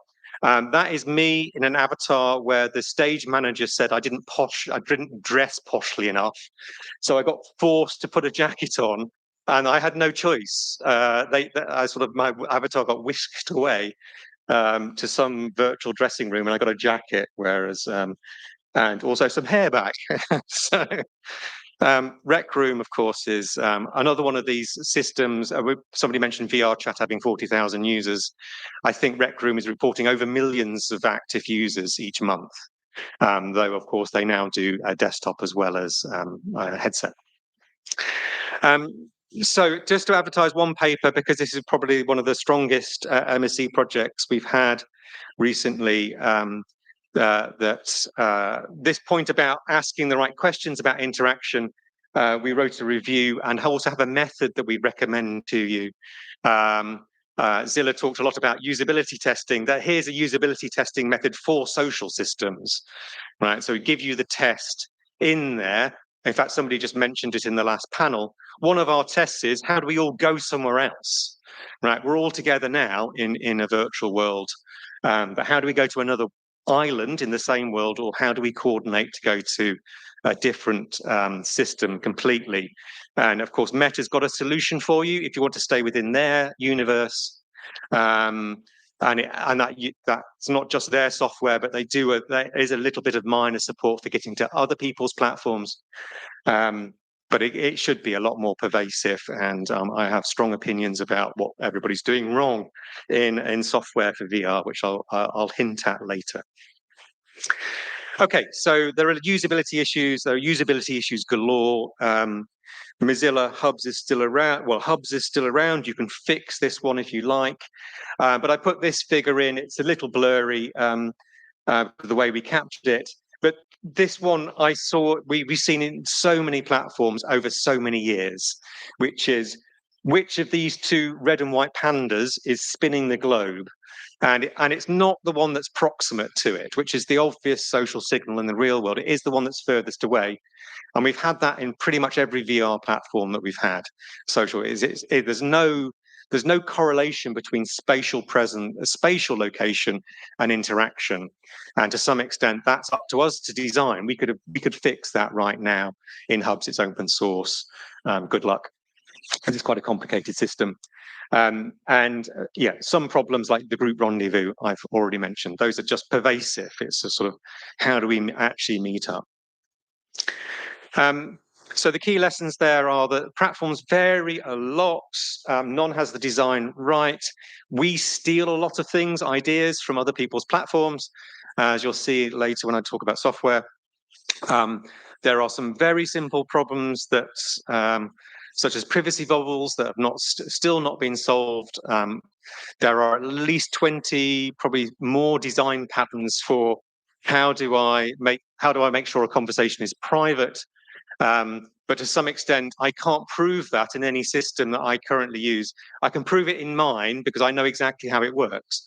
But if I wanted to say, is a conversation in Horizon private, it's very hard to tell. And one of those things that really should be foregrounded in the design of the architecture and the software user interface. Okay, right. So there are loads of open questions. I think we can all appreciate that the avatars we want and the body tracking are important. We have I haven't talked too much about the social context of the avatars, but I have hinted at it when I showed you the 3 avatars of me in different platforms, one of which I like because it looks really like me. I like avatars that look like me. That's just because I'm a simple person, and it just means that my students can spot me a mile off because I'm the only one that chose to have bald head in these systems, and that's also not often an option in some of the systems that we have available to us. But it is in Metas now. Meta does a particularly good job of letting people represent themselves how they wish. Okay, right. So the middle bit of this talk is mostly an advert. So there are lots of open problems for us to work on. What avatars support trust formation, how to make them accessible, how are secure systems we built, what is the attack surface. One of my favorite ones is how do you build a multi-code system? How do we make reuse assets, and what will publishing mean in a large-scale system? And you can explore most of these yourself. You can write code. You can go to Unity, adopt at least some of the Unity conventions. You can go to raw C++. People still do that. I don't know why. If they're building a complete VR system. But there are commercial platforms. They are hard to make you do exactly what you want. And our experience has been that you build something one year and it doesn't work the next year because the code has changed. So they're a moving surface of application programming interfaces to deal with. Also, a particular concern that we have in the UK, especially at UCL, is data protection. We are A, hot on it because it's important. B, we get a fair number of adversarial data protection requests. So we have to be right on the ball with this now. So we don't use a lot of the commercial platforms for experiments because the data goes to the US and back. WebXR is very promising. I'll talk a little bit more about that, but is a deep question about whether or not it can be used for all of our intents and purposes in the future.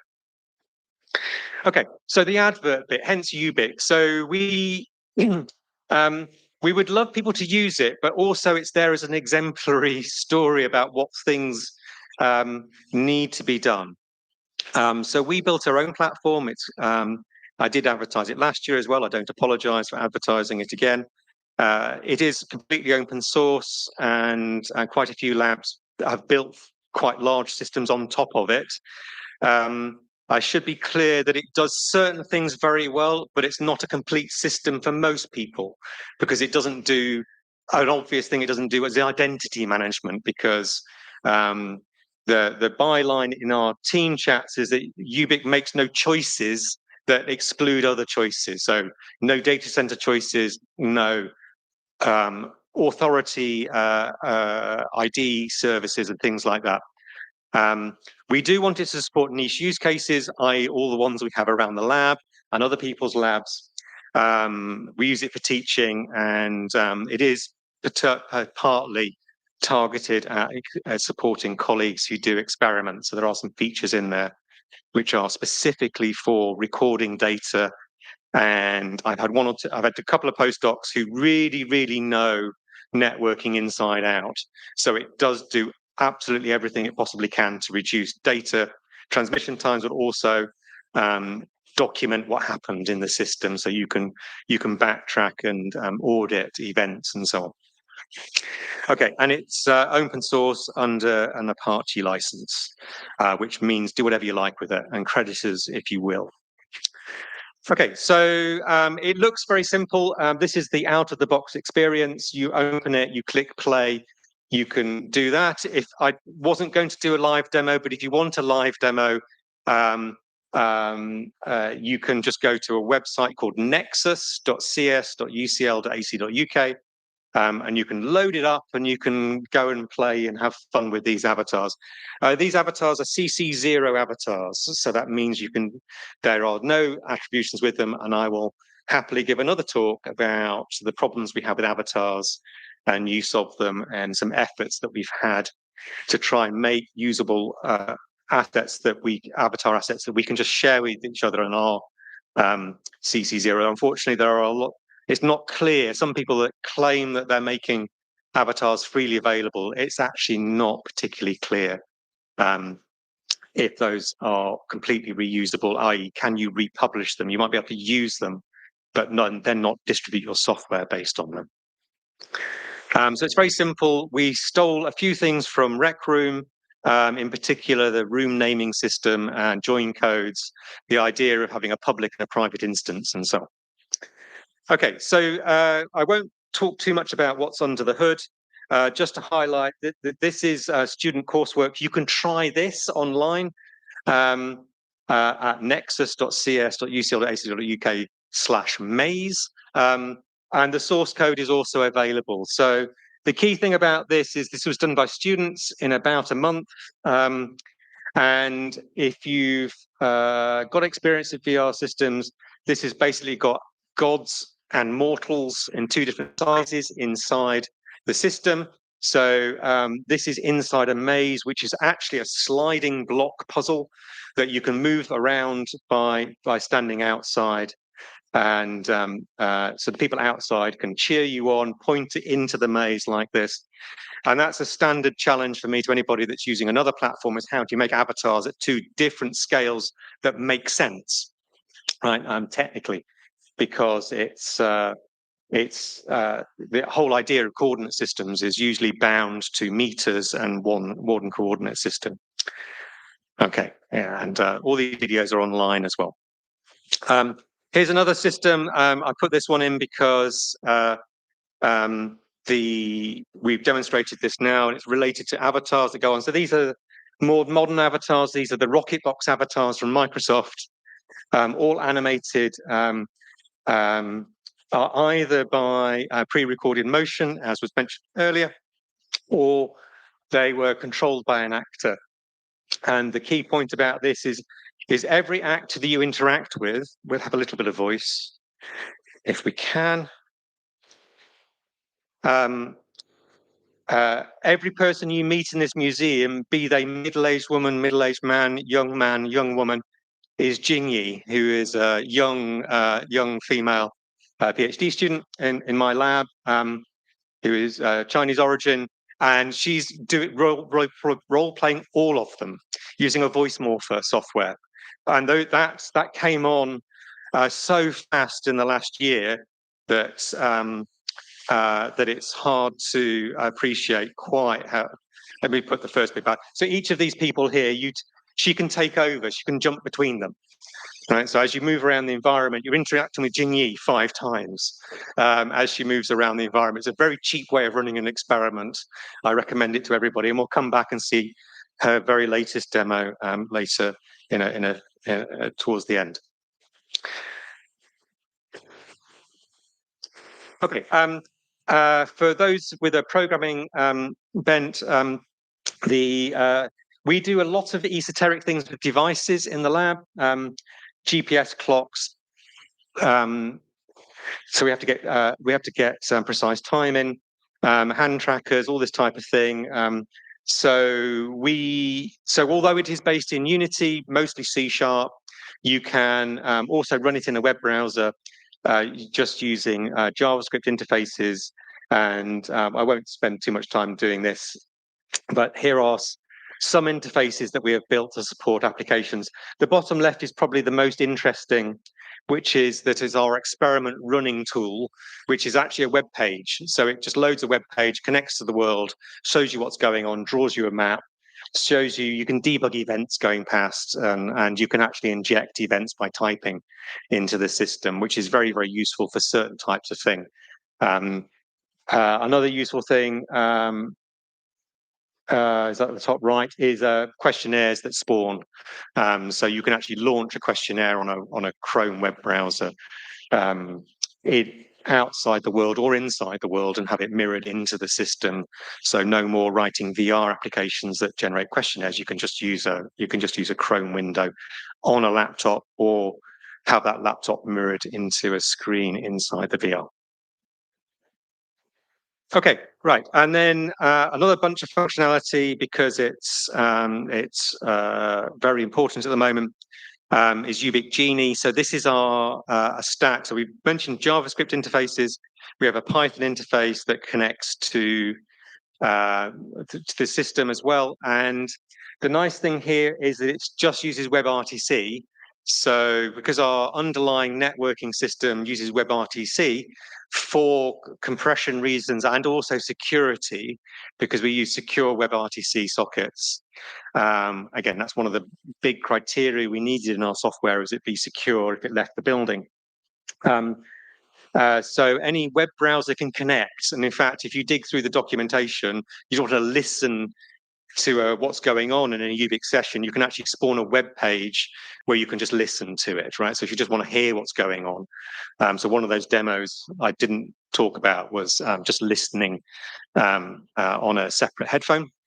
And therefore, we have a Python interface that can also listen. And it means that when you interface any sort of machine learning system, you don't actually modify the clients. The clients are your standard Unity clients, but they connect to a world in which an agent lives on a distributed setting. So that is quite important for splitting cost, like CPU cost, onto a different machine that doesn't render anything, but also means that we do a variety of things. So again, the audio isn't coming through, but it's not important. That you can talk to an agent. That's our ChatGPT agent. We did this about 3 years ago. But 2 people can talk to it. Now, there's no extra work to do to have 2 people or N people talk to the agent than 1 person. What our text-to-speech system can do, because it's WebRTC, it can identify speakers. And so when we talk to ChatGPT with this system, it actually acknowledges every speaker, and it's a very basic thing, but it knows how many speakers there are, and it can address them in turn. So this is actually running a quiz at the moment. You ask ChatGPT, it can do a very good job of, let's ask a quiz with 2 people that's a sports quiz, and then the extra thing we can add is that it can turn to address 2 speakers because it knows there are 2 speakers in there. And the prompt engineering is such that it can do a good job of user A says A, it says X, and therefore it can respond to that. So we've had all sorts of projects built on top of this now, and it's a fairly standard master's project for us to take this and embed body language. I was explaining to somebody earlier that one of the students this summer did use the same agent to not do what Doran was doing, which was trying to generate the animation from diffusion imaging, diffusion model rather, but to stick within a motion graph you already know and trust, but drive the motion around that graph based on context that the language model can tell you. So, for example, it can not only give you text, but it can give you backstory and side channels that tell you that the person is happy or sad or frowning when they're saying this. And the agent can do that. But it doesn't do it by us generating the behavior. It just sticks with an emotion graph where these emotions have been labeled. So you might have a big motion graph, but at least it's very reliable, right? It always looks like a character, because when we generate completely new animation, it tends to occasionally be a bit random. Okay, so to close off the advert, there are lots of other features in there. It works on almost all head-mounted displays. There is a desktop and a phone interface, so you can use those. Also, this is not a secret feature, but is actually quite powerful, which is it is in Unity, but it builds to WebXR if you want to. So that means that you can deploy to any web browser. That's how the desktop version gets built and the phone interfaces get built. You can, so if you load nexus.cs to ucl.ac.uk on your phone, it'll work, right? We can also build natively, but that's not something we do anymore for those platforms, because the Chrome is found on pretty much everything we use. But it does mean that you can launch your experiment or whatever you build on anything that supports a web browser, and that includes the Quest browser or the Apple Vision Pro. So we don't have any Unity Pro licenses, so we can't build directly for Apple, but you can run Ubic on Apple Vision Pro just by loading it in the browser, which is great because it means nothing to install and maintain. And obviously you always get the latest version of the code because you're downloading it each time. Okay. Right. Okay. And then one last thing that we've done so this is a really fun demo. This is making other people's demos multi-user. So this is going to hint at something which I have very strong opinions about and some prototypes, which is this is Skyrim VR, which is not a multi-user game. But let's not look at the system diagram. Let's look at the nice picture at the video at the beginning, because I do not want to explain the circuit, the system diagram. So that is Skyrim VR. It's not multi-user, but this is one of our Ubic avatars running through it. And those two people are at least able to collaborate on the person who's remote guiding the person in Skyrim. So the task for this experiment is that the remote person, who is hard to see because Skyrim is very dark, has to get them to follow a route around Skyrim. Now, the remote person isn't seeing Skyrim, right? It's not a multi-user game, but we stream the video from the headset, and that and we reconstruct an environment for the remote person who is a helper to help the person inside Skyrim, and that works with everything we've tried it on Steam VR. So we're not doing anything secret. We are using a fairly standard Steam VR interface. You'll see later on, I won't be able to jump straight to the, we do it in Job Simulator as well. It doesn't work so well in Job Simulator because everything's very close to you. But you can certainly have somebody help you. So that's what the co-pilot sees on the top left. This is what the pilot sees. Those are the names. You can see that that's a worst case really for the system because it's all near to you, and the motion parallax means that when you try and reconstruct, you get these vertical jaggies because of latency and head movement and so on, which can be fixed with more work, which the student involved will be doing hopefully in the next few months. Okay, so that's a fun thing we've done with WebXR, and my first experience of using ChatGPT to write code. As I was explaining to Mel over lunch, it wrote the code for the told me what API to use, got it completely wrong how to use the API. But as I said, that works with every Steam VR game because we're using a built-in feature of Steam, which is how the menus get read. written. So if you press a menu button in Steam, it pops up a menu. Doesn't matter what you're doing, it always pops up a menu. So we use the same system, except our menu is avatars, and we reuse the system and insert. You can think of it a bit like augmented reality inside virtual reality apps, right? And that's an interesting thought to hold in your head about what that means, right? So what does it mean to have one immersive app inside another one? Somebody mentioned earlier trying to go between portals between different apps. That's great. I can see how that would work technically, but what about one inside another one?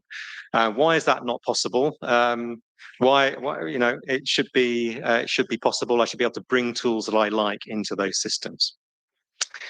Okay, so in the final 10 minutes, I'll just talk a little about mixed reality. I'll go through this relatively quickly so we don't delay lunch too much. Mixed reality means two things, really, I think, to people in the audience. There is this thing that we experience on headsets. This is something we built in the lab way before headsets had stereo mixed virtual reality.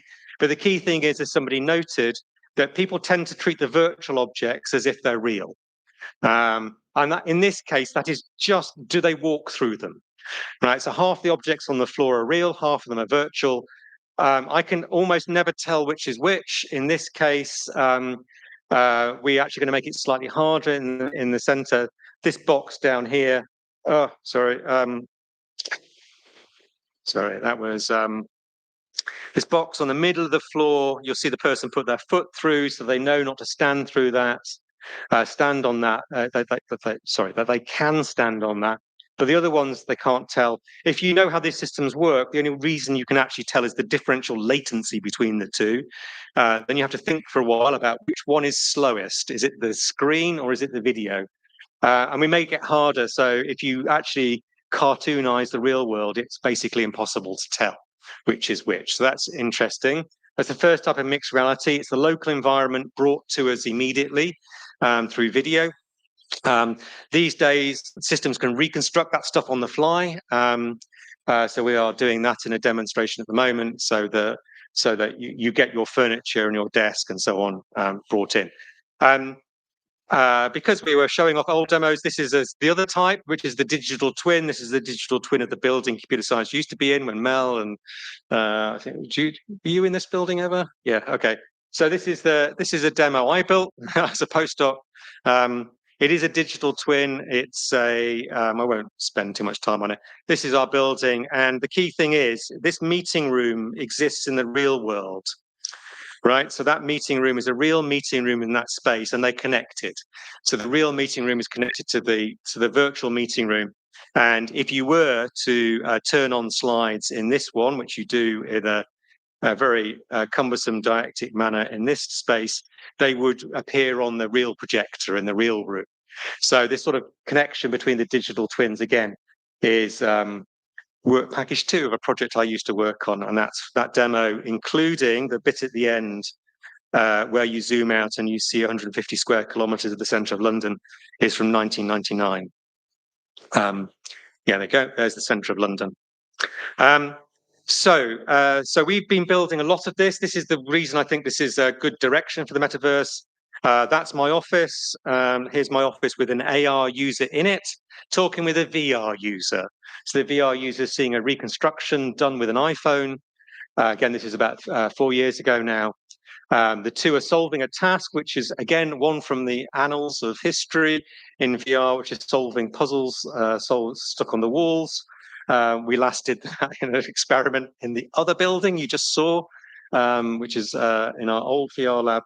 But the key thing here is that the two people are able to collaborate by pointing and gesture and at the walls, and the VR person can see the AR person in the space VR at the time. So that's controllable. I think everybody can think about how they would do that with a Quest today. So that was done on a Quest, but if you've ever been in my office, you'll have noticed I've shut all the blinds so the tracking works more reliably, because I have quite a big window in one wall of my office. Okay, so that's a three-way view of the same thing, which we won't dwell on. We've been trying to do that outside. So the other thing that's happening is that if you didn't know, outdoor tracking is becoming very reliable over large areas. This is a demonstration done for a conference in 2023, where we had people being tracked around a city square in the center of Nicosia in Cyprus, and they have a digital twin made with various LiDAR scanners. And again, so we were doing that outside, and we also do that in front of our office. So this is our office building. That's Ziwen with AR Ubic client on his phone, looking at a VR user who is persistently standing in the middle of the road on Euston Road, which is one of the busiest roads in central London. It's the outside of the congestion charging zone. So there's loads of traffic goes up and down it. And they're discussing something that doesn't exist anymore. But the thing to note really about this video is that the phone tracking, which is on the right, works pretty well. That is something called the Old Euston Arch. And as Ziwen runs across the road, it's pretty solidly tied to the ground, which is pretty impressive, given the amount of movement in the camera, the amount of traffic that went past, and the number of times that the full camera view was not available. So this is the same space, and this was just published at CHI earlier this year. So one of the things we've been doing is then authoring these spaces. So using some of Niantic's technology, they make a system called Lightship, which is for tracking, but also authoring AR content and then bringing that into VR. So we won't have time to look at much of this, but the idea is directly opposite our building is this pub. We didn't put that in the video that it's obviously a pub, but it's a nice pub. It does very good beer. It's right next to the train station if you're going to the north of England. And the idea is that people are authoring content on the space. So the person remotely is actually editing the maps that would be used by the person on the space, but they're correcting it. And we'll see there are all sorts of problems with the AR system. So this is an AR experience that was built, and the person put this sort of virtual dinner plate and bottle of wine. It doesn't sell wine, but anyway, there you go. On this barrel, unfortunately, the barrel moves because it's just a barrel. So people move it around during the day. And so the AR system that was built with the technology is again dealing with a world which is changing all the time. We have since just published something a couple of weeks ago where we're trying to use a VLM to try and correct that for us automatically. So it's a visual language model. We tell it that the image on the right is wrong. Sorry, we ask it, is that image on the right correct? And it says there's a plate floating in the world that isn't on something which is supported. They're very good at that type of thing, right? And then we ask it for a correction to put the plate back on. So since this was written, we've actually just started to correct some of those errors automatically, and that's a good use of those language models. They might not be able to create content from scratch, but they can certainly help you debug the content that you have. Because again, this scan, which is better shown in maybe a next image, is that is the one that comes from Pokemon Go, right? So that is the model that comes out of Niantic's games when they incentivize users to scan the world, right? So this is one of their standard viewpoints in the you don't see it in the game, but it's what they're generating out of the game when they're scanning the world. So that is not a model we asked them to create. It was already in the system, and then we're using it to create. To put extra content in. They don't ship an app like this at the moment, but they do support app developers through some of their tools. Okay, and then the latest paper we've done on this type of thing, if I get through all the examples of this, is something, I know again Jingyi did, which we published, we should demonstrated at UIST a couple of weeks ago, which is that the thing about the person standing in the middle of the road is, of course, they wouldn't have done that if they had known the traffic was there, because it's socially difficult, right? So if you've got somebody who's remote, is trying to collaborate with you, and this is a big challenge for all of these outdoor AR systems, whatever you see of them has to make sense to you in the physical place. So we're not doing anything with roads. We can't get safety permission for that. Getting this permission was hard enough. So this is a part of UCL campus. And the reason we use this one is ironically because of the power socket we can use in one of these windows. But that's a minor thing. And on the right, you can see a relatively detailed CAD model that was generated with the Bentley scanning system. So that is good. We want to share that real environment with the virtual environment. So what we do is track the real users. Now, we don't have time to go into the ethics of this. We did this with permission. But the key thing is we're interested in, do the AR users and the VR users act more naturally in this environment, given the fact that they have some symmetry in what they experience? So I don't have time to go into the type of metrics that Jingyi used, but Jingyi and Ziwen, because they contributed equally to this. But the idea is that we have a confederate in the space who's going around giving a tour guide, but they interact with real people, right? So who aren't part of the experience, but you want the AR, the remote VR person to experience it as if they were interacting. Otherwise, it's discordant, and they will not feel as if they are present in the virtual space, because the real space they experience differently. Did that make sense, right? So the virtual person doesn't see the whole world, right? Unless you actually track the pedestrians in it. And the pedestrians in the real world are part of the real person's experience of the world, right? So they will move out of their way, for example, and that needs explaining to the VR user.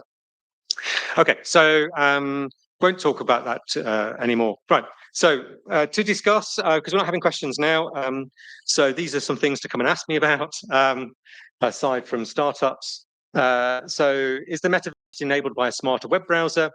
There are some challenges there. The model has its limitations, especially around multi-hosting and publishing. Will a game engine win? So I have a call out on, for the Frontiers Journal at the moment. If anybody has strong opinions about game engines and what's wrong with them, what's good about them, then we have a special issue request out for papers, opinion pieces about what you've done well in a game engine, what you've really struggled with in a game engine. And I've got some thoughts there. I do think that we think about the problem the wrong way. So I've mentioned the XR, AR app inside a VR app. So what does it mean to run multiple applications at the same time? Right, that we can do that in the real world on our desktops, sometimes on our phones. But they interact, right? It's not as if they each sit in their own universe. You can cut and paste from them from the very least. Yeah, I won't have time to ask me what the Pokemon Go problem is. Right, I'm not sponsored by Niantic. One of my students has been there for a secondment, is now back. He's not got a job offer, so I can say whatever I like about Pokemon now. Okay, and then so the conclusion, and I'll wrap up and we can go for dinner. If the metaverse is an extension of online systems, its impact is limited in time and space. So we really have to think about folding in mixed reality. It's a resource. It simplifies content creation. It's a very traditional VR application. We sometimes forget that some of the first uses of VR were telepresence, right? The original journal, origin journal of the field is telepresence and not virtual teleoperators, right? So that whole reconstructed environments is a very traditional use, probably predates, well, it does predate virtual content by a decade or two. And then if we bring in the users, I haven't had time to emphasize, but we bring them in and the spaces which they have already customized. That is a huge motivation for some of us in a new center that we're setting up, is bringing in people and the spaces that they work in. Be that a dance studio or a workshop with metal on the metal tools, because they don't want to leave those behind, right? They want to bring those to you and explain how they work and why a dance studio is like a dance studio, right? So where you don't dance in virtual reality, you dance in a studio, right? For very good reasons, some of which are actually health and safety reasons, right? So we need to go there, right? We don't just need to support them in virtual spaces. We also need to go to where they work and perform. And and deal with the world as we find it. Okay, thank you.